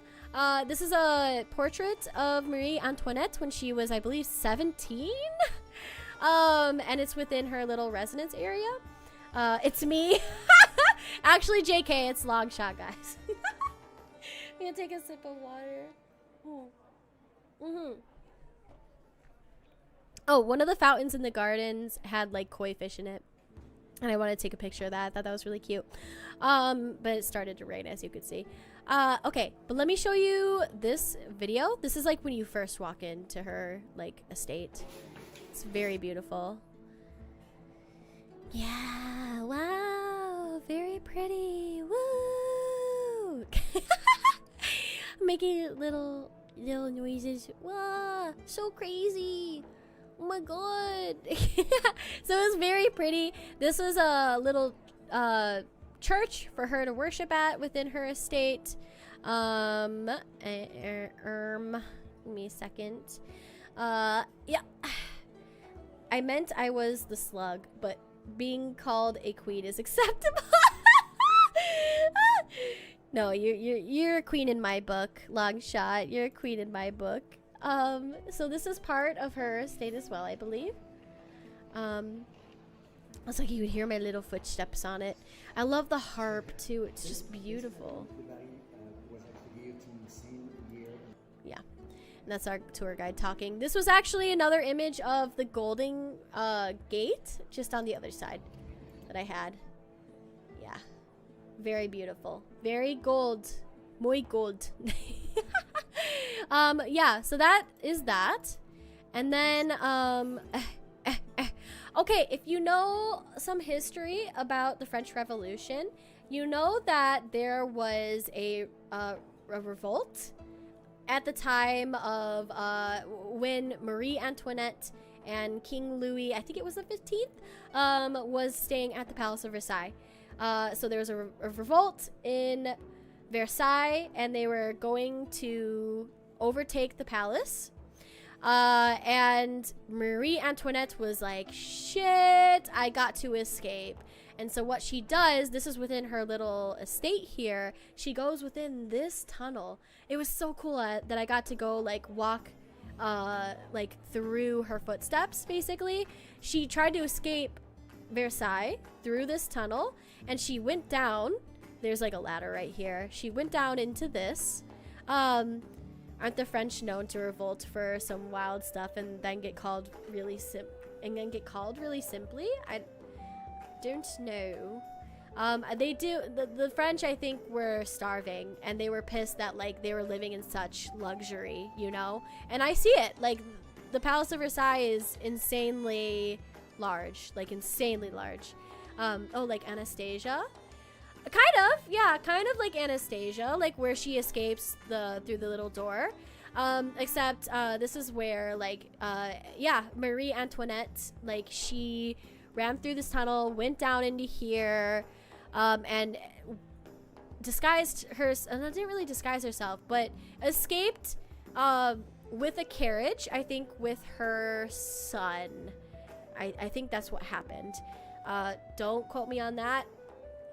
I think she was also with the king. I can't be for sure. I can't remember, so I'm just not gonna say anything on that. I just know Marie Antoinette escaped by a carriage. She was actually going to a specific location, but was intercepted before that, and they would have escaped, except the carriage that they had carried the royal crest of, carried the crest of royalty. So, hey, idea for you. Sound clap rap cover of Lean on Me, but it's about the drink. No, that's crazy. Hi, Starfuck, welcome in. We're just talking about Marie Antoinette and how she escaped. This was the tunnel in which she escaped the Palace of Versailles. I walked through it. It's crazy. And she went down into that other tunnel in which you see the glass case over it. And I was talking about how, like, she nearly escaped. She made it to a different country, I believe. But she nearly escaped, like, for good. She would have kept her head, except that the person who got the carriage for her forgot that it was a carriage with the crest of French royalty on it. So then that's how she got intercepted. And then eventually she would have been beheaded. Yeah, so... Yeah, it was really cool because when I was learning about this stuff in high school, like, I was like, oh, I want to see it. I want to go there. And now I finally got to go see it. So it was really cool. And yeah, so these are images that I took of Marie Antoinette's little village that she created. Of course, I think this is just an image of her bedchambers. What's actually gross about this? Oh, my favorite thing about her is she was like, it's a piece of cake to bake a pretty cake with her lord.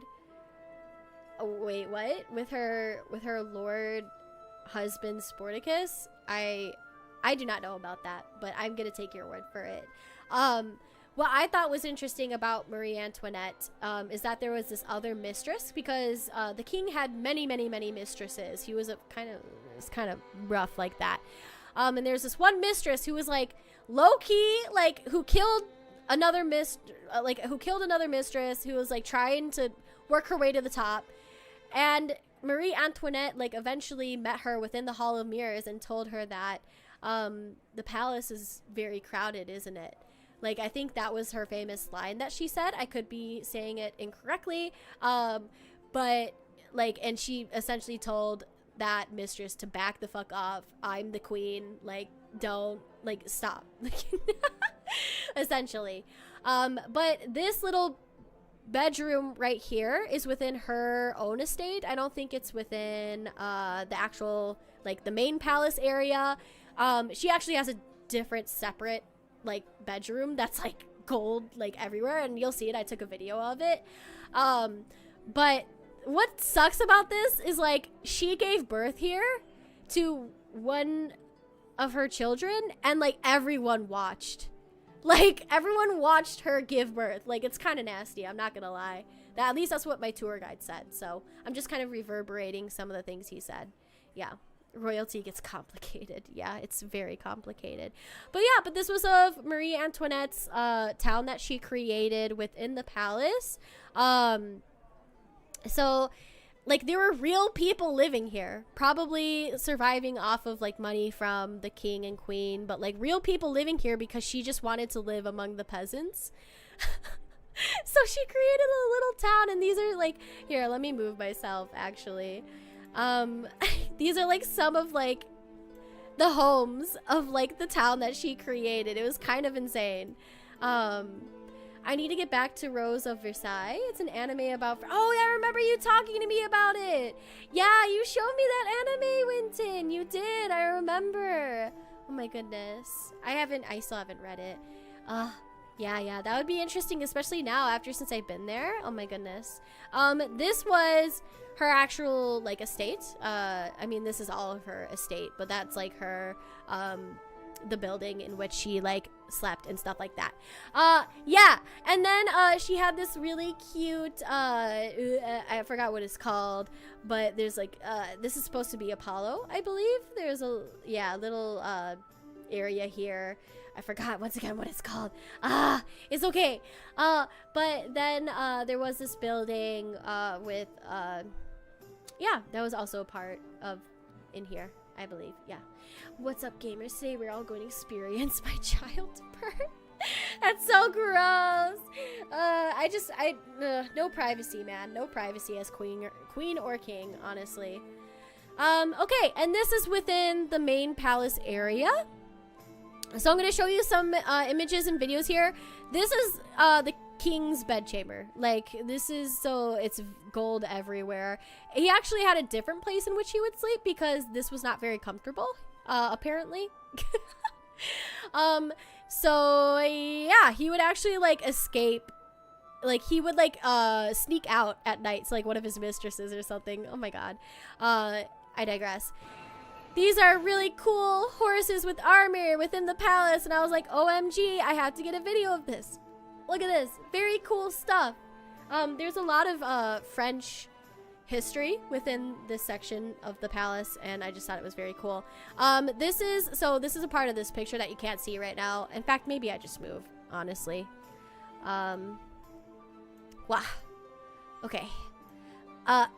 Give me a sec. Okay. Once again, like, I'm not very knowledgeable with French history, so I'm not going to be super great with talking about what is that and what is, you know what I mean. But I'm going to do my best for you guys. So this was a church within the palace, and then the top had like such beautiful artwork on it that I had to show you guys. And this was Marie Antoinette's actual bedchamber within the main palace area. When you first walk in, that kind of stuff. Yeah, it's very much so gold, pretty, beautiful, flowers. I feel like it just looked small, honestly, even though like it's not, like it's very beautiful. But when I first saw these, I was like, the beds kind of look a little small, but I don't know. Maybe I'm just tweaking. I think I might just be tweaking. All right, let's move on to the next slide. I think this is actually our last slide of Versailles. But when we sat down, oh my god, you guys are gonna love this. It's so cute. When we sat down to eat, because remember our hotel is right next to the palace, we saw this stray dog that would just be wandering throughout, like, and just trying to get people to give him morsels, that kind of stuff. My father and I, when we were sitting down to eat, we saw him running back on this road with a huge lobster in his mouth. So he got one of the chefs, I think, to give him a lobster. It was so cute. Yeah. Medieval France. Yeah. Yeah, I would sleep in that bed. It would maybe be uncomfortable, but damn, for sure I would feel royal, right? I mean, I would too, but like, maybe just for a couple, I don't know, like the gold is very pretty, I'm not gonna lie. Yeah. We made it. Oh, too much gold. I could not sleep. Yeah, I think that's how King Louis felt as well. I don't know which one. Once again, I don't know, but let me go ahead and move myself so you guys could see some of these images as well. Okay, so once again, this is I think this oh god, I can't remember. I think there's a lot of Greek mythology in here. I really can't say. I just thought it was really beautiful and wanted to show you guys. And then, of course, this is the Hall of Mirrors. It was more crowded when I took my original video, but then I went back and it was a little less crowded. This is like towards closing hours, so people are trying to run in here and then run out. But yeah, so they would have like a bunch of mirrors on this side of the wall, and then this overlooked the gardens that I showed earlier. Bruh, I want free lobster. You guys are making me hungry. I'm a little hungry. But yeah, so that was Versailles. That was my favorite part of Paris, I think. Or sorry, of France. I'm just looking at Paris. So the next thing I'm going to show you guys is just Paris, which is basically just the Eiffel Tower, because I didn't really go to other places in Paris. The thing is I had an opportunity to go to the Louvre, but I think I wasn't feeling really good that day. I actually injured my foot a little bit, and I was like, no, like, I'm not going to the Louvre. I'm not going to stand in line to see the Mona Lisa. I think I'm okay. So I low-key kind of like think I should have, but at the same time, I'm like okay with not, you know? Anyways, Paris! The Eiffel Tower! Whoa, you pronounced Paris wrong. Is it supposed to be Paris? I know it's supposed to be Paris, but like, yeah. Did you have a baguette at Paris? I actually don't think I did. I didn't have a baguette in Paris, but I had a baguette, like in Versailles. So, where's your French tongue? LOL.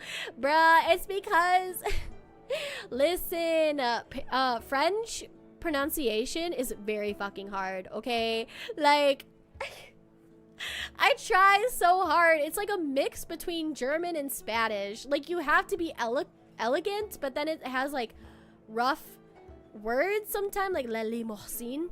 Like it's like how it's hard. It just, my brain doesn't naturally get it like I naturally get it with Spanish.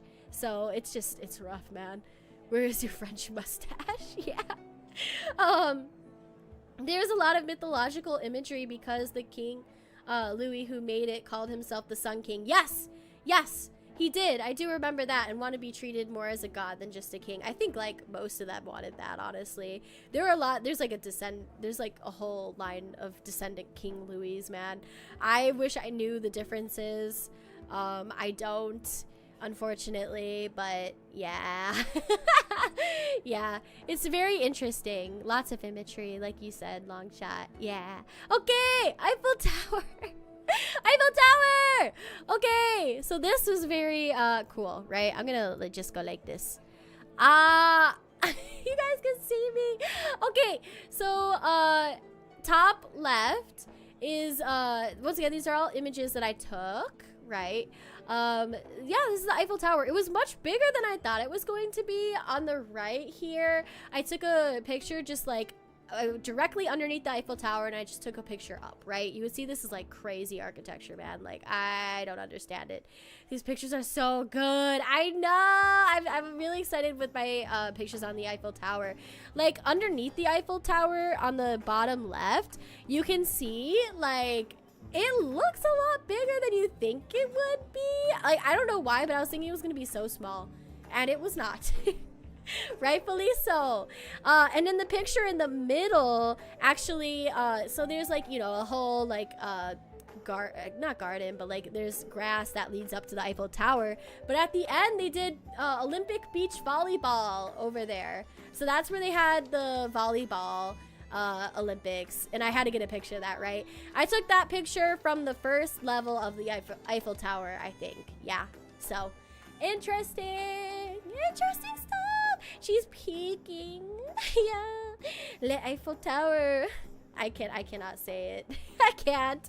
I'm gonna like butcher like French, and then I'm gonna disrespect French people everywhere. It's gonna be so bad. Okay, next slide. Oh shit, hold on, give me a second. Okay. Yeah, okay, so I also got a picture of the Eiffel Tower with the Olympics on it, and I thought that was very nice. One thing that I thought was really interesting about the Eiffel Tower is every 4 years, they hand paint the Eiffel Tower a different color. Like, straight up.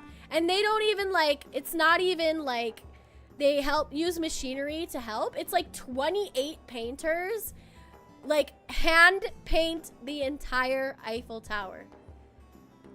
That's insane. That's what they told me. It was like some really small number of painters, like in the 20s or something like that. I don't think it was exactly 28, but like they go up there and they hand paint that shit. Like, that is insane. And then once again, you see here, I took this, I think the bottom here, hold on, give me a second. Like this image right here, I think I took that, how did I take that? I think I took that on the first level. So like, this is like, I think the first level right here, of the Eiffel Tower. And this is the opening ceremony, I think. So I took an image of the opening ceremony. This image right here is at the very top of the Eiffel Tower. By the way, it was really fucking hot. Like the hottest day in France ever. It was like 100 degrees. And there were a lot of people, not too many people. I thought there'd be more, honestly, but still extremely, extremely hot. And so like we had to like sit down and rest occasionally, but we were at the very top of the Eiffel Tower and all they had was this net. And I'm like, you have to have a lot of trust in your tourists to not drop shit. Because if you drop shit and it like falls, like you could kill someone. Like honestly. So up here, they have this net and I was like shaking. Like I could not, like I had to, essentially what I did is I took a picture, I took this picture and that was it. Like I wanted to get a video around, but I couldn't. I was like, I'm gonna drop my phone. I know I will. My hands are sweaty. Like I don't trust myself. I really don't. I also low-key was like shitting myself because the elevator to go down from this level to down was like stuck. And I was like, I am not climbing because they have stairs that you could climb. And I'm like, there is no way I'm climbing those stairs. If I thought 150 stairs at the Saxon Tower in Oxford was, or not the Saxon, sorry, the Oxford Castle was hard, 400 stairs up the Eiffel Tower, definitely not, homie. I'm good. This is a picture of Paris from the first level as well. And I believe that this is the Louvre right here. Yeah. So the Louvre was actually the original palace of of French's monarchs. But then I think they moved to the Palace of Versailles because people were talking about revolution and they wanted to keep close eye on all the nobles and stuff like that. So they moved to be among the people, essentially. Yeah. Add another to the Kizui says France is hot counter. Yeah. Yeah, for real, honestly. If we went retroactive, the counter would be high. Yeah, if we're not even including this stream alone, like on Twitter, oh my god, guys, France was so hot. I'll add another to it. Anyways, do we have another? I think that's it. Oh my gosh. Okay, hold on. Give me a second. I think that's it. I think that's the end. Woo! We finally made it to the end. 4 hours and 30 minutes in. I guess you could say 4 hours in because I think we started like at the half hour or so mark when I originally started stream at 1 p.m. today. Anyways, yeah, that was my trip. I didn't show you guys Norway because I don't want to dox my friend. So Norway is only for family. I'm sorry, y'all. Y'all don't get to see it, okay? It's Tokyo Tower. It kind of does look like Tokyo Tower in its own way, but no. I mean, hell, it could be red in 4 years. They paint it every year, or every 4 years, so yeah, I don't know. We made it! Fiend! Yeah! The fish job! Woo! Gonna make a drinking game of the VOD where you drink every time she says France is hot or says I digress. Yeah, for real. Honestly, welcome. Thank you so much for listening to my endless yapping. Let me go ahead and actually switch to this one. So I can actually properly end it out here and chat with you all. Okay, no, you guys have chat box now, but actually let me go back to this and make sure chat box is available. And then go back. Okay, technology. Whoa, right as I finished work. Yeah, isn't that crazy? Listen, okay, I spent a very long time procuring this PowerPoint so I could show you everything that I did, minus Norway. I hope it was to your liking. I know it was low-key a history lecture, okay, I do apologize for lecturing, but I also don't apologize because it's all amazing information. I had a really good time. I hope all you had an amazing time during stream. Yeah, I'm not ready to dialogue shot. If you want to raid, I can recommend a VTuber called Lulubell. They're doing tarot raid. That's who we're gonna raid. We're gonna raid Lulubell. Thank you, Snack. Yeah, that's super cool. Thank you for the yapping. I used it in place of my usual podcast to game too. Really? Y'all, that's cool. Silly Kizui, Norway doesn't exist. Tell Lily that. Oh my god. Oh my god, she'll be so mad. All right, hold on. Let me take a sip of water.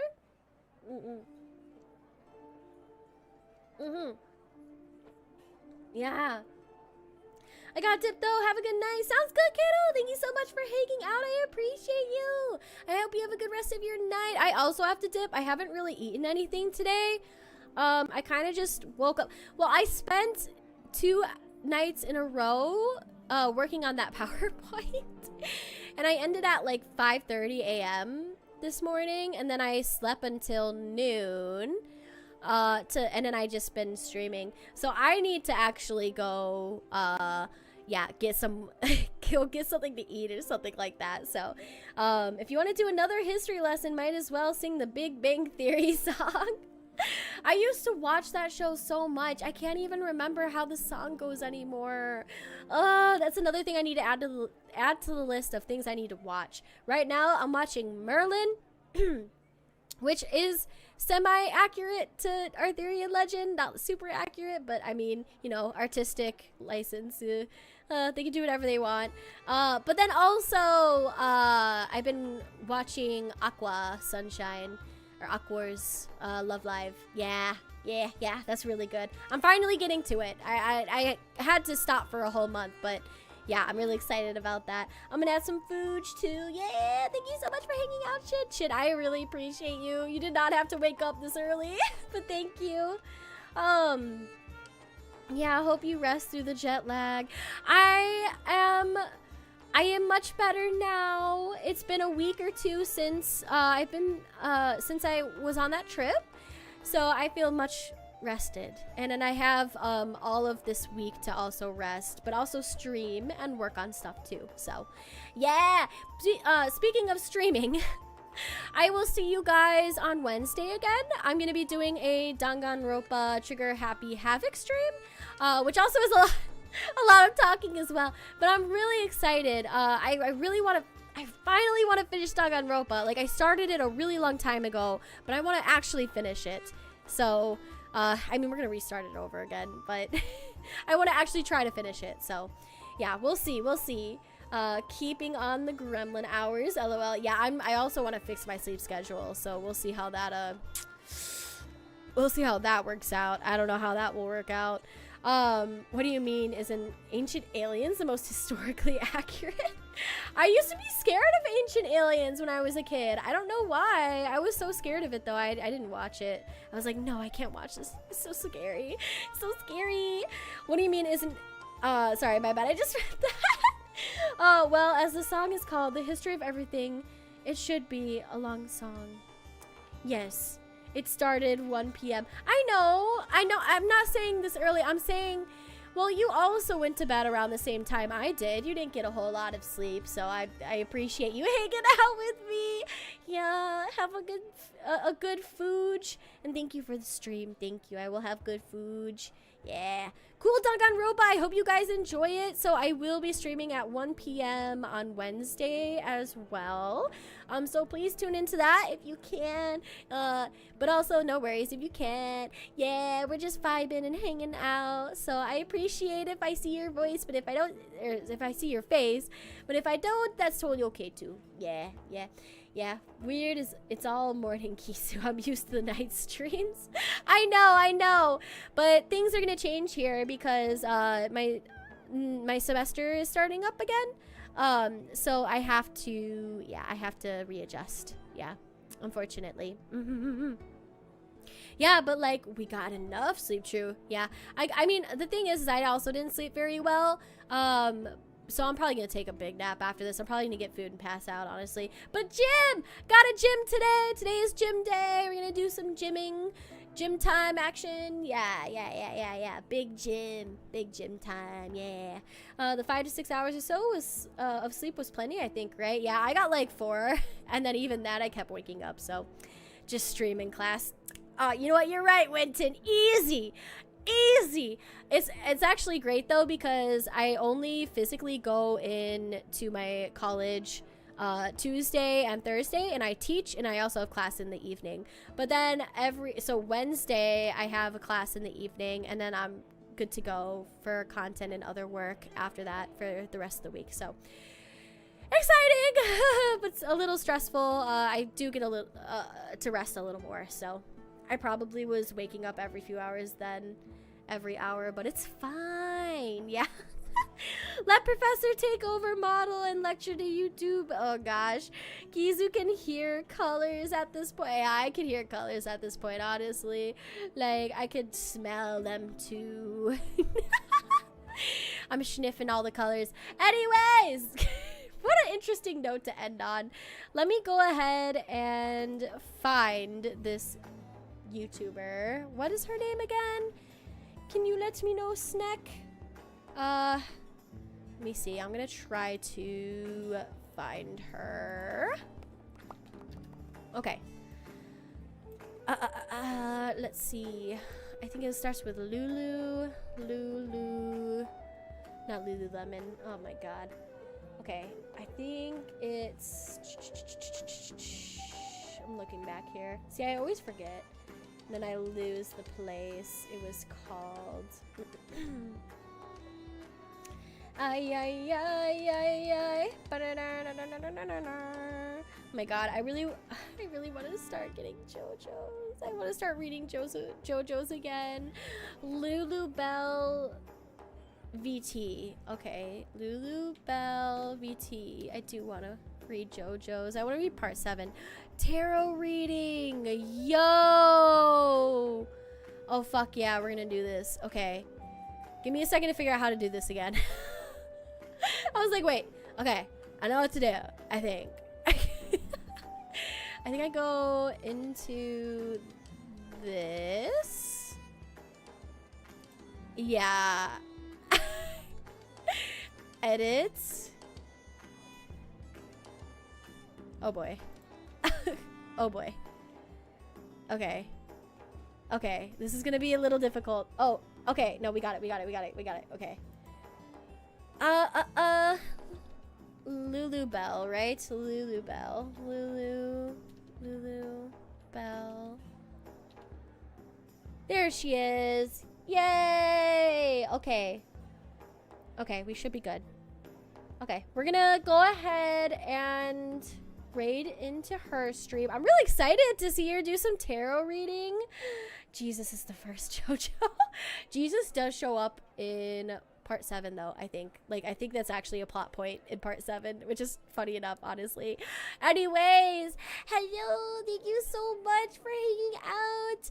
Once again, my name is Kizui. It is nice to see you, and I hope to see you on Wednesday. Have a good rest of your night, okay? Let's go ahead and raid into Lulu Bell. I will see you all later. Goodbye. Goodbye.